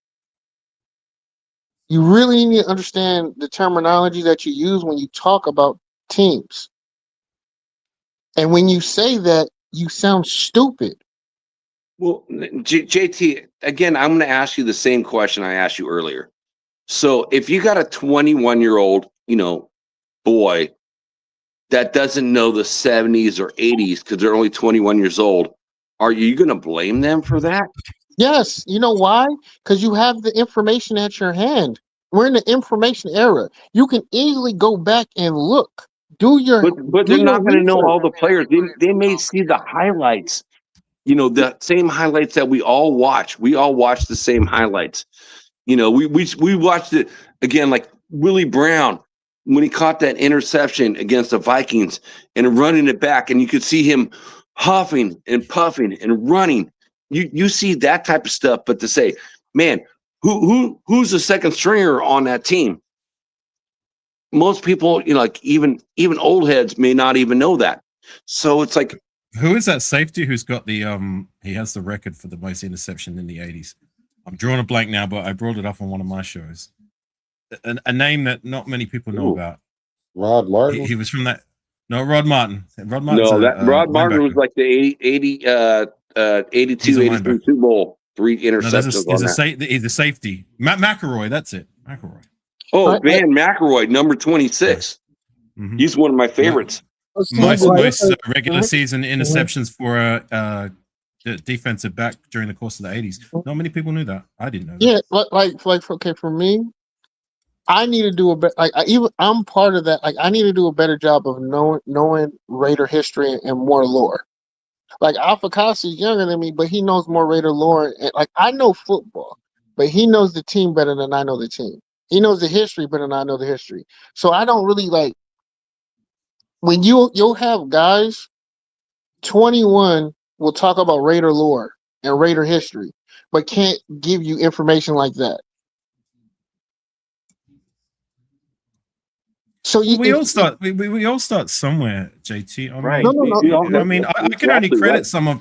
I can only credit someone for at least trying. You know what I mean? Like, I mean, to your point though, JT, I do. Hang on. To your point though, JT. I mean, if you're gonna go and do like content creating or whatever it is, and you're gonna start spewing from the mouth and coming across that what you're saying is a fact, then it better be a fact.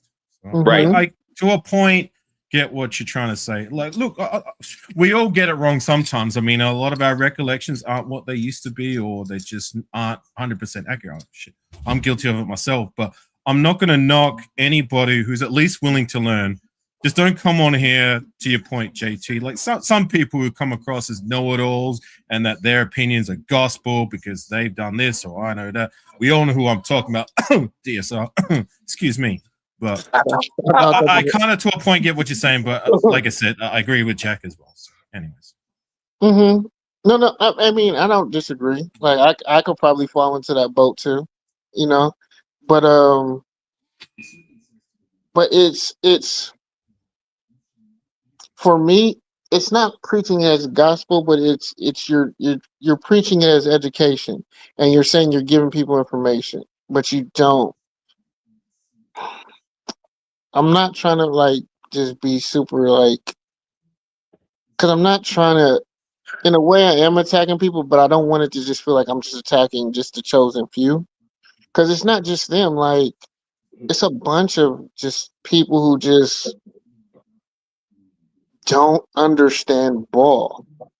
They don't understand it, and then they're the ones who set the expectations for what the season's supposed to be, and then you create anarchy within an organization. Like, when I say organization, I mean our fan base, where you have behavior that's never been Raider behavior. Like this whole, we want to sit here and say we understand it's a business, but then you want to go ahead and sit here and disrespect a man who's doing it. Okay, we're doing this as business. I'm gonna play the business game, and we're gonna ridicule him and say, "Oh, you've never been a Raider. You're not that. Get the fuck out of here!" Like with this whole Max shit. Like, I'm not gonna criticize or critique Max about, hey man, he's playing the game. If you're gonna play with me like that, I'm gonna play with you like that. I can't be mad at Max. I'm not gonna criticize or critique Max as much as he's given this organization when we're a losing organization. No, he put us on his back. So now that he's playing the business that you guys have been doing with him for the last 4 years, we as a fan base want to get mad at that? Nah, bro. Not when our motto is once a Raider, always a Raider. That shit don't fly. JT, we all know about Max. Like, one way or another, I'm glad it worked out the way it did. But one of the things I would really like to be the fly on the wall, like when John Gruden came over and Khalil Mack says, I'm not going to re-sign that contract, and we traded him, what that would be like one of the greatest stories to come out. Like, what happened with Khalil Mack? Hang on, Jack. Just on that, if I can get in there. According to Khalil Mack, he never had a conversation with No, I'll tell you. He never had a conversation, AR? They never had a conversation. No, he never had a conversation. According to Khalil Mack, he never had a conversation. When John Gruden came over, he said that's why he came over with two players, with Khalil Mack and Derek Carr. Yes. I remember the whole he came out and did like a kind of a presser with the fans, and he was getting them all hyped. He was I remember vividly, he was like, one of the things he said was, one of the first things I'm going to do is re-sign Khalil Mack, and everyone was cheering, and the rest is history. Right. And Derek Carr.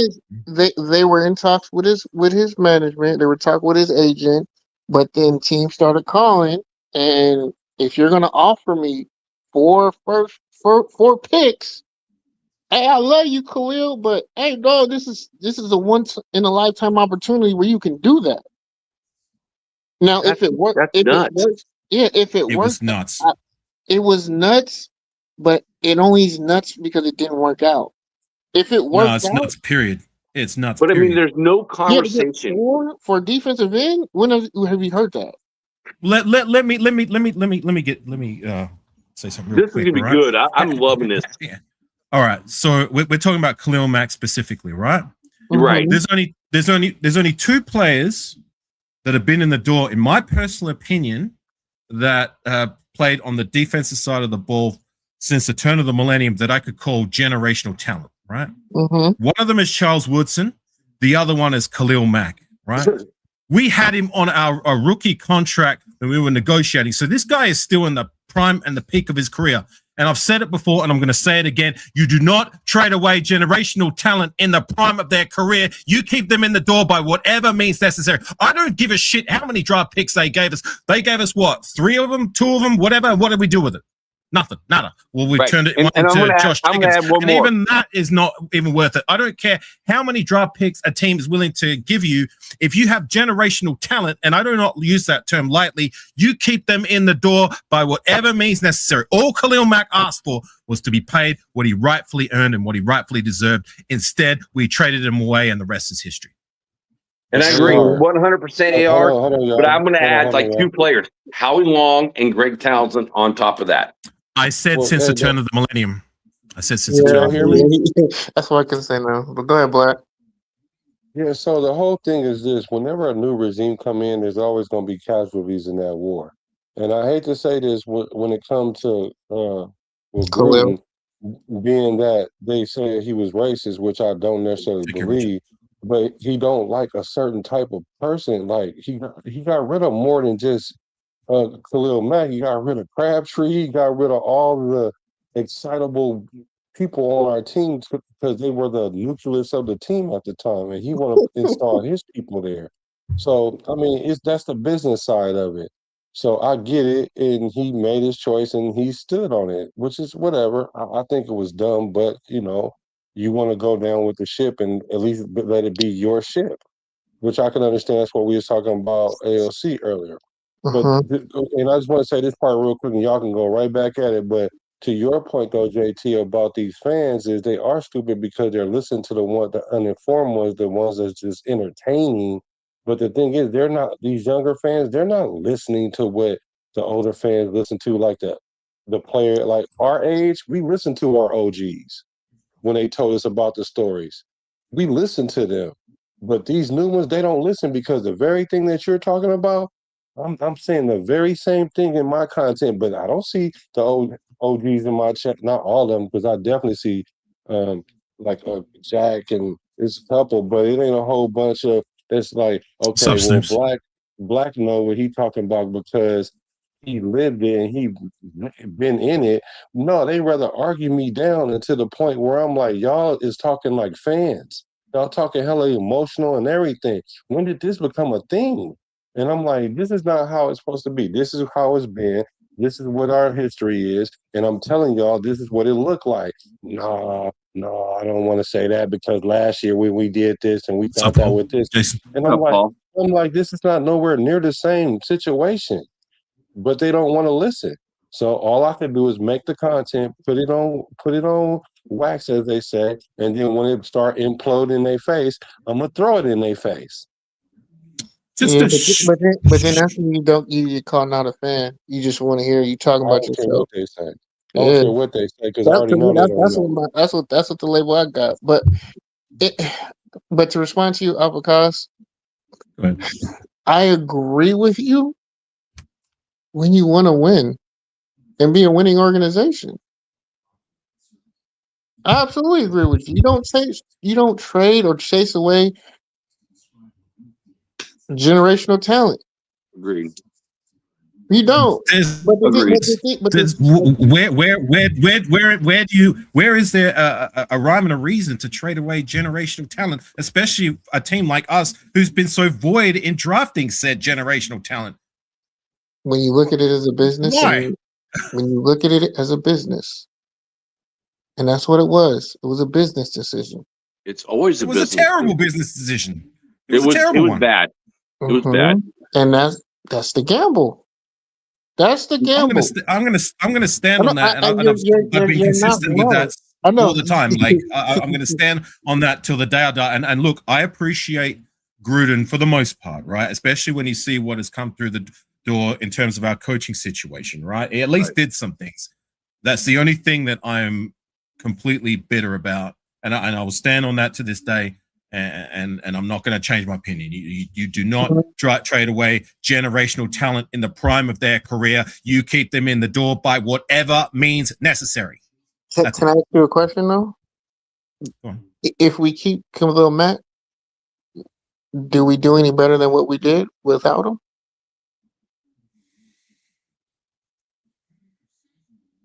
I think we'd be better. I think we'd be better with him. But at the same time, it's like we traded Mari Cooper at the same time when he got drafted from Ohio State at the number 4 pick overall, the same pick as like Khalil. Man, he was supposed to be generational. So yeah, but he wasn't. He wasn't. But he didn't turn out to be that. He was great, but he wasn't. He's not generational. I wouldn't say Max Crosby is generational. But we still traded him for what, the 15th pick and whatever else it was to Dallas. So it's like Mac turned out to be that guy. Murray wanted out. Remember, he stuck around for like the start of the season, and then he realized what it is, and he's just like, "No, I don't want to be here anymore." Yeah, because we weren't trying to win. We were just a business. It was just a business. We were in complete rebuild mode that particular year, and I can live with being in complete rebuild mode if that's what it is. And sure enough, it was what it was. That's what it was, even with. But that's what it was with Khalil too. It was that Khalil Mack was the first domino to fucking drop. Yeah, but regrettably, since you guys both brought up complete rebuild, the Raiders have never said it's a complete rebuild. Yeah, this was like the first year. Really, the first year the Raiders said we're in rebuild mode versus retool mode. So I'm proud. You know, the Raiders actually fucking finally said that, and you know we brought all our expectations from every Raider fan. All you guys, it's been brought down because they finally said it's a rebuild. It's not a retool. If I'm wrong, please someone call me out right now. It's the first time I've seen it in ever. Well, see, this is the thing. None of you guys have expectations, but I do. And Avocado knows for years I was like, bro, I ain't got no expectation for this team other than I just want to see players improve.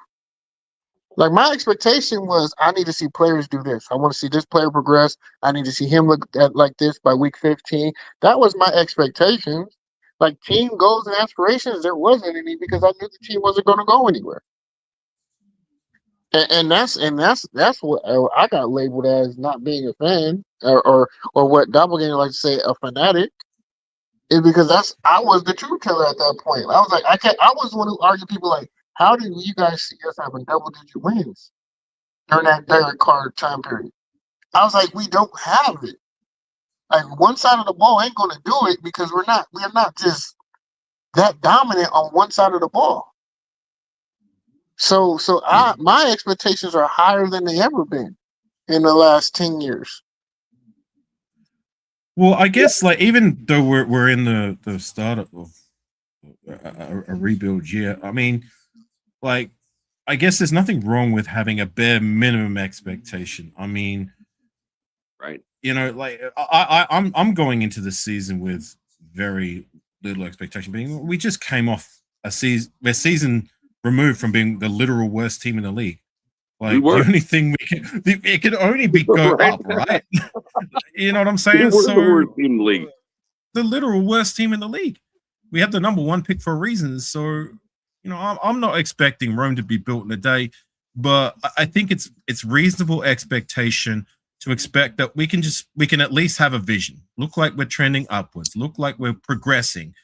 You know, the wins and losses aren't going to tell the full story to a point. I guess they do, but they don't. Maybe I'm contradicting myself, but like as long as it looks like we can get to where we want to be in time, kind of much like 2017, like when you know we were among, if not the worst team in the league, 2014, but then 2015 you could see there was a vision, and then 2016, sure enough, we got to the playoffs. Granted, we lost it because Derek Carr got injured, but you get what I'm trying to say. Like at the end of the day, I don't see that as being a bad thing to have that as a minimum expectation. And just as a side note, before I get on out of here, Raider Paul, I'm doing the best I can. I'm about 60-40 in regards to being in LA. The goal and the plan is to be in Vegas for week 1 and then shoot over to LA week 2. I need to go and do some. Week 2 LA for the Chargers game. Yes. All right, AR. Maybe I'm gonna have to go buy a ticket for that game so we can meet up, bro. Maybe you should. I mean, I'm in JT last year. I'm in NorCal, so it's SoCal, so it's only a couple hours further than Bakersfield. Well, if you guys are going to be there, there's going to be the takeover event the day before. I strongly encourage anyone who is into Raider football the way we are, go to the events like the day before the game and then show up for the tailgate. It makes the experience that much better, even if we lose. You know what I'm saying? We at least have those memories to take home with us in those good times. So, right. Yeah. I'm gonna do my best, Paul and everyone else, to be there. And if I am, you'll know about it. And to those who I haven't met, I met you, JT. It was really cool kicking it with you last year. If you guys recognize me, if I'm at the tailgate or an event or even at the game, please say hello. Like I love it when people come up and say hello. I'll make time no matter what I'm doing, and I did that every single time I had anybody come up and say hello. I mean, I'm just a regular fan, just like you guys. So yeah. AR, I know exactly what you're saying. You know, meeting up. You know, Bakersfield the last 2 years with Cheeto, fucking 805. You know, fucking Raider Nation Jason, going up with Sacktown, Blue, her boyfriend. It's like all the dudes, and, you know, D Menace. It's like, you know, all the guys. Like, I had a better time hanging out before the event than actually going to the event with my brother, Robert Pena, who I also met up, you know, before the event. And we were just hanging out. We were just hanging out like boys. You know what I mean? We're hanging out, boys, talking our stuff, like, you know, doing what we're doing right now, just bouncing our stuff off each other. What you think, what you don't think, you know, that's the best time. Yeah, so it's really cool being able to do that in person. Yeah, it's a different experience, and I appreciate it now. Like when it first happened, when people were just coming up to me randomly in Arizona, I was kind of standoffish. So like meeting y'all was actually a little bit better than just like random fans just like randomly walking up on me. But I will say, yes, I will definitely be more open, and I do appreciate it. Even though it was awkward, and I wasn't ready for it, I was still appreciative at the end after the whole. You're not talking about when we met, JT. No. Before that, because I mean, I met you in person for the first time when we were kicking it at Roscoe's, and for me, like that's what was so cool is that. I mean, you I've known a lot of you guys for the last 4 or 5 years on the YouTube scene, but I've never met anybody in real life. I met you one day, and it felt like it was just yesterday I was kicking it with you. There was no awkwardness. There was no Like, when you meet someone new, you're feeling each other at Paulus. Yeah, You know what I'm saying? Like, you kind of. Yeah, we just you get left what I'm off where trying to we say. were last week. Yeah, it's like I ain't seen you Yeah. for a while, and it was like we just picked up right where we left off. I met you for the first time, but I hadn't met you. It's like we just were kicking it just yesterday, Like, and that's oh, what I think was one of the coolest things about my time in the States is getting that feeling of like, I'm in and amongst my brothers, even though I just met you for the first time. yeah, it's like it's my first time meeting you, but it isn't my first time. No, it's like it's my first time meeting you, but I know you. Yeah, right. You know what I'm saying? It's like we were just Like, kicking it just last week. Yeah, they're like people be like, "Yo, they got y'all family." Like, that's the first time meeting. They be like, "What?" It's like, yeah, technically it's the first time meeting, but I know him. So, but yeah, we definitely do more. I had people back home. They saw some of the pictures that I took, especially that one after the game with when we were in the car park. Yeah, And I had people from back home saying like, "Wow, you really blend in. Like it's like you're not even a tourist. You know what I mean? You don't look like an outsider." And I said, "These guys are some of my best friends that I've known for years. You know what I'm saying? Like I have better friends in the States than I do at home because I just keep to myself at home, and nobody's passionate about Raider ball the way you guys are like me. So yeah, take that for what you will, but." AAR, I totally agree 100%. That's like me and Robert. And it's like, and getting that live call with you and Robert and Richard Lyons, that was a really cool phone call for me. And I got to say, what is a cupper? I know what I know what a tip is from an Australian because my uncle married from World War II. He married a gal from Australia. It's like the tip. I know that means garbage, but what is a cupper? Hang on. Take care, doppelganger. So a cuppa is like if someone is asking if you want a cup of coffee, they just over here they say, "Oh, you want a cuppa?" CUPPA, cuppa. It can't. Hey, Doppler, man. Like I get it, bro. But if you're gonna base watching a channel off of 10 minutes off of like your first time meeting me, then you're not even really trying to look at the channel or even gain anything from it. If like I understand, sometimes you might have to try and listen to understand somebody on what they're saying and not just hearing what you think. Getting in your feelings about something. Like you may not understand and just you need to listen.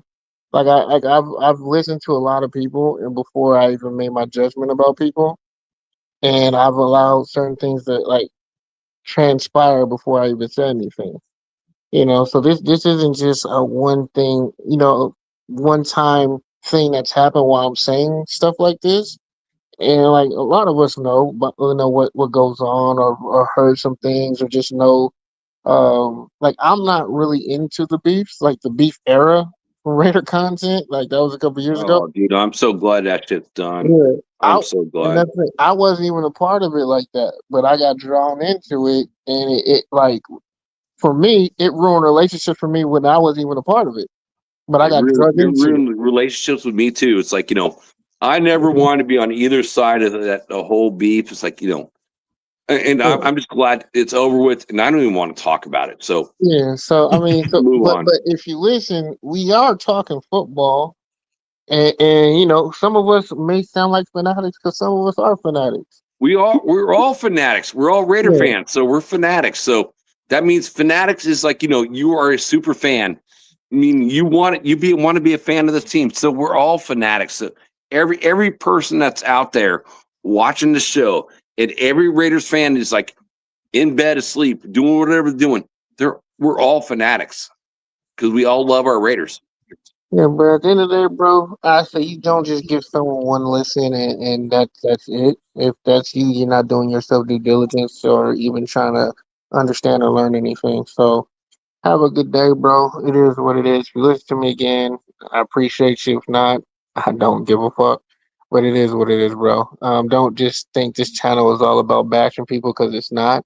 It's just was my opinion, and that's one person's opinion. That wasn't Jack's opinion. Jack, like I said, he was not approving of what I was saying, and he was, a lot of us have different opinions. A lot of us run in different circles or talk to other people, and that's your God given,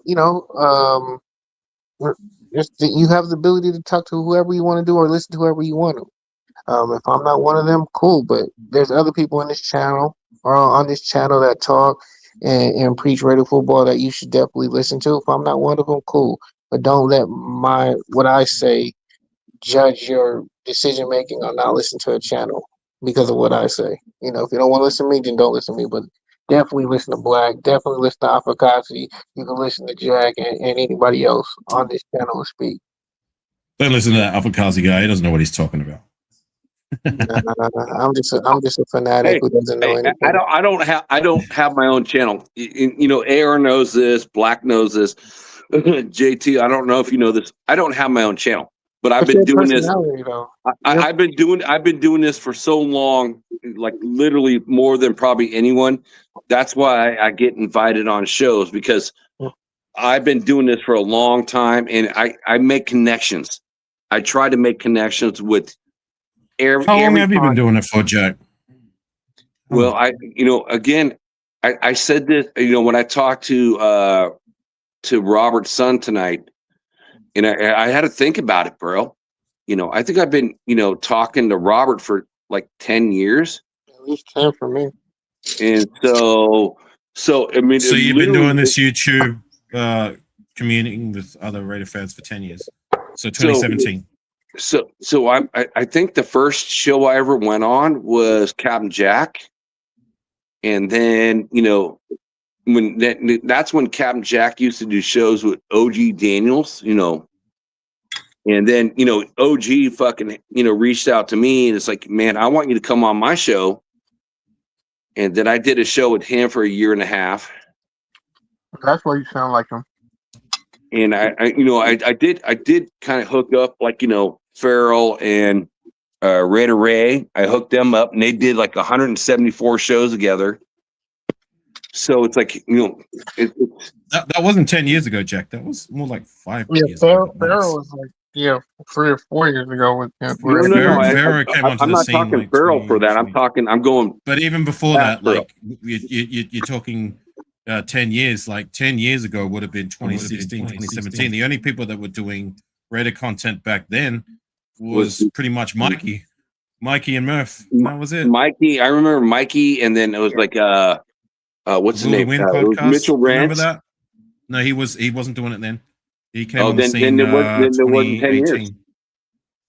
Then like, I think I met Robert in at first time was like Mitchell Rance and Captain Jack, and then OG Daniels show when I used to do that show, whenever that was.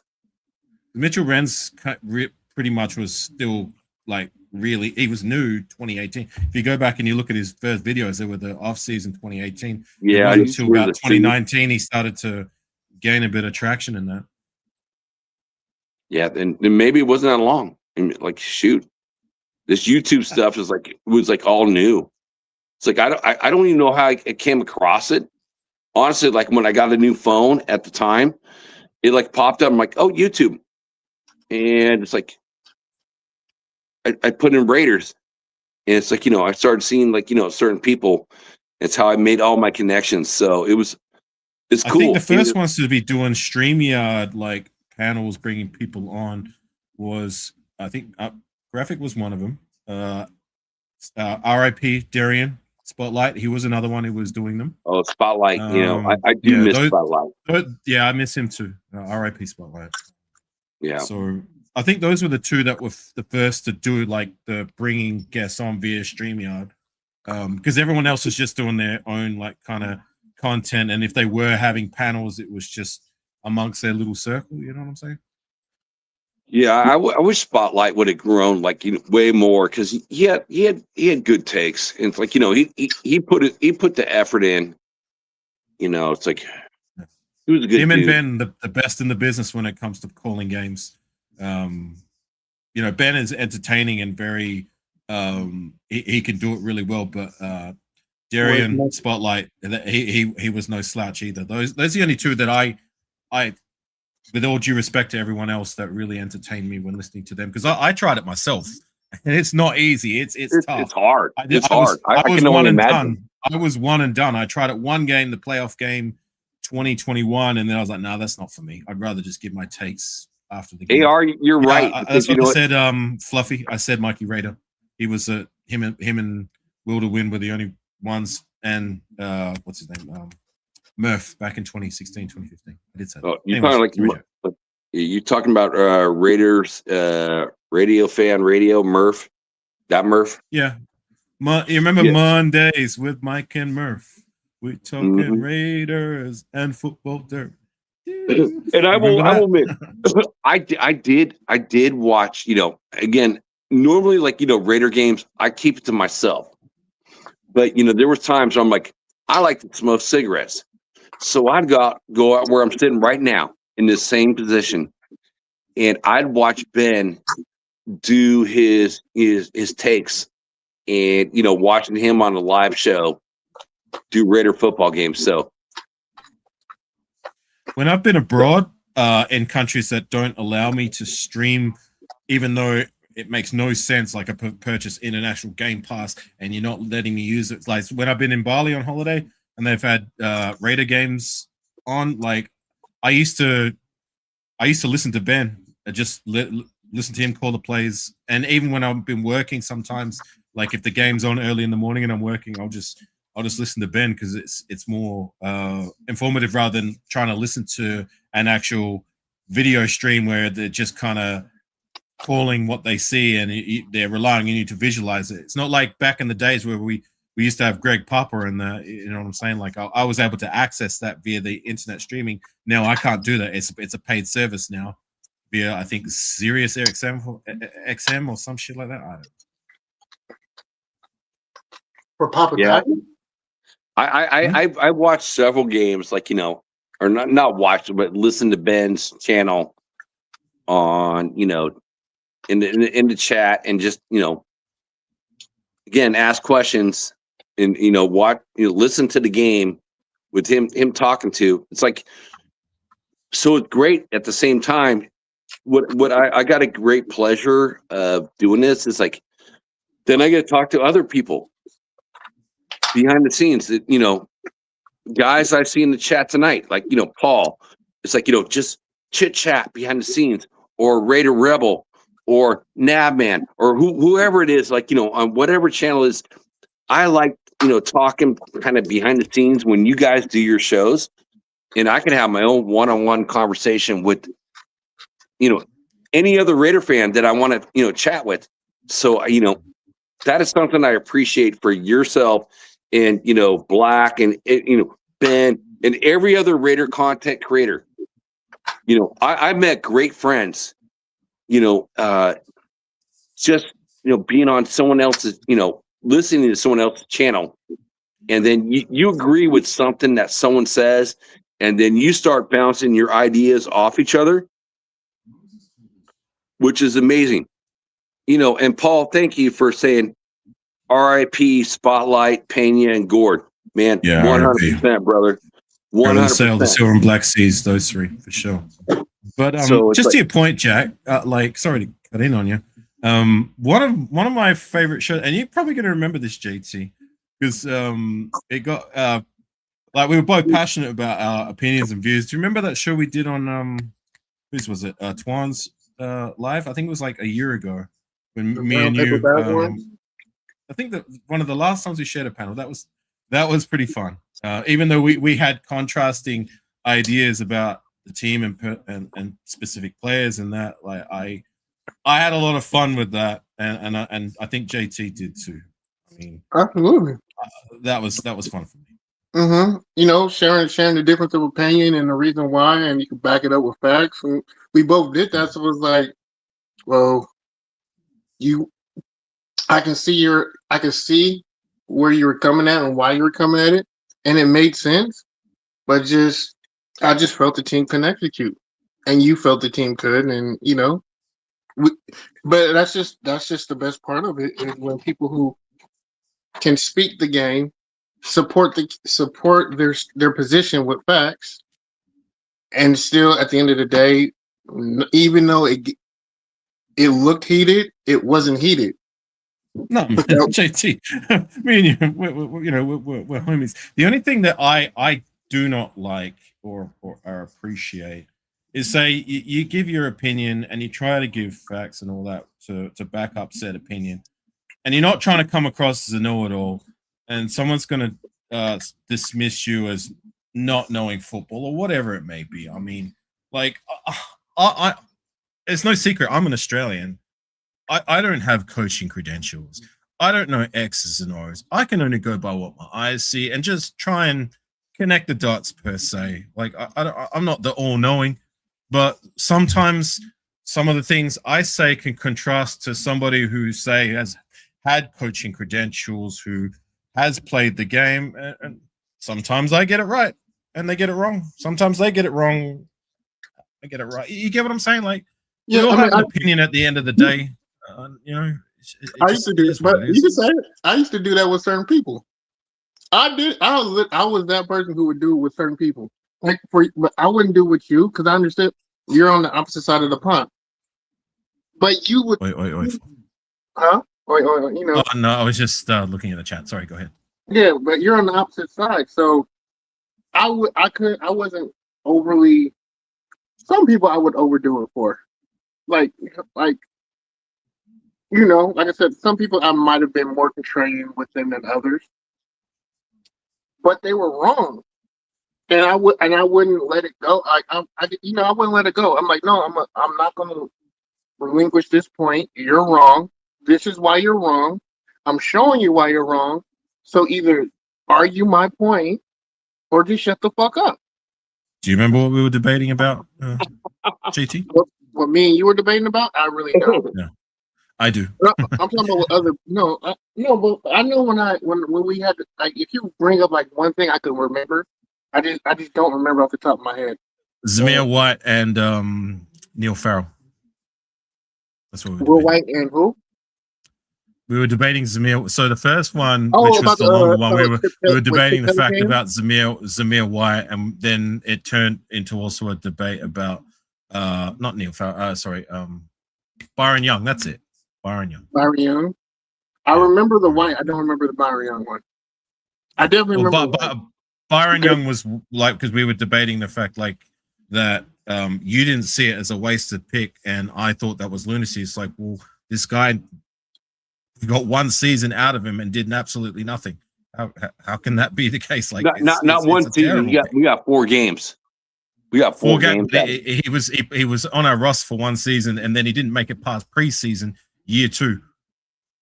So that's what we were debating about. Oh, not Farrell. I'm talking about Zeus. It's like Zeus. We got 4 games out of him. Like, all I gotta say is like, again, okay, let's turn this into like, modern roster right now. So I disagree with a lot of people on Washington, the running back that we got, out of Arkansas, who my boy Rebel, like, you guys talk how you met. That's how I met Rebel, was like doing a draft. I think it was on Farrell's channel. And me and Rebel talked the whole draft, the whole way through it, round 1 through round 7. And we became friends. And I even got him to hop on the Wild Wild West show once when Nabman couldn't do it because he's moving. And I see Washington, super fast, big dude. Everyone's like saying, "Oh, he's the next," what's his name? The fucking Next Raiders running back.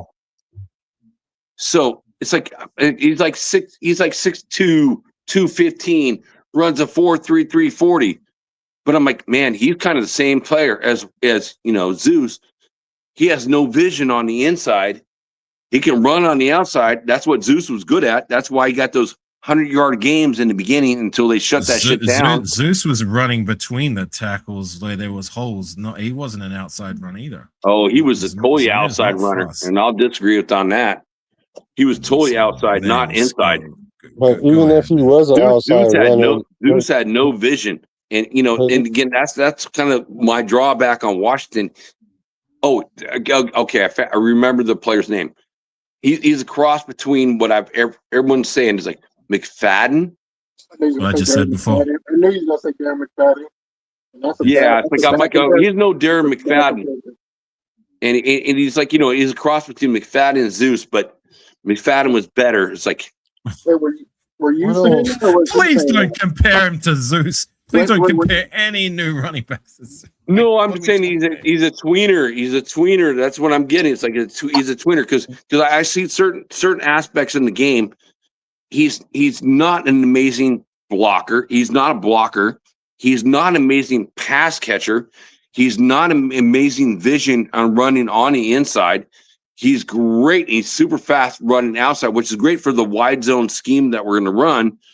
So it's like I'm the one person that's going to knock him back a mark, but I like the chances that we have with him, and having a great coach like Kubiak and in our great offensive line coach and like getting shit right. But I'm not as high and mighty on him. Getting him in the 4th round this year is like a lot of people are. So, well, Jack, we're drafting him to be the spellback. Like, scratch me up now because that's just my opinion. Well, I'm not gonna scratch you up about it, but what I will say is this, though.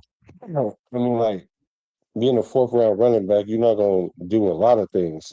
So, but the thing about him is when that zone run scheme. Like the cutback lane is usually not all the way in the middle like that. So that's why he probably don't even have to do that too often. And I don't think we're going to ask him to do that either. So if Zamir White was an outside runner, well, we definitely used him wrong because we always used to have him going running up the gut. That's why he was running into his own. And that's why he kept running into his own lineman, like I guess. So, we used him wrong. So that's probably why we didn't get what we needed to out of him. But like you said, Kubiak is just sucked. He just outright sucked. But I'm saying if he's an outside runner, we didn't never run him that way. So I don't know. But I just know that Kubiak is going to use Washington to his strength. And I think he'll be good. I mean, like, I don't know how good. And when people say that, he's McFadden, I think they're saying his running style. I don't think they're saying his career going to be like McFadden. His running style is like McFadden's. I kind of feel like, the body shape of McFadden, 6'2", around 215, and running that 4.33, 4.30, range. That's where I think like the McFadden, conversation comes in. It's not his rushing ability. It's just his visual one cut and go. Because McFadden is a one cut and go guy, and so is Washington. That's the style. Same college, same position, same kind of build. But when you watch the way those two run, they don't look anything alike. Like when you watch Washington run, he kind of leans forward and has a different style of running to McFadden, who was more upright and I don't know, just from me personally, had a bit more wiggle. But like to your point, Black, like Washington, we're not drafting him to do all this and all that. We're drafting him to be a competent spellback to our feature back, which should be, and rightly so, Ashton Genty. So I like the fact that we've taken a guy and what seems to be on paper a competent enough person to be able to do just that. I mean, have more confidence in him than anyone else that we brought in the door for the last, since Josh Jacobs has been out of here. I mean, who have we drafted or who have we signed as a free agent that you could say you had some sort of confidence in?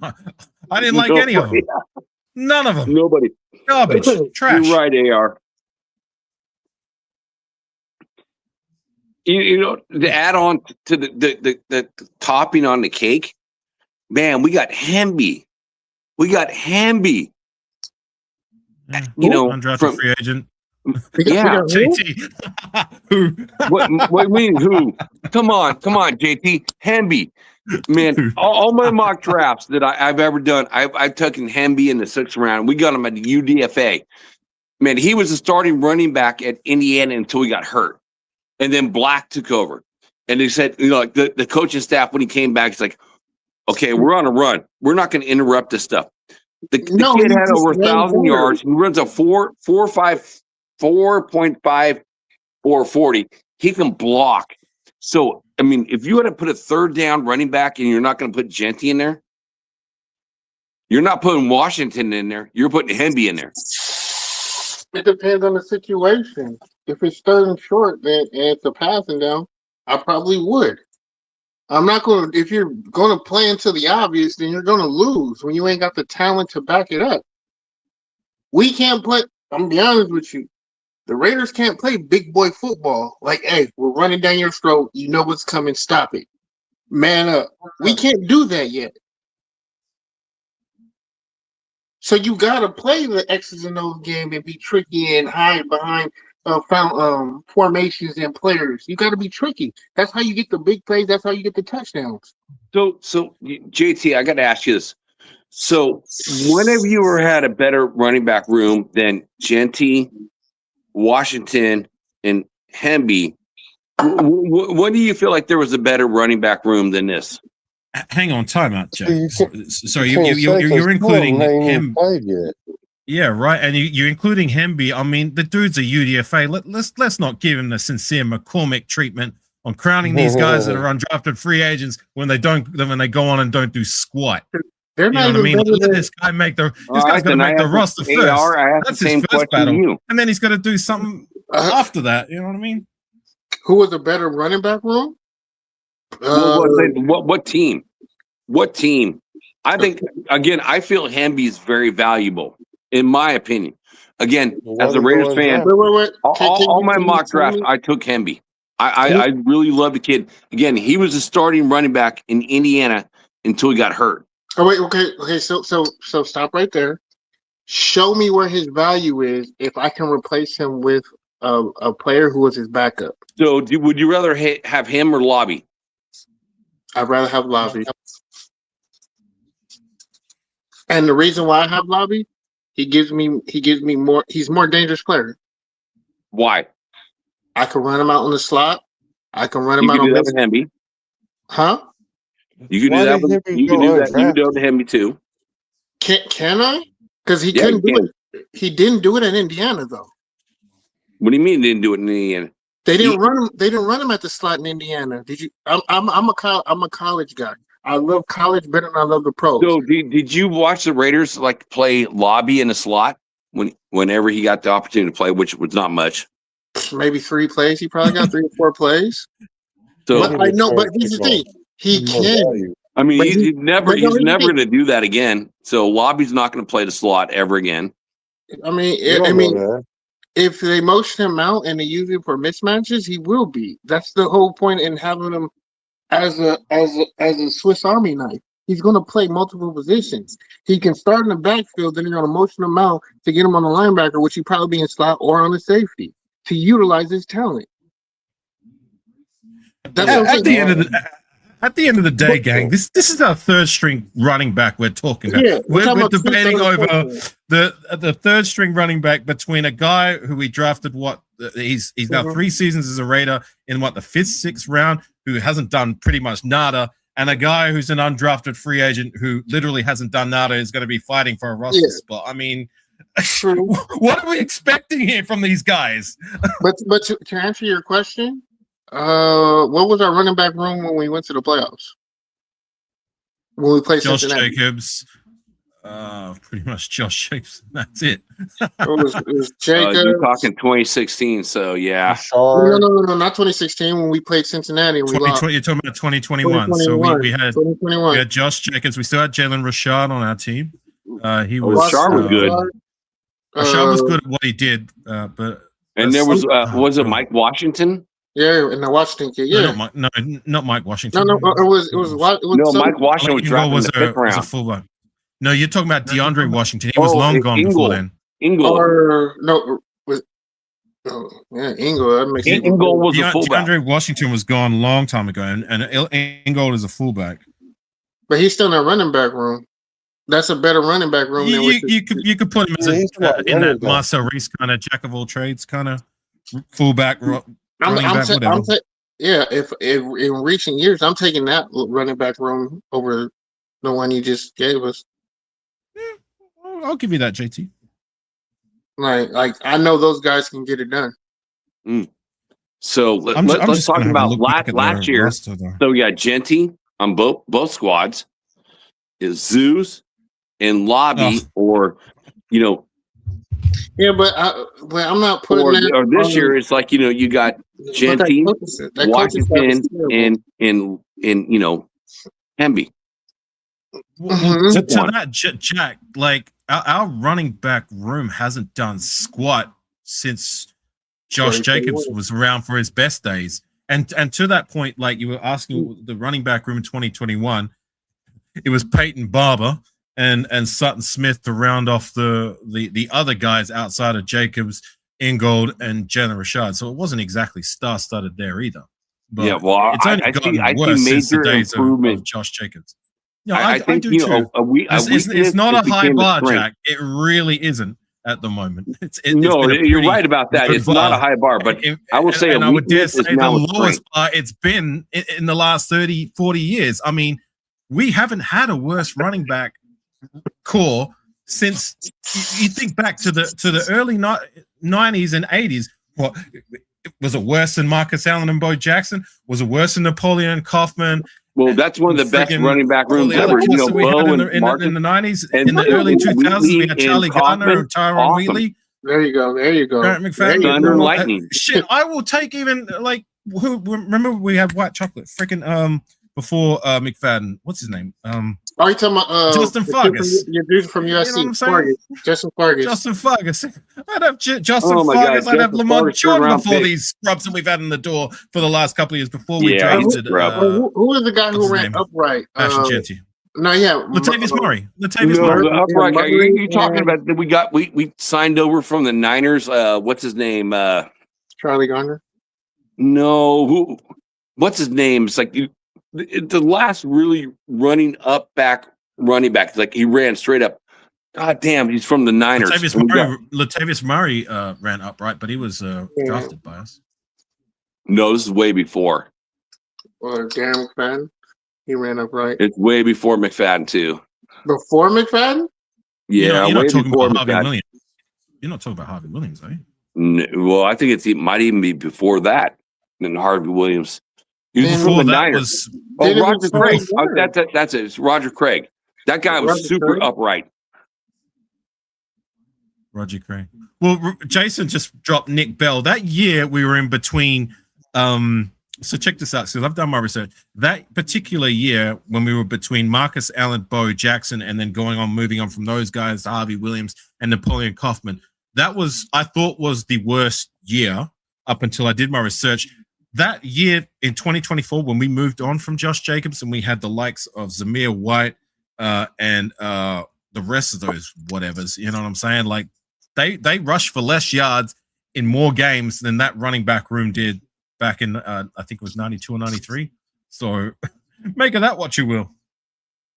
But my point is that it's been a low bar in the last couple of years, but we've at least made strides to address that with I believe it was the right move getting Ashton Genty, and then we've made another move in drafting Mike Washington to be the spellback.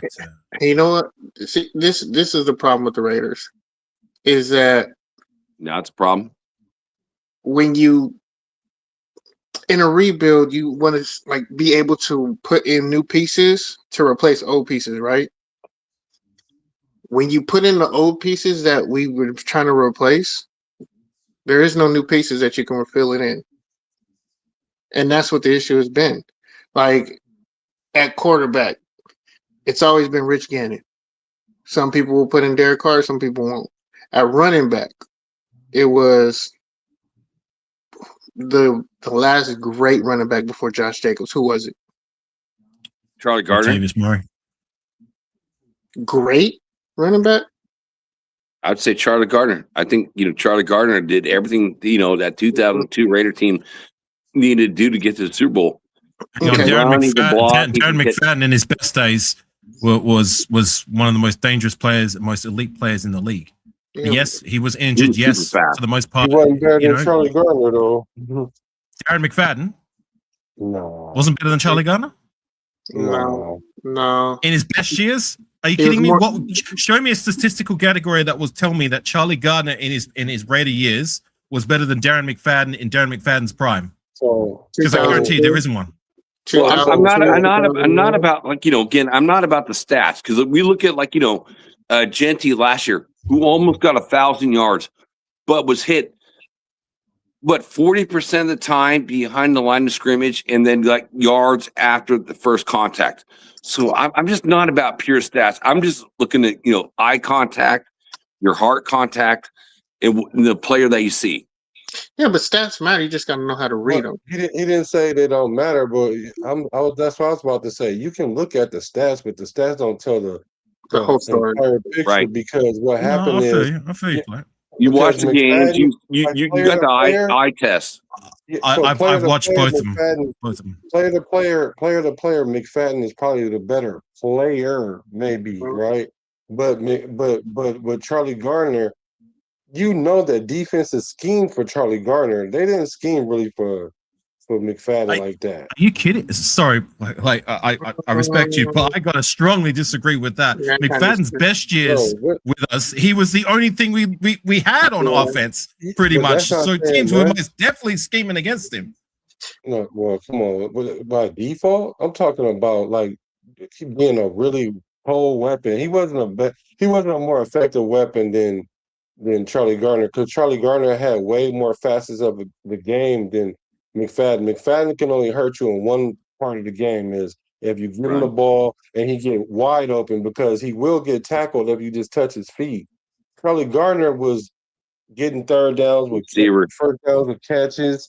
He would run the ball real hard, and then what's not fair either is that him and Wheatley had this thing going. They had this synergy going together with how they was calling plays together. So they were being utilized more effectively than just handing off the ball to McFadden and then hope he make a big play, which he did enough for the time. I'm not saying he's not a good player. I'm just saying he wasn't the way he affected the game. It wasn't the same. There it is. If I can get in there after Black, hang on, Black, you finish, please. I need to get in after you. Go. If you got any more? No, that's why I was going to jump in, but you can go ahead and respond. Okay, look, I love Charlie Gunn. I have his jersey in my closet. He's a guy who I wasn't around for, but I've gone back and I've watched. I bended the season, so I kind of do I kind of know what I'm talking about, because I didn't just go by highlights. I'm not just looking at the stats, even though I brought the statistics before. I actually watched these guys play, so I do appreciate Charlie Gunn. He is what you say is. However, you say that like teams are scheming against just him. Well, his best years with us was what, 2001, 2002? That was a star-studded offense. You had Tim Brown and Jerry Rice. Granted, they were older, but they were still playing like the superstar players that they were. You know what I'm saying? They had a lot more pieces than, say, Darren McFadden in his Raider prime. Like, yeah, we had some guys who were nice for a minute, guys who I appreciate, but they were not Jerry Rice. They were not Tim Brown. They were not the offensive line that, Charlie Gardner was blessed with. They weren't the QB at the time. Like Darren McFadden was playing with like Jason Campbell, who I appreciated, and Bible, Jerry Porter, Jerry. They both had a Jerry. Jerry Rice. Yeah, I'm just trying to. I just like to give you a bit of perspective that I disagree with you that teams were just specifically scheming against Charlie Gardner when like Darren McFadden. He was. I'm not saying they schemed only against Charlie Gardner. What I'm saying is on Monday, when they say we're scheming against certain players, I'm not saying that they don't ever scheme against McFadden. What I'm saying is he wasn't a higher priority than Charlie Gardner was. I'm gonna disagree with you on that one. Like, hold on. I watched Charlie Gardner every week while he was at the Coliseum. Black JT. This is what right here. What we're doing right now. I'm gonna pause you guys because this is what I think that makes Raider Chat so much fun. We're talking about different eras, different teams. And we're all talking, what we love to talk about. And put players in certain positions in in that time and era. This is what makes every Raider Chat the funnest thing you can ever do, what we're doing right now. So, okay, my pause is done. Keep going. I'm loving it. I'm sorry. Go.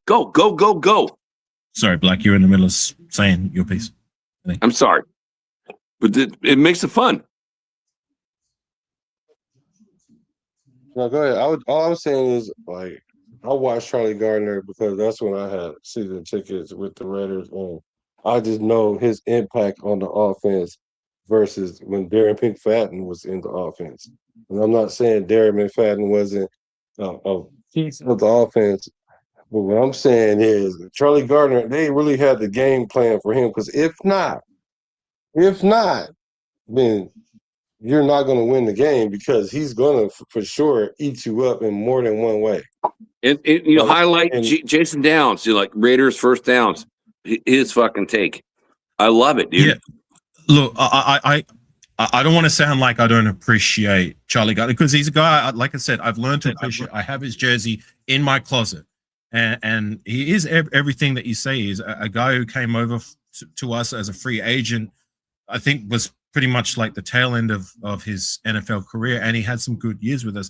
I just disagree with the fact that like they had to scheme more for Gardner, being that McFadden, when he was around during his best years, I'm talking about 2010 and 2011, when the guy is one of maybe 2 or 3 running backs that over a sustainable amount of period as our feature back averaged more than 5 yards per carry. Not even Josh Jacobs did that in his elite years with us. The year that he broke the record for the most yards as a Raider. You know what I'm saying? So like when McFadden was here, he was here. I'd say we drafted him 2008, and then his last year was 2014. So okay, so about 7-8 years. Right. I'd like to highlight Black when I'm referring to comparing him to Charlie Gardner. I'm just talking about his best years. I'm not talking about the years after that when we know what we got with Darren McFadden. But like those years where he was at his Raider best, that guy was not just one of the most dangerous players, well, the most dangerous player on our roster. He was one of the most dangerous players in the league. So like so to he say was that the teams were scheming less for him than Gardner, I'm sorry. I highly disagree with that. So McFadden, so you're gonna take 2 years out of his career with the Raiders and say, okay, we're gonna compare his 2 years to what Charlie Gardner, 2-3 years or whatever. So yeah, I'm just comparing their best years.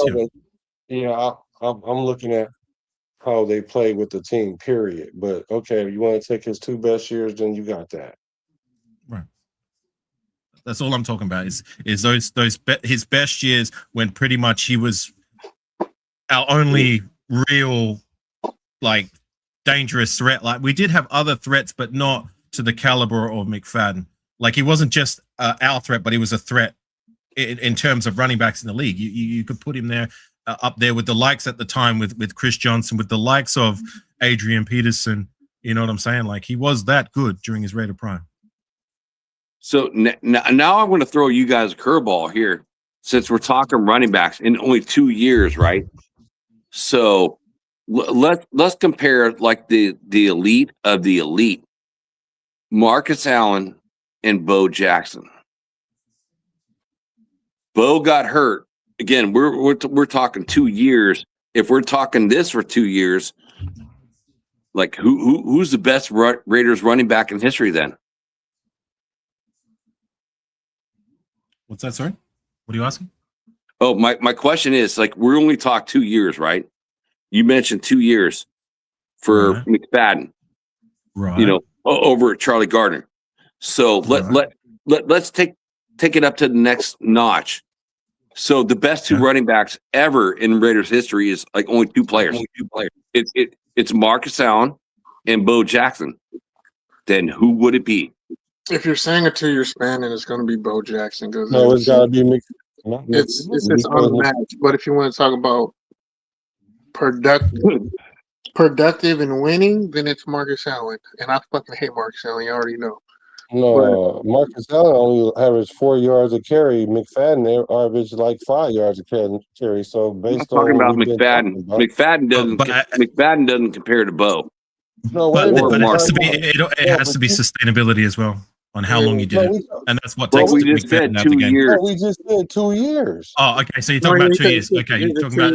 So you're talking about a 2-year stretch, like the best so years Marcus of Allen any. never had Okay, 5 yards of carry. He And never had 5 McFadden yards never of carry. played a 16 game season. Yes. Like what? 2010. Yeah. I only think like maybe once. So like that was probably his best season, wasn't it? 2010, 2011 would have statistically been his best year. That was when he was averaging over 5 yards per carry, but then he got hurt. Yeah, that was his biggest thing. His biggest thing was just he couldn't stay on the field because he just anytime he got hit a certain way, he just was hurt. So like for me, I agree with Afakasi that team schemed more against McFadden because McFadden was the only home run hitter that we had on that team, really. But the effectiveness in Charlie Garner being the win con for that team is why Charlie Garner was a better back. Because even though you schemed to try and stop Charlie Garner, even when we had an older Jerry Rice who was still productive, an older Tim Brown, it was all about Charlie Garner establishing the offense. So teams were scheming for him, and they still couldn't stop him, even with they were scheming. And then that's what opened up the play action pass for Rich Gannon to be immaculate and do everything he did with our wide receivers and tight ends. But I would forget say Rice and Tim Brown both had 1,000-yard seasons. Yeah, I mean our offense was just fucking amazing. Like we were the top of the crown at that time with offense. People were trying to emulate it. 2002 was the best offense the Raiders ever had. So, Jack, so if I can clarify, what you're trying to ask is not in terms of overall productivity. You're talking about, like, say their best. Who would be your next best after Marcus Allen in terms of their best days as a Raider? Is that what you're asking? Well, I didn't say the next best. I said the two best. The two best is like, we're talking like, you guys talked about 2 years. For a 2-year period, I would say that Bo Jackson probably had a better 2-year stint than Marcus Allen. Man, when I watched those guys play, I wanted the ball in Bo Jackson's hand. It's like Marcus Allen was becoming, again, I don't know. Again, we all don't know what happened with Al Davis and Marcus Allen, but he became the fullback for Bo. And I love what Bo did, man. That dude's so big, so strong. And I feel like, I talk about, players, I've had this on conversations on different shows. Oh, what players you can bring back that are Hall of Famers that actually could play right now? I'd say Bo and Marcus are like one of them. But my favorite player in Jim Otto couldn't do that anymore. He couldn't do it. So, but we're talking running backs. I'm thinking, Bo was so unbelievable that I think Bo's probably the greatest, ever. And so again, we're talking 2 years. I'll give you some names. I already brought up McFadden, but I'll give you two others. Josh Jacobs. I mean, he literally holds the record for the most yards of any Raider running back. So you have to put him in that conversation. And the other name I'm going to throw out there that doesn't get the flowers I feel like he should in his best days as a Raider is Napoleon Coffin. He's another guy. I would actually, you might get upset with this, I would actually rate him more than I would Charlie Garner and Tyron Wheatley. AR, what's cool? So no, that can't even be a real thing. There's no way Napoleon Coffin. Black, let me say something to AR. So I sold Napoleon Kaufman a bed when I was working in San Leandro. I sold him a bed when I was working at a mattress store when I was a young kid. I sold him a bed. No, hang on a second. You sold him a mattress when you were a kid. Yeah, when I was like a young man. I was like in my early 20s. I sold Nap a bed. Oh, I was going to say, aren't you older than Napoleon Kaufman? No, well, no. No. I'm old. Okay. I'm going to be. I'm 50. I'm 55, going on 56. No, I'm young. Kaufman would be in his late 40s, early 50s, if I'm not mistaken. Well, then you're wrong. I don't know. All right, well, I'm gonna. Oh, he's 53. Yeah, he's younger than you, dude. Oh, then he is younger than me. Shit. Only by a couple years. So we're around the same age. But I sold him a bed. I got to meet him in person in my store, and it was kind of cool. It's like the store over next to me in San Leandro was a big and tall store, and I met Grady Jackson. I was going to go out to lunch, and I walked out and I saw Grady Jackson. I'm like, dude, defensive tackle. Are you Grady Jackson? He's like, yeah, I'm Grady Jackson, and he signed me a picture. He pulled out a picture and signed for me. Jack? Yeah, is he a defensive tackle? Okay. Yes, sir. Right. That's pretty cool. Yes, sir. But yeah, look, Black Lake. I would. The reason I would say Napoleon Kaufman is 97. That dude was rushing for over 5 yards per carry, and that team was like, I think the third worst team, even though they had a high-powered offense. But Napoleon Kaufman, I remember because I bended that season too, and yeah, I again, I'm not taking away from Charlie Gardner. I just personally, I would take Napoleon Kaufman. It's crazy because even as much as I say, look, who's the better running back? I asked Jim and I, whatever, who's the better running back? He was very versatile. Charlie Gardner was so versatile. Charlie Gardner or Napoleon Kaufman. Like, it's like saying Charlie Gardner, like, that's a hard call, Black. It's not that hard. It's really not. It's a definitive edge with that. Even when I got, and he averaged over 4.9 yards versus Kaufman 4.6. Whatever. Gardner name. It's not just a number. It's what you have to do. It's what you have to do to stop the player. If all you have to do is worry about the player running between the tackles or getting to the outside, that's different than when you got to do that with a running back and him in a receiving game. There's a big difference in that. So Kaufman can do that too. Kaufman can do that too. He can't do that. Agreed on both you guys. I love both these players. These are some of my favorite players, running backs in Raiders history. Yeah, but that's why I threw out his name. That's why I threw out his name. They wasn't using Kaufman as a receiver like that. That's not to say he didn't receive the ball out the backfield. I mean, he was lights out when he was getting the ball thrown to him. Like yeah, I don't know. I know that I literally watched how the league had to prepare for Charlie Gardner. Like I literally watched them had to do the same for Napoleon Kaufman, same thing for your boy McFadden. And I know the way the game is affected is way more difficult to stop Gardner than it is those two guys.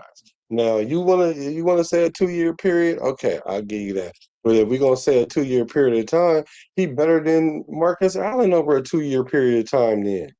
Because Marcus Allen ain't never averaged no 5 yards a carry. So how are we gonna quantify that? Okay, well, Black, I will say this. So the thing about Marcus Allen is kind of like a Josh Jacobs thing. He will always make the first guy miss. And you get near the goal line, and if you were watching the highlights, no other player's ever done the way he's been able to leap over these fucking 6'5", men and just fucking get into the end zone. And Marcus Allen is that dude. He is that dude. I love him. I love him too. And I'm not saying that he's not that dude, but if we're saying that if McFadden had 5.4 yards a carry and he was the best 2 years it was him, and one of those years he was 5.4 yards a carry, and that's what we're basing it on. And when I say, okay, well, Marcus Allen never had 5 yards a carry. Yeah, so I agree. How do you quantify that? That's what I'm saying. Because we all know that Marcus Allen is the better running back. So the only way you can quantify that is by how he affected the game.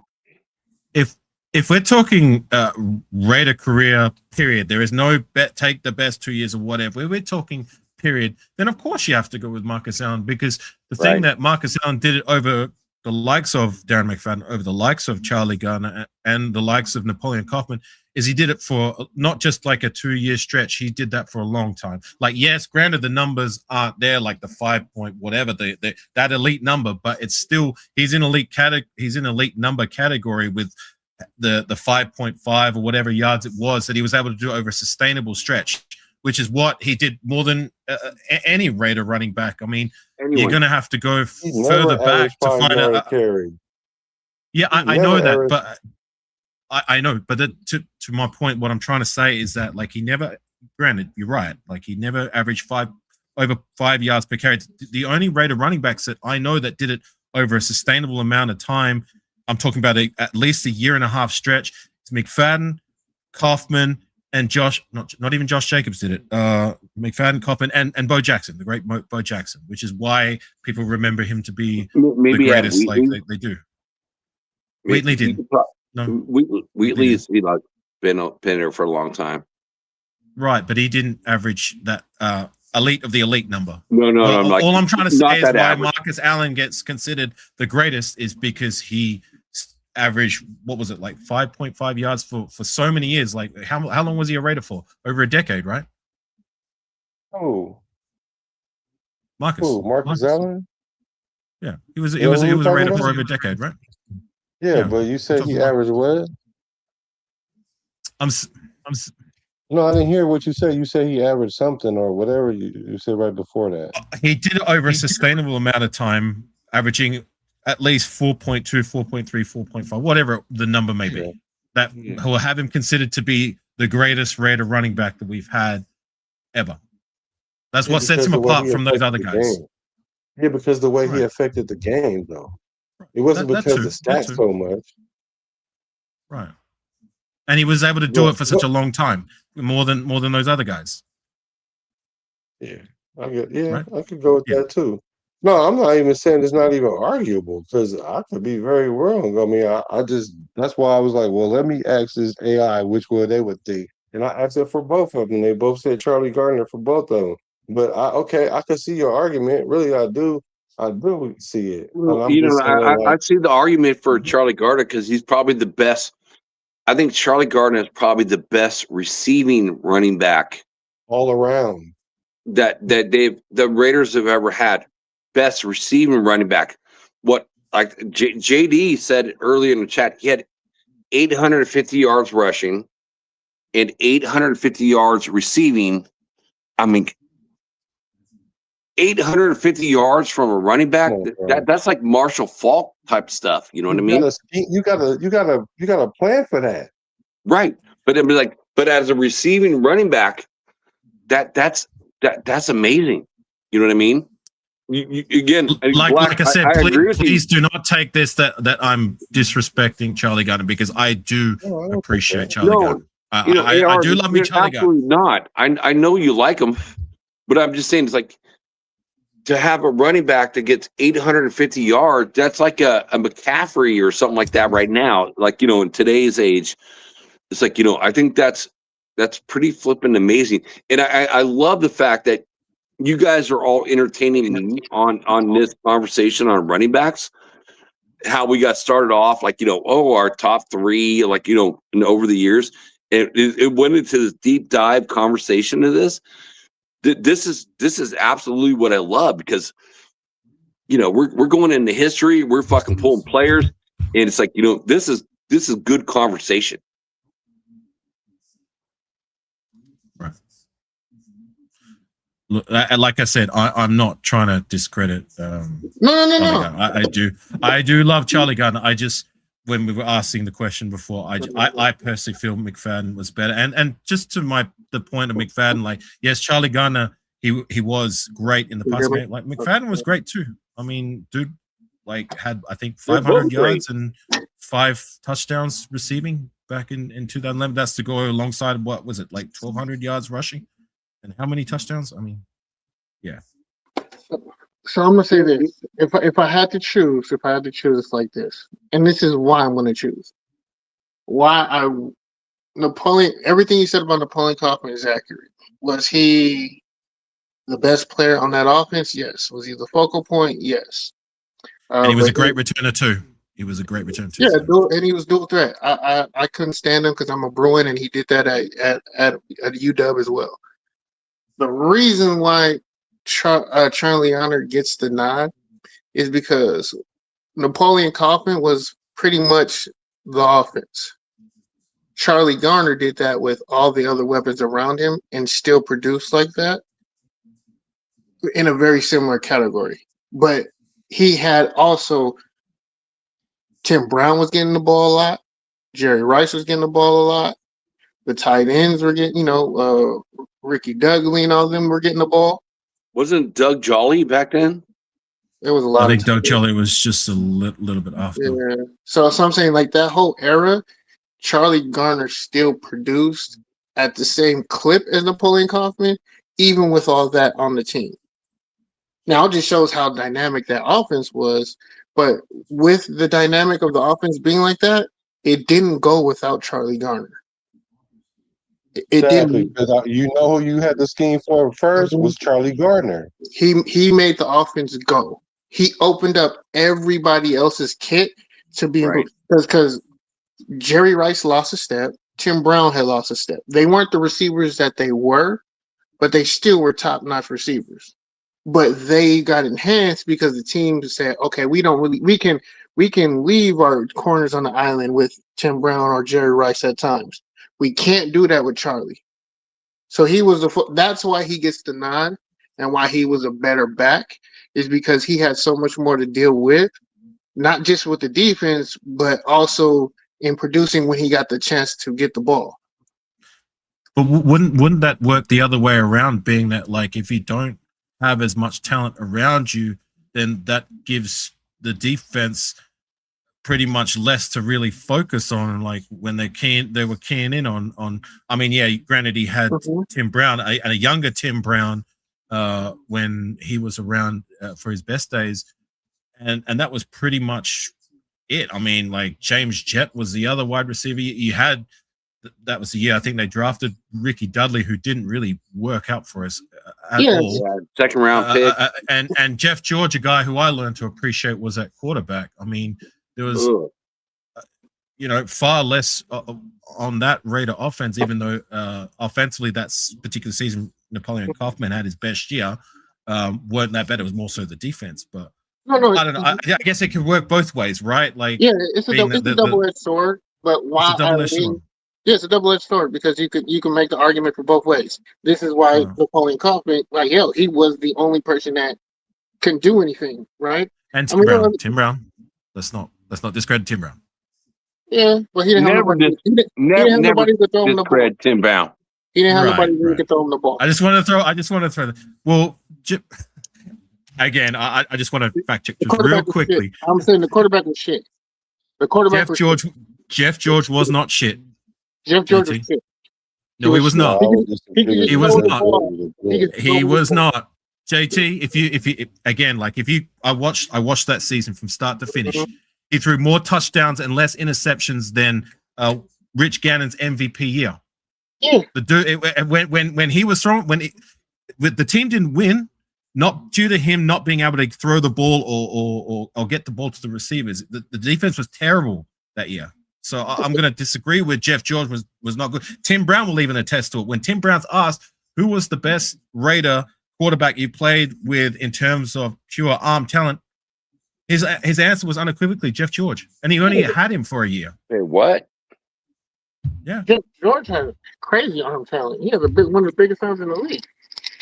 But I get what you're saying. But for me personally, he was a shit quarterback. Wait, no, I want to rewind. Like, that's a huge statement, AR. It's like you're saying Jeff George was better for Tim Brown. My boy. Like that's my boy. And it's like he's saying that Jeff George was better than Rich Gannon.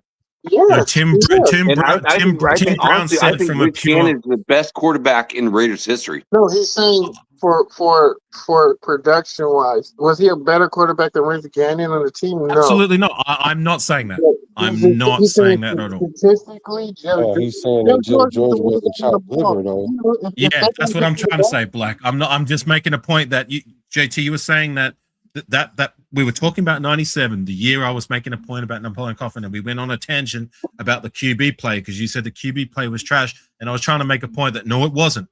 Like, Jeff George is a name that doesn't get the appreciation, and if you go back and you watch the tape, because I watched that season from start to finish last year off season, he was no scrub. He's a guy I had to learn to appreciate because I was like, well, do my eyes deceive me? I mean, I know they're not winning, but it's not through lack of what he was doing. Because from what I was seeing, like, he was actually doing great, and the statistics back that up. Like I said, I'm not saying he's better than Rich Gannon, but he threw for more touchdowns and less interceptions than Rich Gannon's MVP season. So that's why I'm just making a case. He's not better, but he's good. He might be. I don't know if he's better, but he right there because they sure kept calling him off the couch to come quarterback for somebody's team, and he was kind of I personally knew how to throw the ball. Yeah, he just overthrew too many balls for me. He was inaccurate a lot. Not as a Raider. Not as a Raider. For me, he was. I saw the games I went to and I watched. Yeah, he wasn't the reason why we lost, but he could have definitely won a lot more games. And if he just had the proper attitude and just knew how to command and lead a team. He wasn't a good leader. He wasn't. Now I got to look up. I remember watching Jeff George. And I remember watching Rich Gannon, and now I'm gonna have to Google this shit when this show's over. This is the first thing I'm gonna do. This is the first thing I'm gonna do is I got to look up because you know what, I saw totally two different players than what you guys are talking about. For me, guys. If you want to look up statistics, Jack, look at 97 specifically, Jeff George. 97 specifically, and then go and look at whatever Raider quarterback you want to compare him to. 2002 Rich Gannon. So 97 Jeff George to 2002 Rich Gannon. It's like, Go ahead. I'll do it right now. I'll share the statistic with you. Wait, let me finish. Let me finish. JT, stop, please. Let me just finish. I've seen everyone from the snake to every single quarterback that's ever played this game. And, my favorite quarterback, if I'm like picking a dynasty team, I can pick one. For me, it's Rich Gannon. We talked about running backs. So you already heard my opinion on that. So now I'm so curious. 2002 Rich Gannon versus the 97. You want the stats, Jack? Yeah, dude, you want the stats me, right now? I'll tell you right now because I was the one who brought this up as a point in the first place. And again, chat and Jack and everyone else, I am not saying I think I'm not saying Jeff George is a better quarterback than Rich Gannon. I will take Rich Gannon in a heartbeat. All I'm saying is my point was the whole time is that he wasn't a scrub. But anyways, this is Rich Gannon. So don't let him trick you, chat. So 2002, Jeff George, 1997. Yes, 4,689 yards, 26 touchdowns, and 10 interceptions. Right? That's Rich Gannon. Now we're going to go back to Jeff George because I've looked at this statistic myself when I watched Jeff play. 4,600 and something yards. Now this is Jeff George. All right. So Jeff George, so Rich Gannon had more yards because Jeff George has 3,917, but Jeff George has 29 touchdowns and 9 interceptions. Here you go. So here's a side note. Here's a side note real quick while you digest that. Hold on. So AR, it's funny. So I asked what was the top? Say it again. Say it again, please. Say what again? Both stats. So let's start off with yards. Hold on. I'm gonna go back to it because I want to hear it too. But this is gonna be quick. So I looked at the top 10 running backs, right? And so of course Marcus Allen was number 1. So Josh Jacobs was 4 and Bo Jackson was 5. But McFadden was number 9 and Coffin was number 8, which is interesting to me. And Charlie Garden wasn't on the list because he wasn't a Raider long enough. So he wasn't on the list. He's not. He What? wasn't Raider for longer than like what 4 Black, years. Black.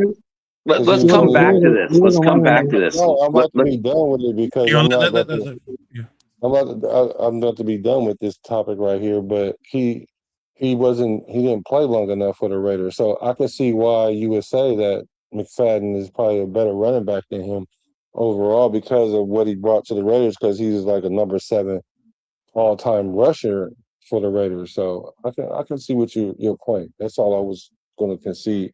Now, as far as the stats with the George and Glennon, I want to hear that as well. I want to hear him again. So let's go step by step. Do you want me to? Okay, I'll read out yards. Rich Gannon's first. Okay, completion percentage, touchdowns, interceptions. But just the important ones, not the other ones that don't really matter. Okay, so you want to know yards. So this is Rich Gannon. Okay, 2002, 4,689 yards. 26 touchdowns and 10 interceptions with a completion percentage of 67.6. Right? You got that? You got all that, Jack? Yeah, that's fucking great looking. I love it. 26 touchdowns, 10 interceptions. Yeah. All right. So let me go back to Jeff George. So you said 40. 90. So 97 Jeff George.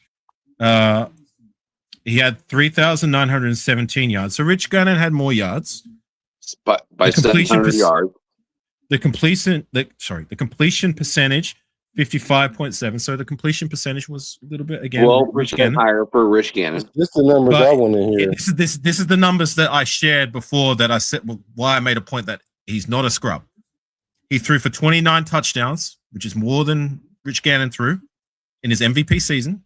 And 9 interceptions, which is less interceptions. So 3 more touchdowns, 1 less interception. Yeah, 1 less interception, but 700 yards less and 12% completion percentage. It's not a comparison. I'd rather have the less yards with the more touchdowns than the more yards and less touchdowns. No, I figure if you're getting there, you're going to get your running game into the mix too. So my point was and is the whole time was that Jeff George was not a scrub as a Raider, like JT you tried to allude to.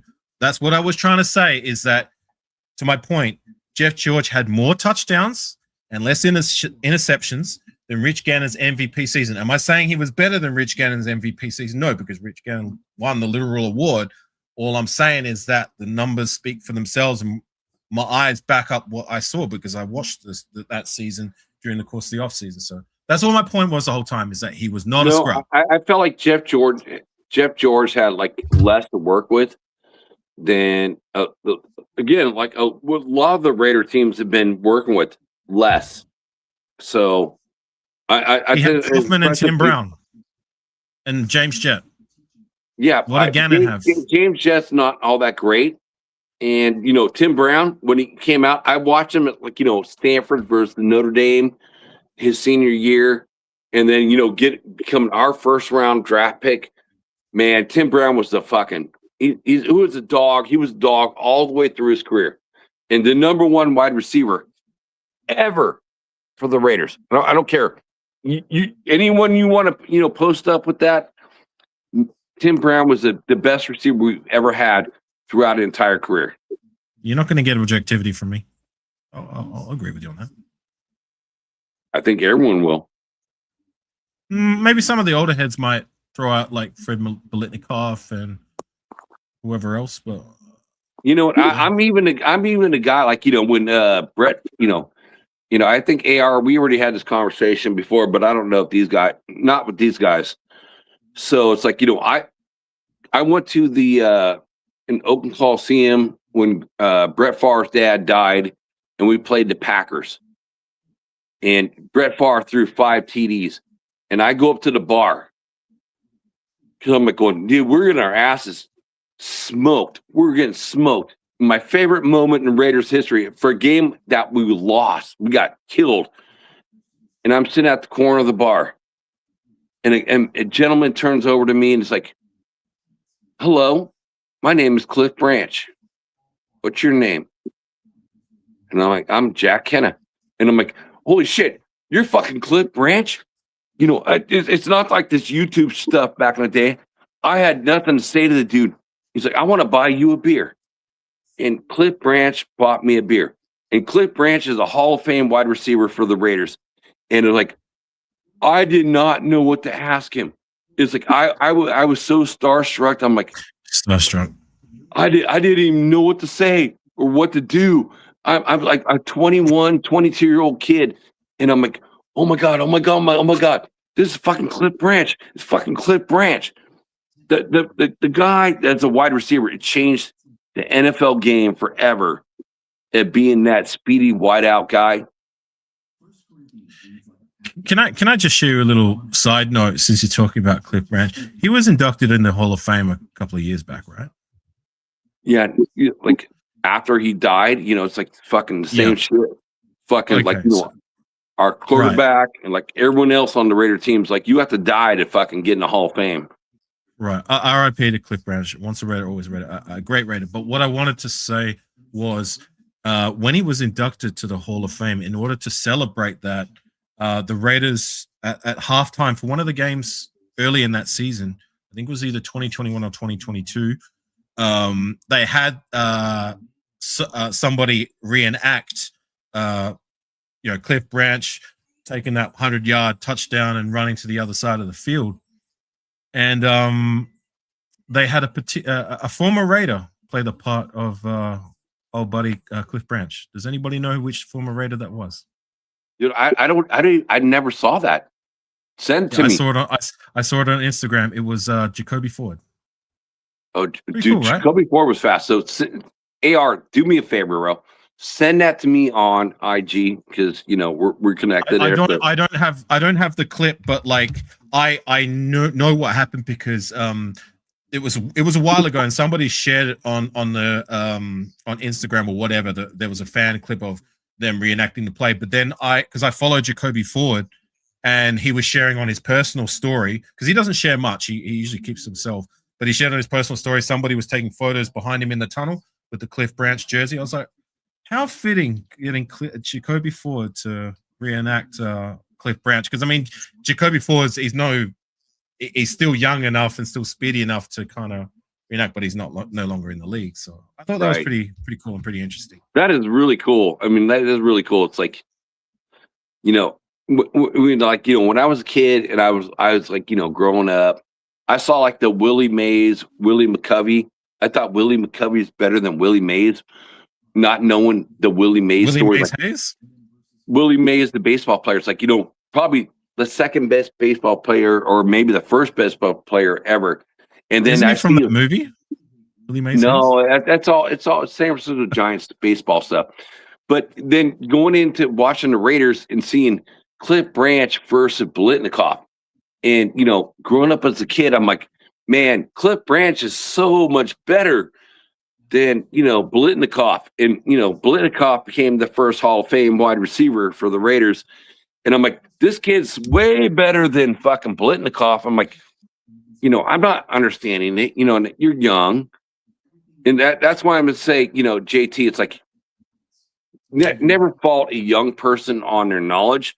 And I'm looking at, you know, shit, 2 Hall of Famers. And I'm like going, this Hall of Famer who wasn't a Hall of Famer is better than a Hall of Famer, you know, on the team. It's like, I'm like, you just see what your eyes see, right? And your gut tells you what you see. So that's what I love about this conversation tonight, and that's why I stayed up, is because we're talking about fun things that we all like. We all like certain players.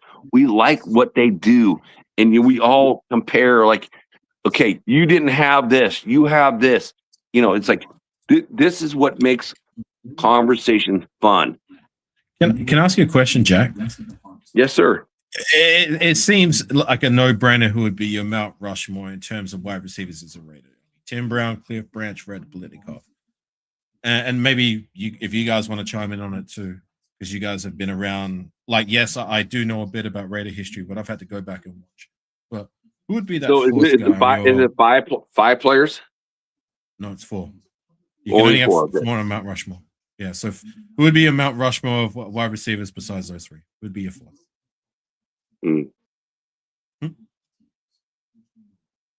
All right, you got to give me a moment because you say 4, and I don't even know. Those 3, but who would be your 4th? So Tim Brown, definitely number 1. And are we going to count like, players that come over like, for a year or 2? Or are we talking like only what they did as Raiders? Because I mean, you would have Jerry Rice up in that conversation. That's if why I was was asking that question. But he was only a Raider for what, 2 years, and they were still good years. But I'm talking about Raiders wide receivers. What they did with the Raiders specifically. Who would be your 4th?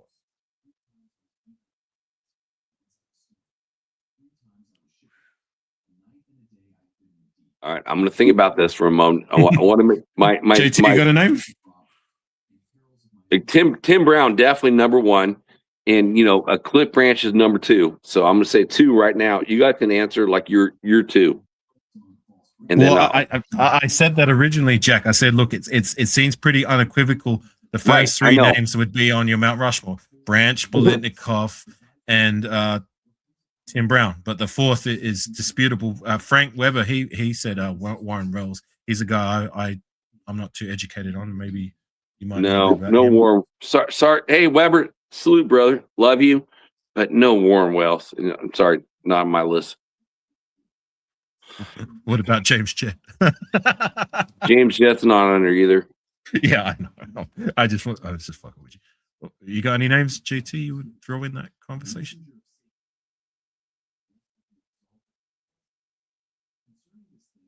Black? Anyone?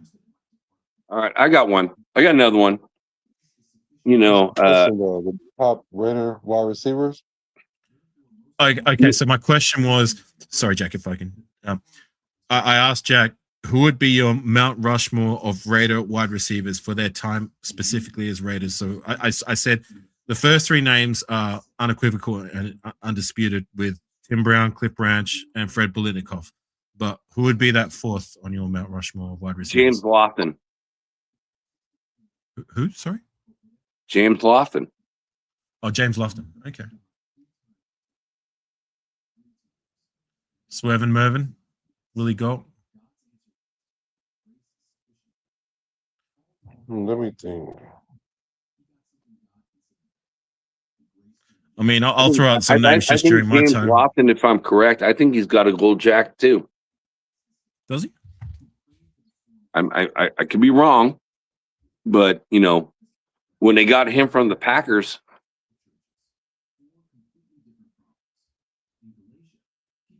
I'm sure you guys are looking it up right now. Dude was only a Raider for 2 years, man. Well, how many years do we need to have play on the team? So you're telling me those 2 years he was with the Raiders, you would take over every other wide receiver we've had in the door? Not well, I can't pick Jerry Rice, right? You're not letting me pick Jerry Rice, so.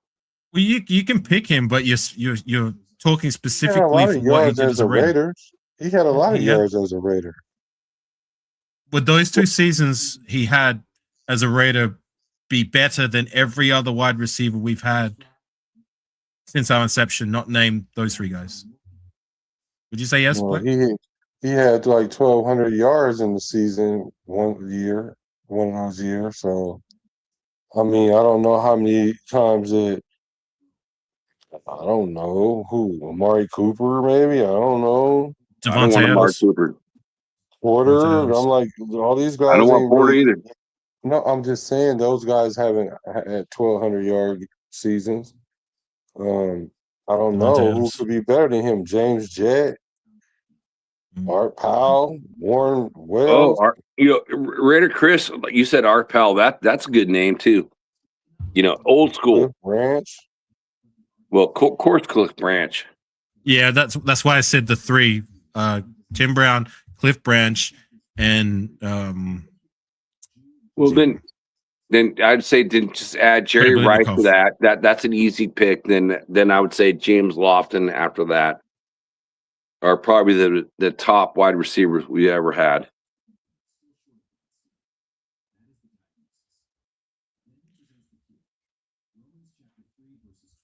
What about Mervin Fernandez, Swervin Mervin, and Willie Galt? I think Willie Galt was like a toy player. Like, after we got him from the Bears, when they won their Super Bowl, he was like super fast, but he had no hands. His hands were like, crappy. And the other guy you said was better, I think, than Willie Galt. But Willie Galt was fun. He was a fun toy to have because he was just so fast. He was like, I don't know if you guys knew this, but he ran in like the Olympics and stuff like that. It's like, he was just so fast. That's why we went and got him, because he was in the Olympics. Right. He was fast. Bobby Chandler. Oh my God. I haven't heard that name in a long time. Weber. Yeah, that dude was not fast. He's kind of more like in my mind, he's like a Renfro without the better moves in his, cuts. It's the way. But I'm glad that you brought him up because, I did like him as a player. Guys, I know most people are going to be sour on him, but where would you say Jerry Rice's time as a Raider was more productive than, say, Davante Adams' time as a Raider? Absolutely. Yes. No, don't be sour. I agree. I agree with Black. I think Ruggs could have been that phenomenal player if he didn't do what he did. Yeah, but he did what he did. He did what he did. So he did what he did. But I'm saying if he didn't, it's like if Bo Jackson didn't get hurt. You know what I mean? It's like if he didn't do what he did, he could have been phenomenal. And you know what? I when he gets out, whenever he gets out, I wish him, as a father to a son, I wish him the best of luck ever. But he can't ever come back here. He can't. He just can't. I don't want to go down on the Ruggs rabbit hole. You just can't. But I was asking before, like, I know people are sour on Davante Adams, but he would be in that conversation. I mean, the numbers back that up. Just saying. Yeah, Davante is good. I think, and I can't argue with that. It's just like, at the same time, I will argue, like, what's the guy we got from Pittsburgh who came over in a hot air balloon and never played for a game for us? Oh, Antonio Brown, but he did nothing as a Raider. Oh, it's like, okay, that puts him in the same position, getting kicked off, Stuart Swagger show a couple times, fucking Randy Moss. So I will never consider Randy Moss ever. Randy Moss was okay as a Raider, but his numbers don't compare to, say, Jerry Rice and Davante Adams' time as Raiders. Yeah, but they're not even close. But Randy Moss is like one of the best wide receivers that's ever played the game. I know that, Jack. I know that. But I'm talking what they. I'm not. I don't care what they did. Because if you're talking about as careers as a whole, then you've got to put Jerry Rice in there, because Jerry Rice is the literal greatest wide receiver of all time. And we got Jerry Rice out of there.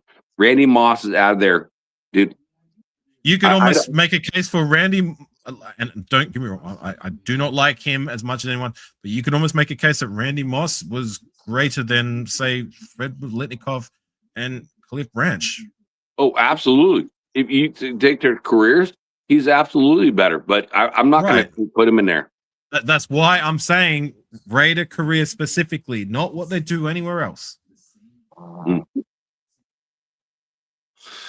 I'm going to stick with my number 4. It's like your last pick is Lofton. Okay. I mean, I'm not looking up stats. I'm just going off my gut. What about you, JT or QB Black? It would be your fourth. I probably would go with the 3 that we mentioned, and the 4th one would be Jerry Rice. We can't take Jerry. I'm talking about the years that he was with the Raiders. The years he was with the Raider, he was still great. Yeah, I think He just wasn't all-time great, like you know, Right. if you consider like the normally rest of his see, career. yeah. What about you, JT? Do you have a name? JT over there in Raider land sleep. I think he's passing out. Yeah, it's about that time. My brain's wide awake because it's like 6 p.m. over here. Sorry, you were saying? Oh yeah, you wired up. Oh yeah, it's 3 a.m. here. Yeah, I know. You're on Cali time.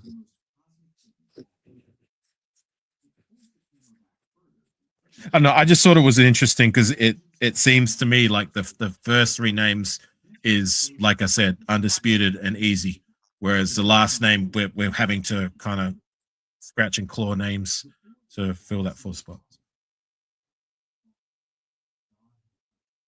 We didn't really have that many great wide receivers look like. I mean, Really? during my time as a fan, I guess, like, statistically, Devontae Adams and what he was able to do in those one-on-one situations. Yes, I know it didn't end too great. And that's a shame. With him. You know, it's a That's shame. a shame he was able to come in here and do all that fast. He could have been the greatest wide receiver we had if he played 5 years with us. Yeah, he would have. To your point, Jerry Rice would be the next name. Well, Tim Brown's definitely number one. You're really having to scratch the surface for like guys who you would consider elite wide receivers since Jerry Rice and Tim Brown. I mean, like there's been guys that have been good, like your Hunter Renfro's and that, but you wouldn't really put them in that Mount Rushmore category, would you? No. Let me ask you guys this. That brings up a great question. You know, I've seen some videos, again, watching Raider YouTube stuff. What do you think about the Raiders? You know, like, again, we know what our record is going to be. We're going to probably get the top wide receiver next year, potentially, or trade, you know, like a 1st and a 3rd and go after Jefferson from Minnesota, who right now, in my mind, he's the best wide receiver in the entire league.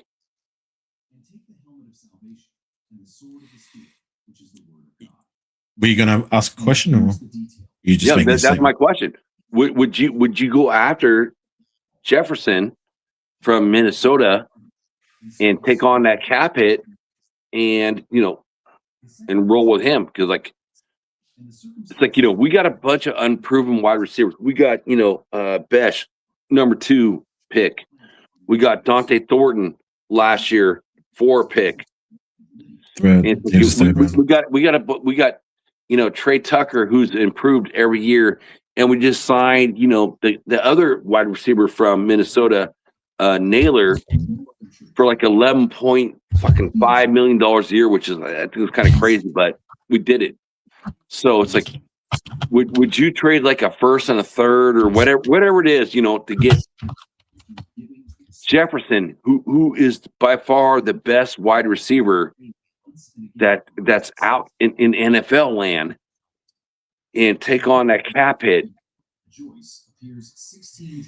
I mean that just unleashes a whole different potential with this offense.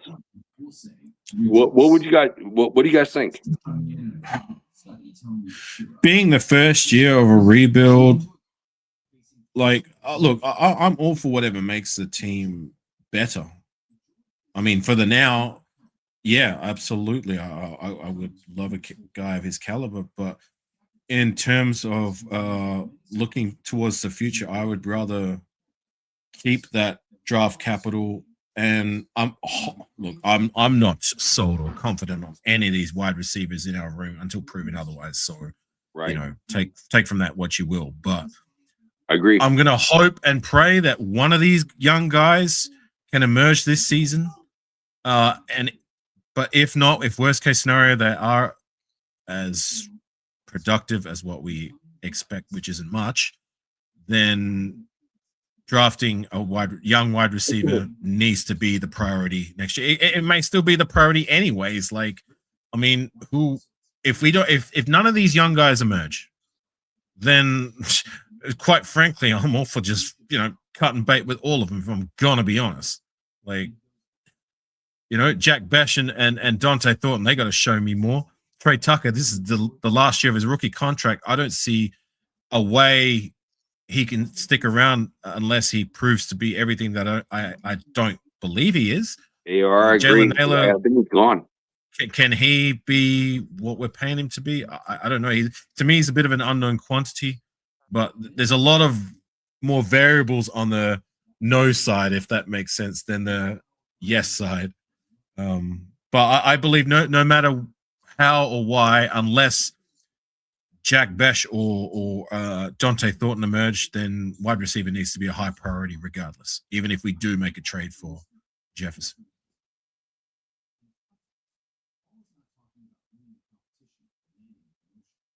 So, Black, what do you think? If you have a chance to get a wide receiver like that, you really gonna get him, especially for Raiders, because we're usually not in that position to get somebody like that. It's only a first and a third, because if we prioritize a wide receiver next year, it was gonna be first round pick. It's nobody who will get Jeremiah Smith, Jeremiah Wright, Jeremiah Nehemiah. It don't matter. He's not gonna be better than Justin Jefferson. So a first and a third would be a steal for me. I think that'd be good.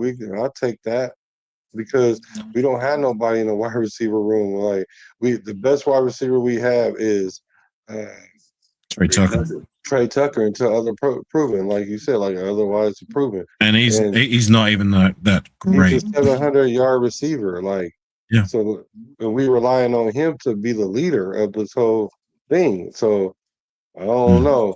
Justin Jefferson come over here. That's going to make it hard to stop us, because you got Brock Bowers and Justin Jefferson out there. Then you can have that. Then that's what makes the Tuckers better. That's what makes the Nailers open. That's what gives time for Bash and Dante Thornton to grow into the role, instead of having to turn around in year 2 and have to really, really prove themselves after being dicked around for 1 year. But at least they got some time, so it was better than no time. But we wouldn't have to rely on them to turn the corner, because right now we're relying on them to turn the corner now. They have to turn the corner. We're relying on these guys to be more than what we should expect them to be. Because Tucker, for me, like he to your point, like he's good as a complimentary guy. I like him as that. I like him when he's open in space. I like what he can do with the ball in hand. I like his speed. There's a lot to like about Trey Tucker. What I don't like is having him as the guy, because I don't know what you guys see, but when I see, I was highlighting Davante Adams before, and the one thing I appreciate about him is that when it was a 50-50 ball, he would come down with it maybe 7 times out of 10, which is great. You know what I mean? Like when it's a true contest. When you got Trey Tucker in a contest, he loses every single time. If he's open, he'll catch it, he'll make plays. But if he's not, if you throw a true 50-50 ball with him, did you guys see what I saw? He lost not just like some of the time, all the time. And that's you make a great point. It's like, with Davante, he's a great wide receiver. He made, what's his name? It's just one thing that I appreciated about Davante. I'm not trying to compare the two, even though I know. I'm just saying that's what I appreciate about Davante. But with Trey Tucker, it's just glaringly a weakness with the guy. And to your point, his size. But whatever way you cook it or you cut it, his size, his lack of jumping, or whatever it is, he just can't win the 50-50 balls. He never does, ever. Well, he made Jacoby Myers look amazing. I think that's why Spytek, it's like it went after, Jack Bash, man, he drops no balls. Like both guys, they don't drop any balls. But I would say Davante, helped Jacoby go from that, $12 million player a year, $11 million player, like what we signed him for per year, to like a $20 million player per year, like with the Jags. It's like, and that's why I think, Spytek was looking at Jack Bash going, man, he's got like the same hands. They're both similar in speed. If he can be the same player, then we can get him on a rookie contract versus paying a player like that for $20 million. But, I don't think Jack Bashel is ever going to be that type of player. I just don't see it. Player? Like, just being a Jacoby Myers. I don't think he's going to be a Jacoby Myers, in my opinion. How good do you think Jacoby Myers is? Although he did play good last year with Jacksonville, how good do you think he is? I think Jacoby Myers. It's like, I feel like, we saw some of the best work he's ever going to have when you have Devontae, like AR was saying, on the other side, and again they're fucking putting two people on him, and then he's getting open up the middle, the slot, whatever you're doing. I think that's his best work he's ever going to have. I don't think he's ever going to get any better than that. So again, I personally thank you, Jacksonville. Again, it sucks that we have to lose him because I really like him as a person, a player, his mentality as a football player and working. And I'm sad we lost him, but I don't think it's ever going to get any better than having Devontae on the other side. I think but the thing about it is, we were saying he wasn't even a true number one. When he was here, he was never a number one. He's number two. So that's what I'm saying. He wouldn't have been doing us no good right now either. He just would have been a half step upgrade from Trey Tucker. Well, not half. But step, even he's better than every guy on our current roster until proven otherwise. Agreed. AR, I agree. I 100%. We don't know about the rookie guys yet because we got. Yeah, we don't. Well, I think Besh gonna be better than what people think though, because you know what I've noticed about Besh on the slick, and I want you to get your point that I did just put in front of you. I just see he blocks very well, and that's gonna be important in this offense. So I see Besh playing in this offense a lot. Hey, look, if he can block very well. One thing. Jacoby Myers was a willing blocker too, but yes, Jack Bech is bigger, stronger. So yes, he's a better blocker, but he doesn't offer you the same threat. I feel like he offers the same threat, like in the middle of a Michael Mayers or a Brock Bowers. Everyone's coming across the middle. It's like, he's just another guy doing that. We need guys on the outside, like, to stretch. Stretch. Well, I really like Dante Thornton. Everyone wants to fucking trash on Dante Thornton. Yes, that kid needs to learn a lot. I mean, he needs a lot of help. Give you the fucking handbook to play wide receiver to fucking separate defense. He needs that because Tennessee did not do that for him. And you know what? He's got all the physical traits that you want as a wide receiver. 6'5", 210 pounds, 4.30 40. I mean, the dude's but he never gets separation. It's not true. Alfredo says, "What about Shedder Jackson?" So did he got benched? He got benched. He got benched last year. Black. What I'm saying is, I have hope. I have hope. Start rookies. That's why he got benched, because he didn't want to start rookies. And I understand that. Remember the first game? But they did start. They did start him in the beginning, though. They did start him in the beginning. Yeah, he was the week one starter.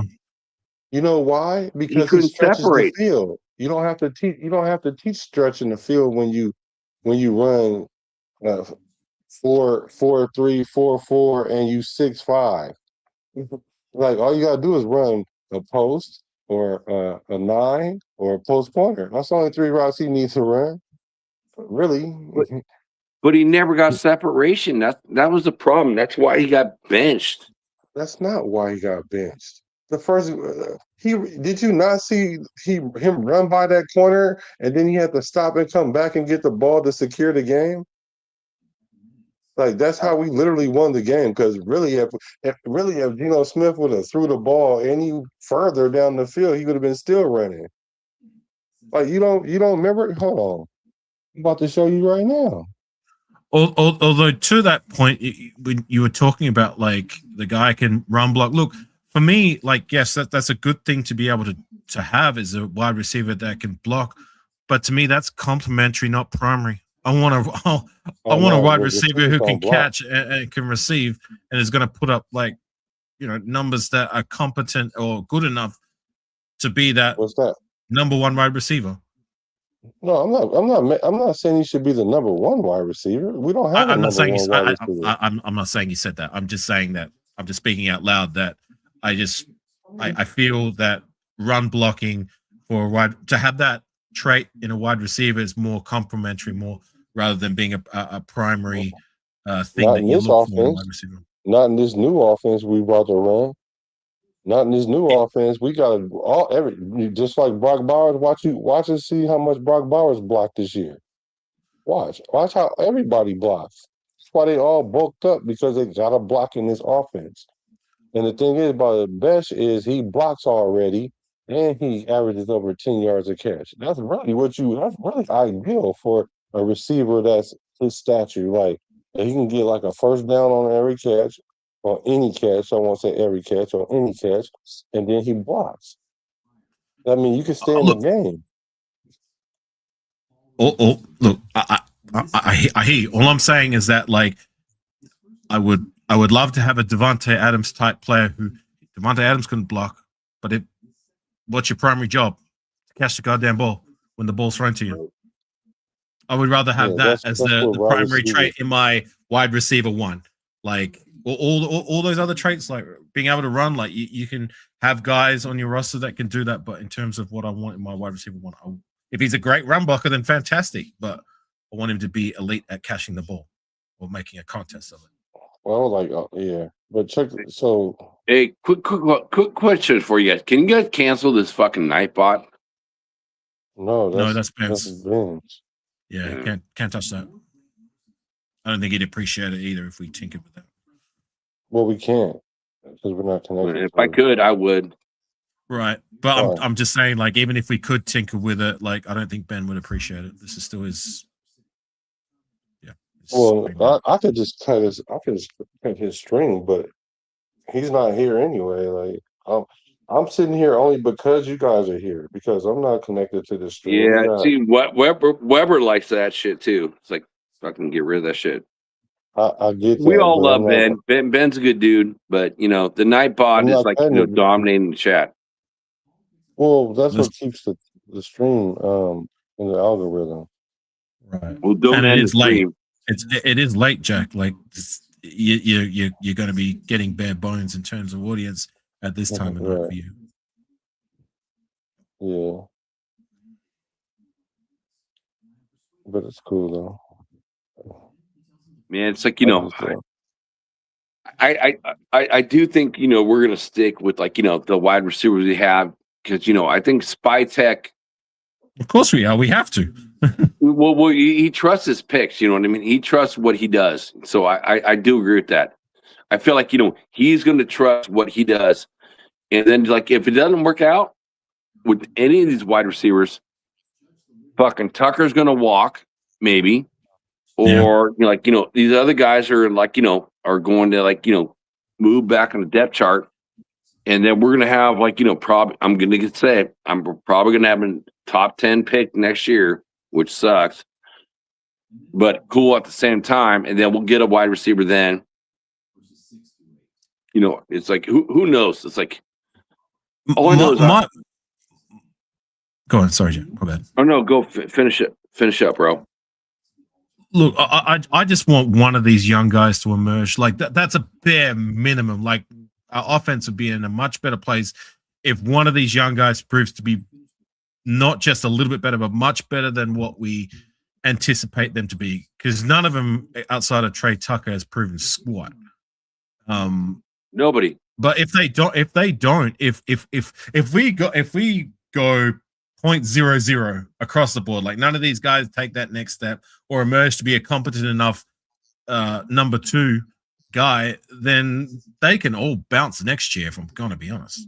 Like, Jack Besh, Dante Thornton, if neither of those guys can establish themselves as a competent number 2, then see you, goodbye. I'm looking at the draft and finding someone better. Like, in years past, we've drafted guys by year 2 who've emerged to be competent enough to be able to hang with as a wide receiver number 2. I mean, Trey Tucker even was able to accomplish that. So why can't Jack Besh or Dante Thornton be able to take that step? Surely that's not a bridge too far for either of those two to take that step, right?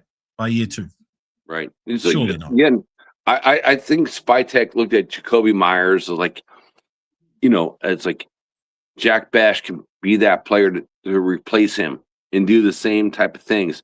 Not super fast, great hands, drops like no balls, but his route running has not been there, and they don't use him like that. Again, that's on Pete Carroll and fucking Brendan Carroll and like the whole thing.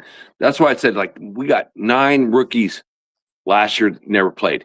We got right now 10 rookies who've never played. So it's like we don't know what we got. It's like it's a fucking crapshoot. So I hope you guys, work out. We'll find out what's going on.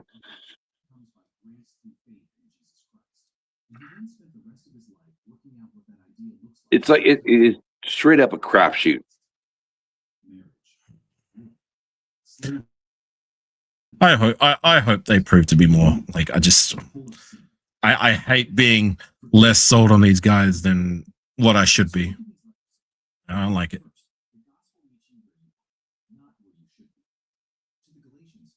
Alfredo, I hope that's not I hope that doesn't work out that way.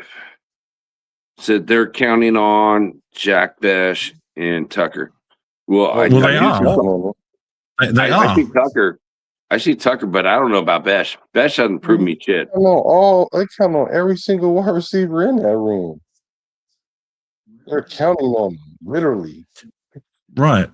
And it's kind of sad if you're saying that we shouldn't be counting on Jack Besh. I'll say the same thing about Besh as I did about Michael Mayer. He's a 2nd round draft selection. You know what I'm saying? All right, he had his rookie year. He didn't get as many opportunities, but still, this is your sophomore year. You should be able to make strides on being at least a competent number 2. I mean, that's a bridge too far to expect this guy to be a number 1. I'm not expecting that, but surely that's not outside the realm of being unreasonable for him to emerge as a number 2 guy, right? I mean, you're a 2nd round draft selection. It's not unreasonable. 500 yards. That's I guess not a bare minimum, but a minimum reasonable expectation, right? Yeah, a minimal reasonable expectation, exactly. Reasonable. A minimal reasonable expectation, being that he only had 200 last year, right? So he should be able to double that, and maybe even go up to 500, and then that'll let me know that you're developing. I mean, I wouldn't expect you to triple it. I can live with that. If that's what we get out of Jack Besh, then okay. At least we're seeing that he's going upwards, not like just staying downhill. He's trending. Yeah, he's trending. Yeah, because then next year going into camp, you don't have to worry about if he's gonna make the roster or not, or if we need to pivot off of him and go get 2 wide receivers, one in the draft and one in free agency. Right.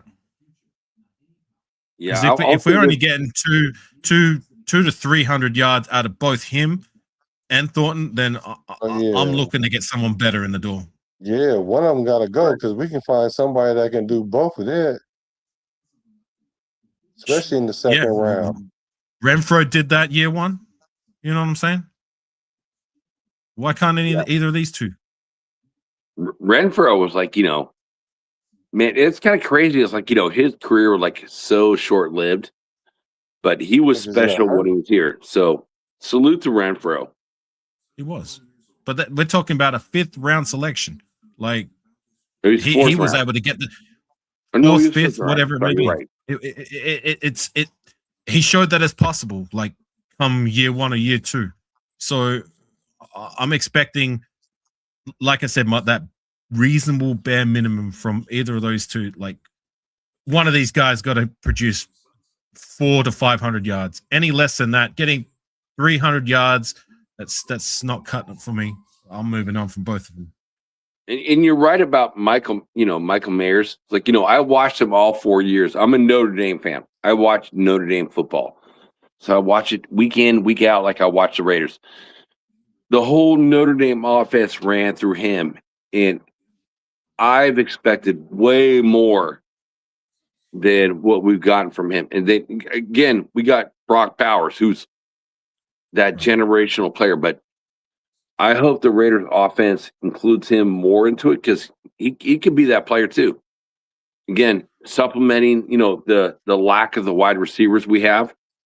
But it's like there's so many guys now. It's like they're over the middle. Like we talked about Jack Besh, Brock Bowers, Michael Mayers. They're guys that are like over the middle. Where's our outside guys? It's like, you're going to rely on Trucker and fucking Naylor Tucker. I'm sorry. So it's like, those are the two guys we're relying on the outside. It's like, and Thornton, it's like, it doesn't seem, that's where we're lacking, is on the outside. Do you consider Brock Bowers already? Would you classify him as generational? I mean, I think he's elite, but generational, you're talking about Gronkowski here. Well, this is the way I look at it. Just, based on the work he's done, AR. Generational. Did he not break every single record since 1963 in Mike Ditka's records? Gronk never did that. Gronk never did that. We're talking once in a generation. Yeah, that's what I'm saying. I do. I see he's that type of player. And what's kind of crazy, the NFL now is like, we're all going to the 12 personnel, 13 personnel. So now we're throwing out 2-3 wide receiver or tight ends. And yes, and he broke almost, except for touchdowns, he broke every record. He wasn't doing that for the most part with Michael Mayer on. I mean, to your point, like how many people are talking about this? I'm not talking about Michael Mayer doing personnel. That. Yeah, I know that. I'm talking about. I'm just saying, like, he didn't do that playing 2 tie-in sets. Like, how much did we talk about? Not just you, but like in the last couple of years, how much was people talking about? We're going to be running 2 tight-end sets. How many times did we actually see that on the field? How many times did you see Brock Bowers and Michael Mayer on the field at the same time? Because I don't recall seeing it being as much as what people were saying was going to be the case. Right, and I agree with you on that. It's like I agree with that, but when you ask the questions, like, is Brock Bowers that potential type person? Oh yes, I see it with them. It's like I think he can be, but I don't think he's there. I don't think we can classify as that yet. I mean, how many records did he break? How many records did he break as a tight end his rookie year? Yeah, but Justin Herbert broke records too when he in his first 2 or 3 years, and he's not generational. Well, we're not talking quarterback, Black. We're talking tight end. No, but that don't make it generational because he break a record. But I do think he's generational, though. I do think that, but it's hard to say that because he already only been in the league 2 years and he was injured one of them. So I can't call him generational yet. Yeah, not yet. I think if he sustains the path that he's on, then okay, I'll be right there with you. But like 2 years, and one was elite numbers. I will give you that, breaking records. But it's just not enough body of work to put him in that generation. For me, is once in a generation. You're talking about the greatest of all time. And I can't say that about Brock Bowers yet. It's just way too early. Well, only because if he had a season like he did last year, similar this year, then I'll be like, yeah, he about to be generational because he's obviously good. Like he does things that we haven't seen before, like Gronk was doing essentially. But Gronk didn't break all these records, and he was generational. So I don't. Yeah, but he did it. He did it over a sustained amount of time. Like that's where I draw the line. Is like you've got. I mean, yes, like Brock Bowers may have had more reception or whatever the statistic may be, but like you can't just do it 1 year. You've got to be able to do it like 3, 4, 5 years to be considered generational. Generational is the greatest of all time. You're talking about the handful, the cream of the crop. And I just don't believe Brock Bowers is there yet. Well, that's why, earlier, gentlemen, it's like I brought up Bo Jackson and Marcus Allen. So it's like it's kind of the same topic. It's like Bo or Marcus. But I see in Brock and what he's done, he's got that potential. But no, he does. Man, I will agree with you there. But no tight end is really had less to work with as wide receivers around him right now as Brock, and he's still leading the charge. And last year he got hurt, so I kick out last year as like phenomenally because he was hurt. But you look at that rookie season, he broke every single record except for touchdowns. So I feel like this year, then what? Huh? And I don't wish that on him, but what if he got injured this year? Even if it's only for like 4 games, then I'm gonna be like, he can't be these things. We can't project that yet. Well, then that's what AR said. What AR said, like it's about your career. Work. It's not about just a short body of work. But I brought up the running backs because running backs are a little bit different than tight ends. I think he's going to have a long career. Well, I hope so. And if he does, and if he sustains being at what he did in his rookie season, or even close to what he did his rookie season for at least another 3, 4, 5 years, then yes, I will be right there with you in calling him a generational talent. But I can't put someone as a generational talent when he's only had 2 seasons in the league. Generational talent is once in a generation, Jack. You're talking about the cream of the crop, the Hall of Famers, I know, the first ballot guys, and it's too early to call Brock Bowers that. I know what you're saying, but I'm just calling it early. I have faith.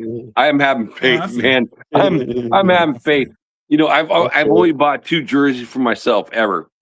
I got me a Jim Otto, and off Leo, I got me a Brock Bowers. That's what's up. So it's like I feel like I do feel like that kid is going over the years. He's going to be the Raiders' all-time leading tight end ever over anyone we've ever had. I hope so. Raymond Chester, the Ghost. I feel like anybody like Todd Christensen. I feel like he's going to be that player. Well, I can say the same thing about Genty then. I can say the same thing about Genty. I hope he does. I don't buy it, but I hope he does. Well, wait a minute. What makes him so different? How you don't see him being with the Raiders for a long time, but you can see Bowers with? What's the difference? Okay, well, I'll say Genty. I think Genty reminds me a lot of Josh Jacobs. A lot. He's kind of the same player. So wait. So he's like another Marcus Allen. He makes the first guy miss, right? But I don't see the long speed in either of them. You guys talked about McFadden. McFadden's got fucking super speed. I mean, super speed. Bo Jackson's got super speed and big. I see a Genty falling into the Marcus Allen, fucking Josh Jacobs. Make the first guy miss. You can run up the middle, do your thing, but you're not going to break that 60-yard fucking touchdown. I think out of the 3 of them, Marcus Allen is probably the fastest one of the 3. Who's not gonna break a 60-yard touchdown? Did you not hear what I just said? No, I didn't. That's why I'm asking. Okay, so yeah. No, I'm asking the name. Who'd you say wasn't gonna break 60-yard touchdowns? You talking about Genty? What it said is I don't think Genty is being super fast. I don't see Josh Jacobs being super fast. What I see with them, they have great vision.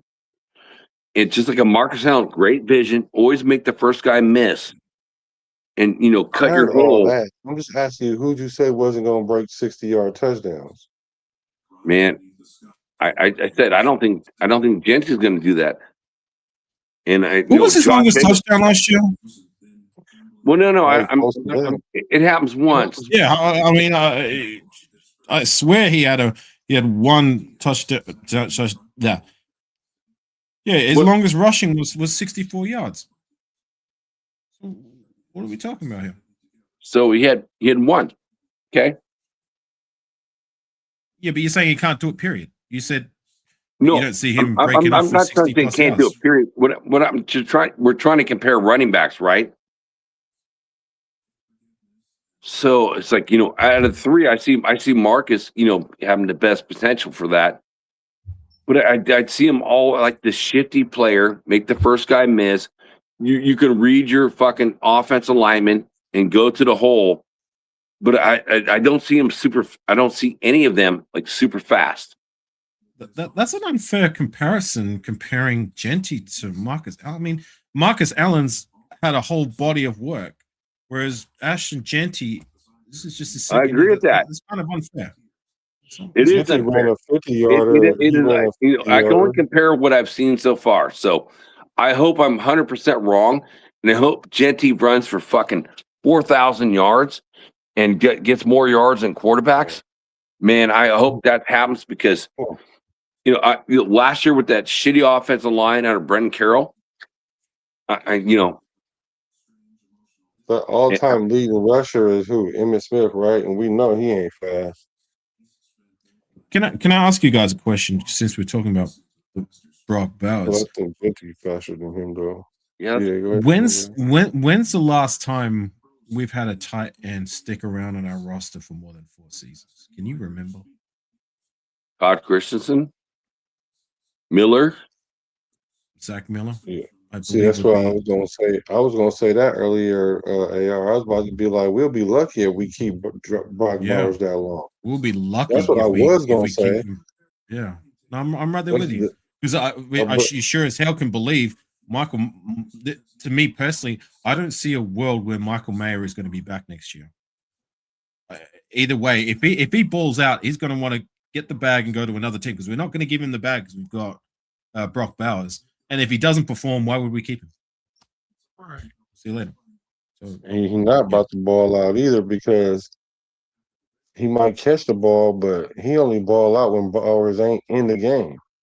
Right. And he's gonna want his opportunity somewhere else to be more than what he has been with us, regardless of how he performs this year. So for me, this is his final year as a Raider. But to my original question, like the last time a Raider was we had a tight end that was longer than 4 years. You're having to really think back, right? And it makes you question, I agree with you on Bowers going to be around for more than 4 years. I think Mayer's gone too. So it's like it almost makes you like and I hate to say this as a Notre Dame fan and watch him through his whole Notre Dame career and watch him be the leader. He's always going to be second fiddle to Bowers. He's always going to be second fiddle. So I agree. It's like, he's going to want to go somewhere else where he's going to get that opportunity. So it's like halfway through the season, a trade will probably need to happen. Doug Jolly or Zach Miller, neither of those guys did it. Doug Jolly was a Raider 3 seasons. Zach Miller was a Raider 4 seasons. Wow. So I don't think that we had any elite tight ends in the 90s. So you're probably right. You're probably going back to the likes of Christensen and Waller was a Raider for 2018, 19, 20, 21. So that's 4 seasons. Oh wait, no. Waller had 5 seasons because he was a Raider for parts of 2022. So Waller would be the only one. But have we had anybody else? The only one I can think is Ricky Dudley for I can only think 4 seasons. Dudley was 4 seasons, yeah. So I think Waller is the only one. Damn. And even that was like 4.5 because we got him at the tail end of 2018. Yeah, crazy. Yeah, and the only one before him was what was the name? Mr. Mustache. No, that's going 70s. So that was Raymond Chester and Christensen. Go to the post. There you go. Thank you. Casper.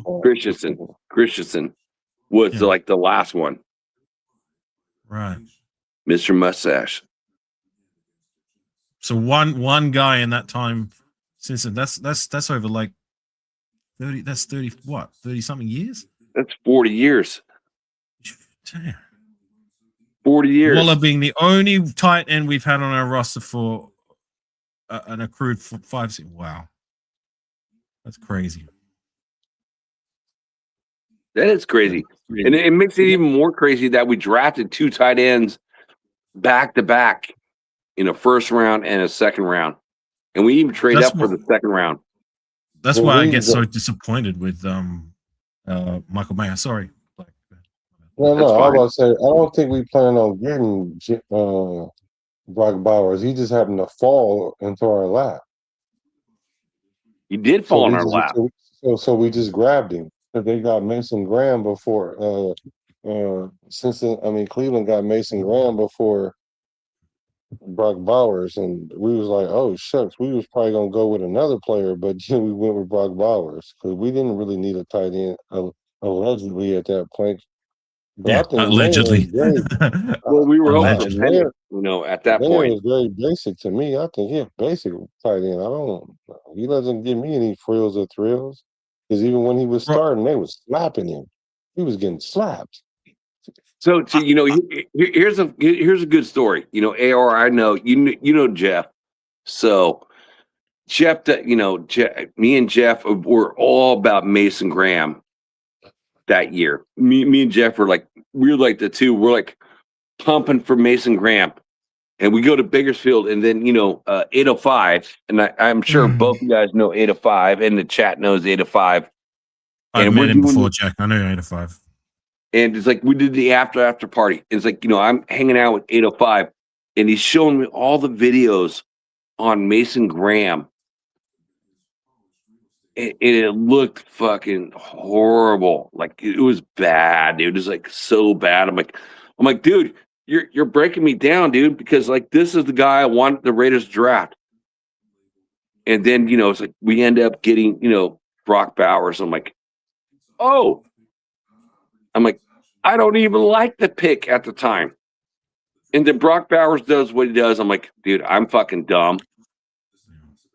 Well, a lot of us were ill-informed on give me a minute. Sorry, I gotta get going soon. But a lot of us were ill-informed on Brock Bowers because most of us casuals who don't do only really do extensive research, if you could call it that, on prospects, didn't really do extensive research on the tight end position, being that in theory we didn't expect to go that route because we invested a high draft pick in Michael Mayer the year before. So when we picked him, a lot of us, including myself, were surprised because we didn't really know much about him. There was only a handful, and shout out to Raider Ben because he was one of them. Shout out to Westside, he was another. I don't know what your stance was at the time of the pick, Black, but the people who were in right. So you were as ill-informed as what I was. Just I was uninformed because I didn't. So you were on the other side of the coin. But my point being is that like there were a lot of us that were ill-informed, but were made believers soon thereafter. And I guess my stance was I wasn't so much shitting on the pick. I was surprised with it, but then real quickly when I was reacting live to it, I put it together in my head as like, well, there has to be a reason that they invested a first round draft pick in this guy. If we invested a second round last year, he must be good. And sure enough, he proved to be just that. Right, he had to be. I got to get going, gang. Thanks for having me on, Black and Jack. Yeah, I think it's about time anyway. I gotta go. Salute, bro. It's like it is almost 4 a.m. here in California. All right, my brothers. I appreciate y'all. All right, Jack. Have a good one. Hey, Black. It was good. Thank you for having me on. I appreciate it. It's good to hang out with you live. Yeah, and I hope to see you again, bro. And Nathan, salute. Alfredo, thank you. Hey, Alfredo, I've been doing this a long time already today. And y'all gonna see me again later tonight too, so this evening. So I'm just trying to How long you been doing this show? I've been on for like 4+ hours. So I've been on here for probably like 4+ hours, but before that I did 2 hours, 2.5 hours. Damn. And then yesterday I did 3 shows, I think, yesterday at that point. I'm just trying to get out there because I'm new in the circle, so I got to put my bid in. So when the season Yeah. comes, everybody, enough people be then caught on. That's one thing I will say to all the fans in the nation, man. When you see a new show, that's where before it gets too big, fucking go on those shows so the hosts know you, because that's honestly the best part. It's like you meet a new Raiders fan and they're doing a show, not knowing you're supporting them, but you can have that one-on-one conversation. You can have that conversation. When the show gets too large, then it's like they may or may not read what you say on their show. But that's what I've always loved about new content creators, is because I can just sit there and talk to the host in the chat. Man, it could just be me and the host and nobody else. But I can just have that conversation. And, I think that's what, a lot of Raider Nation likes. It's like, man, my voice is heard. So your voice is going to be heard. And you can have that conversation with anybody, you know what I mean? Which is cool. Because, everyone's got their different opinions. We talked about a lot of different opinions tonight, which I always find fun, because if everyone agreed on the same thing, then it's boring. So I thank you again, sir, for having me on. Yes, sir. And So I will see you. Cross trap again. Yeah, dude, I'll see you again, dude. It's been fun. It's like I have a good time. This is what I do. Oh, yeah. All right, chat. Thank you, guys. Have a good one. See you guys later today. Salute. Good night. Salute. I'm a Raider from the Bay to LA to Las Vegas. Recipes to Al Davis.